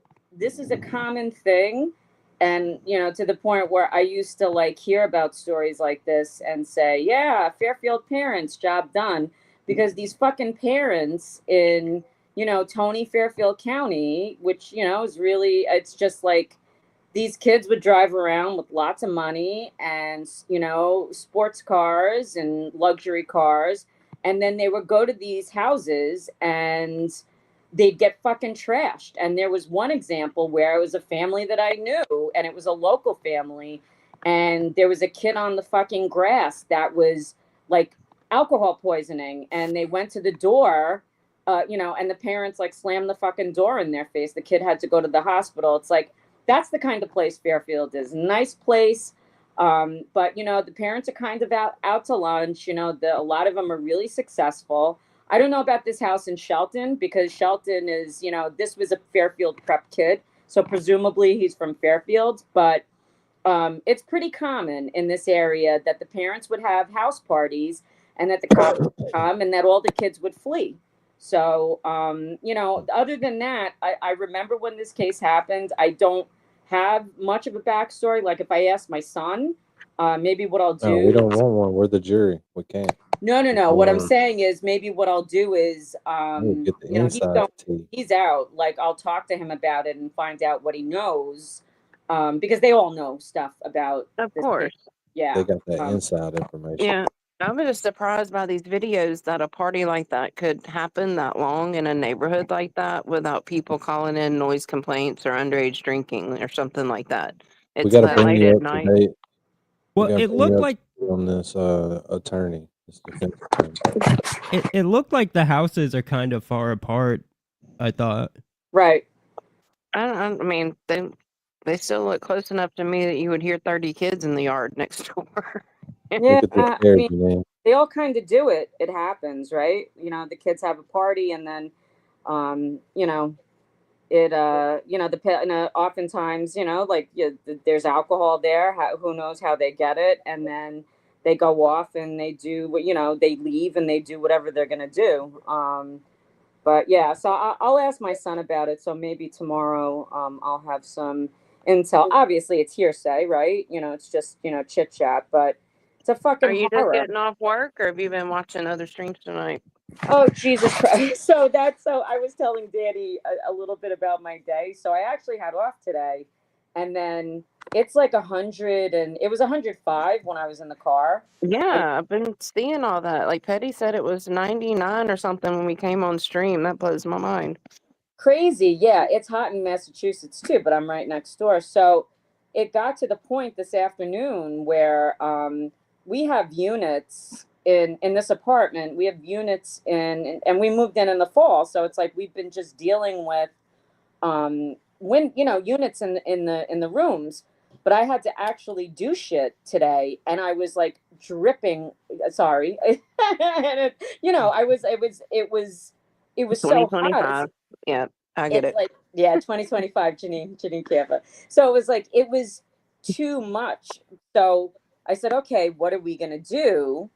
Let's go get. We had this portable, the kind that like you roll in our house, years ago, and I just kept it in storage. I didn't even use it in the old apartment because it had central air. But I mean, it was you couldn't, even with the doors open, you couldn't do anything. So we had to go to the storage unit, and then we didn't have the adapter. You have to like have the hose, and then you have to fit it into the window a certain way. So it was just like this protracted day. And we ended up getting everything in just like a little while ago. It was like exhausting, and we ended up like gorilla taping, and it was totally a science project. But the fucking thing's in. So I mean, I ran it for a little while. It's good. But thank you for asking. So no, that was basically from, I would say, like 3:00 till now. That was like my day, but it was good. I it was like a team effort with my boy. So I was happy about that. Oh wait, where did Lauline go? Lauline? You cannot pet that dog. No. Cannot pet that dog. Thank you for asking, Lauline. No, he's sleeping. I'm back. What the hell is that? You never You've seen never it? heard it? No. No. Cannot pet that dog. God, Cannot Jesus. pet that dog. No, he's Cannot sleeping. pet that dog. You cannot pet that dog. No. Cannot pet that dog. No. Cannot pet that dog. No, he's Cannot sleeping. pet that dog. That's a bear? Is that Yeah. like a Yeah, it's a bear. You know what? I used to think that bears were so cute, but I realized something about them recently. They're just gigantic fucking rats. They're vermin. Look at a bear. I used to say like, oh my god, they're such beautiful creatures. I mean, they'll kill you, but I'm like, they're really not. Like polar bears are beautiful, I guess. Wait, like, but we're rats. But they just, but even them, like they're just, they're one set of rats and the other. They're just like, did you ever look at the face of a bear? No, And yeah, they're- they do look like rats. They're rats. They're gigantic rats. So it's like I'm not pro bear anymore. Although rats are beautiful, not saying. All right, we just made it. We made it to Small Seagal's cross examination of the first teenager. So we're gonna make it through this, and we're gonna land this baby on 420. I just really like how he keeps us on our toes. First it's Yeah. 2 ponytails, now it's 1 ponytail. What's he gonna do next? What you gonna do next, Smalls? This is the Come on. witness now with the 2 ponytails.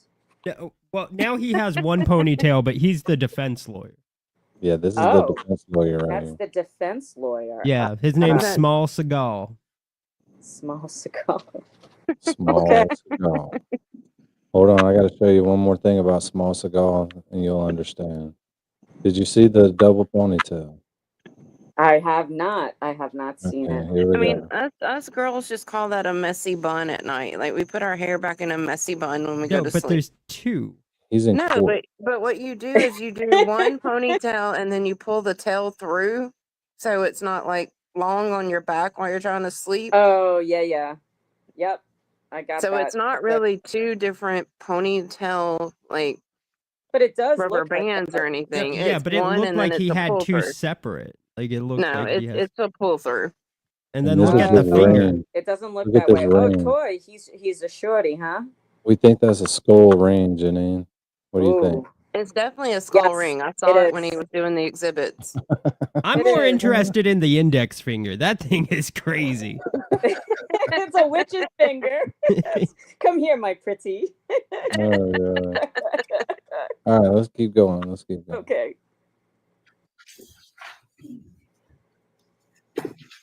Oh, he's not crossing yet. Almost. I love you, Petty. Now publishing that to the jury.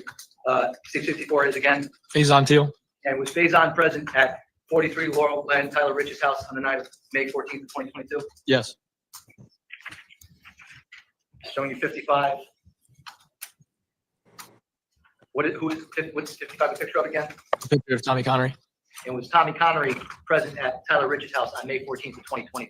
Yes, he was. That name is familiar.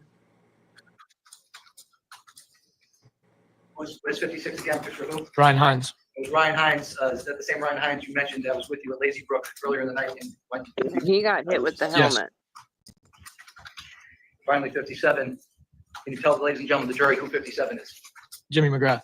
It was Jimmy McGrath at 43 Laurel Glen, Tyler Rich's house when you went there that night. Yes. He's the one with the stab wound to the Yep. heart. Yep. Jesus Christ. I'm Yep. sure you states 12. Do you recognize states 12? Yes. And how do you recognize states 12? It's Jimmy McGrath.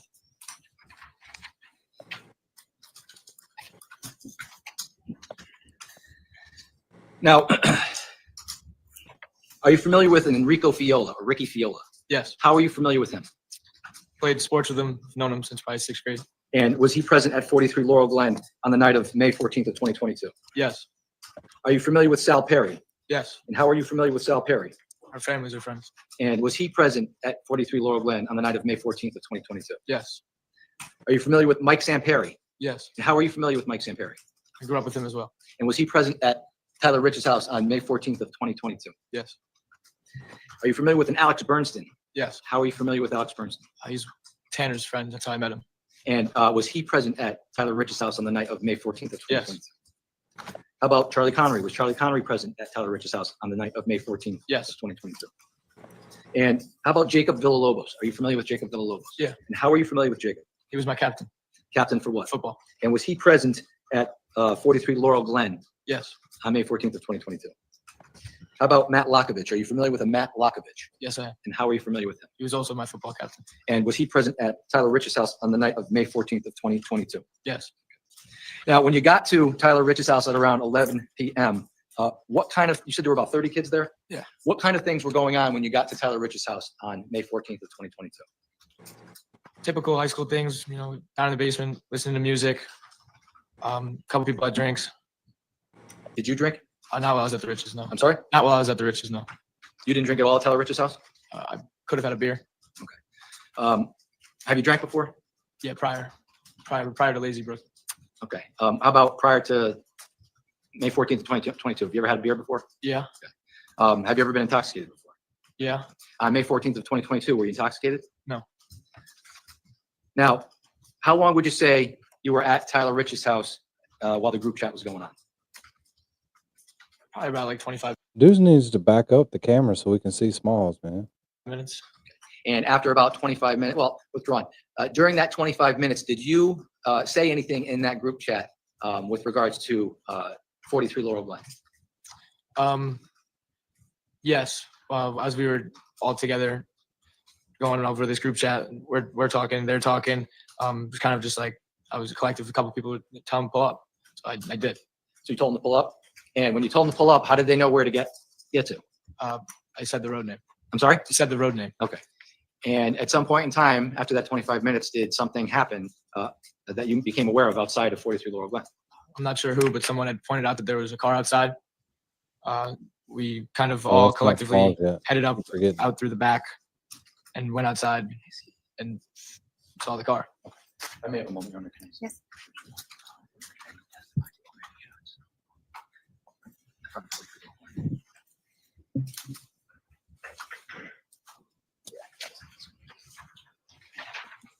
Showing you what's been marked as State's Exhibit 49. You recognize 49? Yes. Okay. And this is a overhead shot of what? The Rich's household. Okay, and that would be this house here to the left of 49, kind of covered by some trees with the 3 pickup trucks in the driveway. Yeah. That's Tyler Rich's house? Yeah. Trying to make the record reflected, I'm pointing to the house with the black, blue, and white truck parked in the driveway. All right, so noted, thank you. Now, at some point in time, a car arrives. Yeah. What kind of car was it? I believe a Honda Pilot.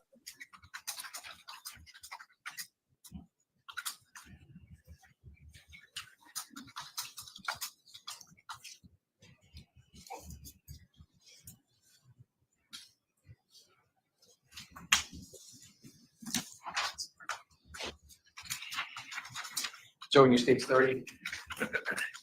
Is that the Honda Pilot you saw pull up or in the area of 43 Laurel Glen on May 14th of 2022? Yes. And when this Honda Pilot pulled up, can you tell the ladies and gentlemen of the jury where you saw the car when you exited? Well, which one? When you were aware, became aware that there was a car outside of Tyler Rich's house, what, if anything, did you do? We all came outside. At first, it was like, "Where's the car?" And then we had noticed closer to like the bottom of the road, like where the road meets that road, a car was added to like the chain of cars that were there, and we had recognized that we didn't know what car that was. So we all kind of made our way over to it, realized that they were in the car. Now I'm going to take you back. Okay. Back up. States Exhibit 6. Okay. Tyler Rich's house, right? Yes. Okay. When you were at Tyler Rich's house, were you inside the house or outside the house? Both. Both. Okay. When you became aware that there was a car that arrived in the area of Tyler Rich's house, were you inside the house or outside the house? Inside. Okay. And where were you inside the house? We were in the basement. Okay. And at some point in time, when you heard there was a car that arrived at Tyler Rich's house, did you exit the basement? Yes. How did you exit the basement? Through like the umbilical doors in the back. Bilko doors? Yeah. Those are like basement doors Yeah. open like this? And what side of the house are the Bilko doors? I'm showing you state 6. Can you show us where? It's kind of blurry, Can you but sit down and point, Your Honor? Certainly, that's fine. If he feels comfortable doing that. And of course, Certainly, of course. you would. Go there, here. Do it one right. so right around here is the walkway entrance that brings you from around back. So, Your Honor, the record can reflect that the witness pointed to this area just in front of the blue truck in state 6, in the back area where there appears to be an air conditioning unit. Is that right? Yeah. Okay. In this opening area here. All right, that's noted. Thank you. And when you came out of the Bilko doors, are you able to describe to the ladies and gentlemen of the jury in State's Exhibit 49 did you observe the car when you walked right out the Bilko doors? At first? No, you came around the house. So you came around the house. Did you come around the house? And for the jury and the record's benefit, did you come out this way where the patch of grass is just to the left of the blue truck? Yeah. Sorry. Did you walk down the driveway? I believe so. Okay. And when you walked to the driveway, did you walk to the end of the driveway? Yeah. Okay. And when you got to the end of the driveway, tell the ladies and gentlemen of the jury what you observed at that moment. We had noticed that the car was about where those trees are, equivalent parked right about there. So for the record's benefit, are you referring to these trees right here? Yes. So was the car parked in the middle of the road, side of the road? It was pulled up onto the side. On the side of the road. So right about here? Yeah. So, Your Honor, if the record can reflect, there's trees at the bottom of stage 49, the bottom right-hand group of trees just after the intersection of Laurel Glen and Adams. All right, that's noted. Thank you. So the car was parked there? Yeah. When the car was parked there, did you approach the car? Yeah, we all did. Okay. And when you say you all did, how many people do you think approached the car, if you know? At least 20. Okay. And do you recall who was present when you approached the car? In the car? In your group? No, in your group. Not specifically. Okay. Was Tyler Rich present? If you recall. I don't recall exactly who was outside. So there was about 20 kids? Yeah. Okay. And when you approached the car, was the car facing towards Adams or away from Adams? Away, down the Away. road. So if we're looking at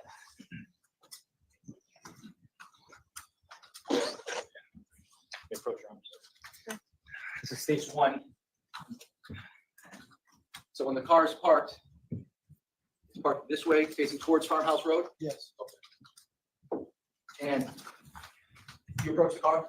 Yes. And did you recognize anybody in the car? Yes. Who did you recognize in the car? De Silva, Snyder, and Lito from prior at the Lifers. So you noticed the defendant was in the car? Jack Snyder and Tyler De Silva? Did you notice if there was anybody else in the car? I think so, but I'm not sure who.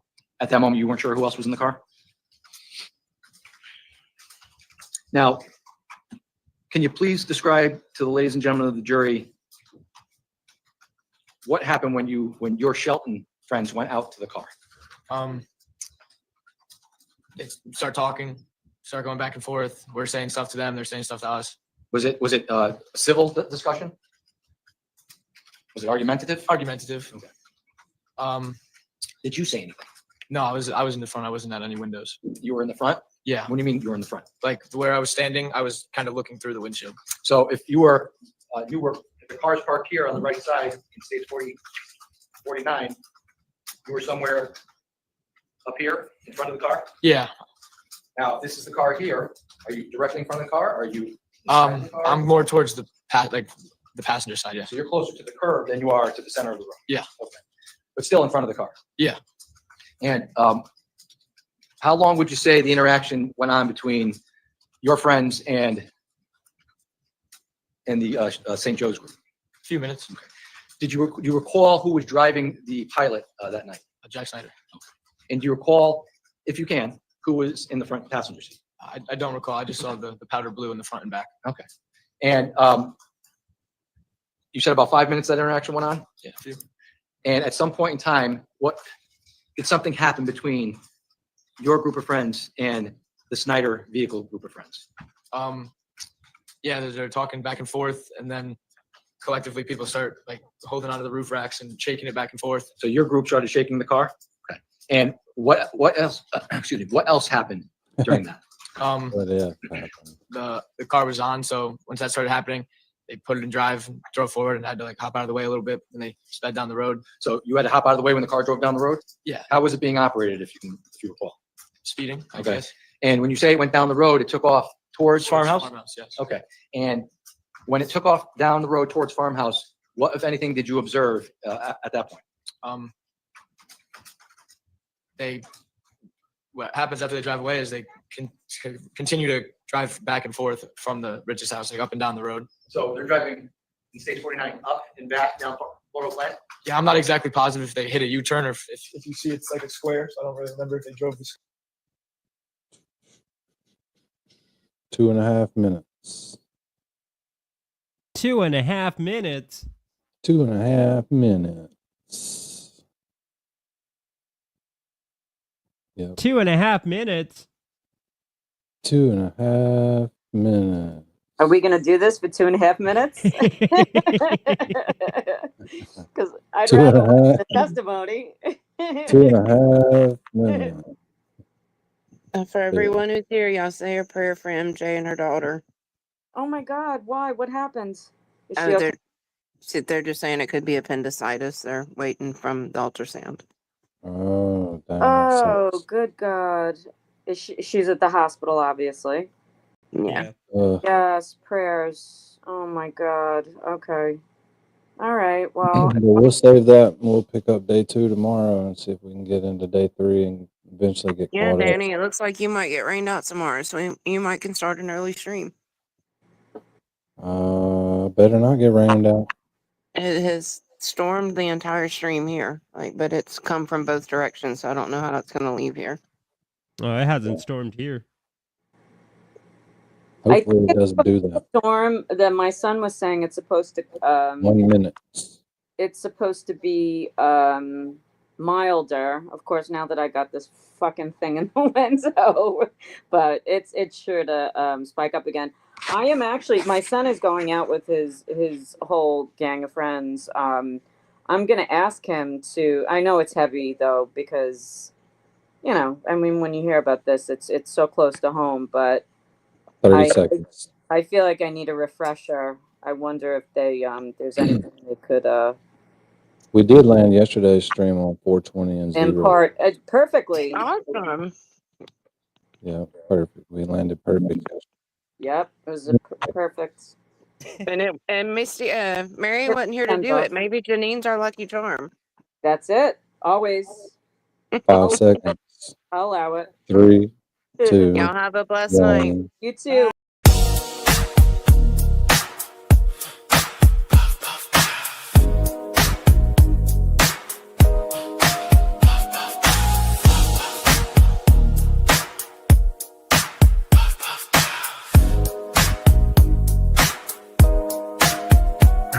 From coast to coast, we on that grind. True crime tales, we follow the signs. Chat rats rolling always on time. We dive in deep into every case, from alibis to that suspect's face. Gobble drops and the stakes get high. We light it up, truth never dies. Global crew, all eyes on the stream. Investigations run like a dream. Popping facts with that midnight spark. Solving crimes even in the dark. We got theories and we got files. We got timelines stretching miles. Clicking links, checking the stats. Say it loud. We the story unfold from the first 911 to the courtroom code. Running down leads, we don't relax. Light it up, we got the facts. Puff pass, bring the justice through. From the crime scene sketch to the interview. Together we vibe in every chat. Watch us work, we the chat rats. Murder boards and old police logs, late night lives and digital fog. We question the lies, breaking it down. Flashlight minds in a sleepy town. Whispers turn to witness names. Motive, weapon, unravel the games. With every puff, a clue gets clear. Truth hits harder than smoke in the air. Follow the thread, where it led. One more clue, what they said. Puff, puff, pass, let the story unfold. From the first 911 to the courtroom code. Running down leads, we don't relax. Light it up, we got the facts. Puff, pass, bring the justice through. From the crime scene sketch to the interview. Together we vibe in every chat. Watch us work, we the chat rats. Light it, pass it, the journey goes on. From the crime to the court, dusk till dawn. Truth seekers under digital hats, solving mysteries, we the chat rats. Puff, pass,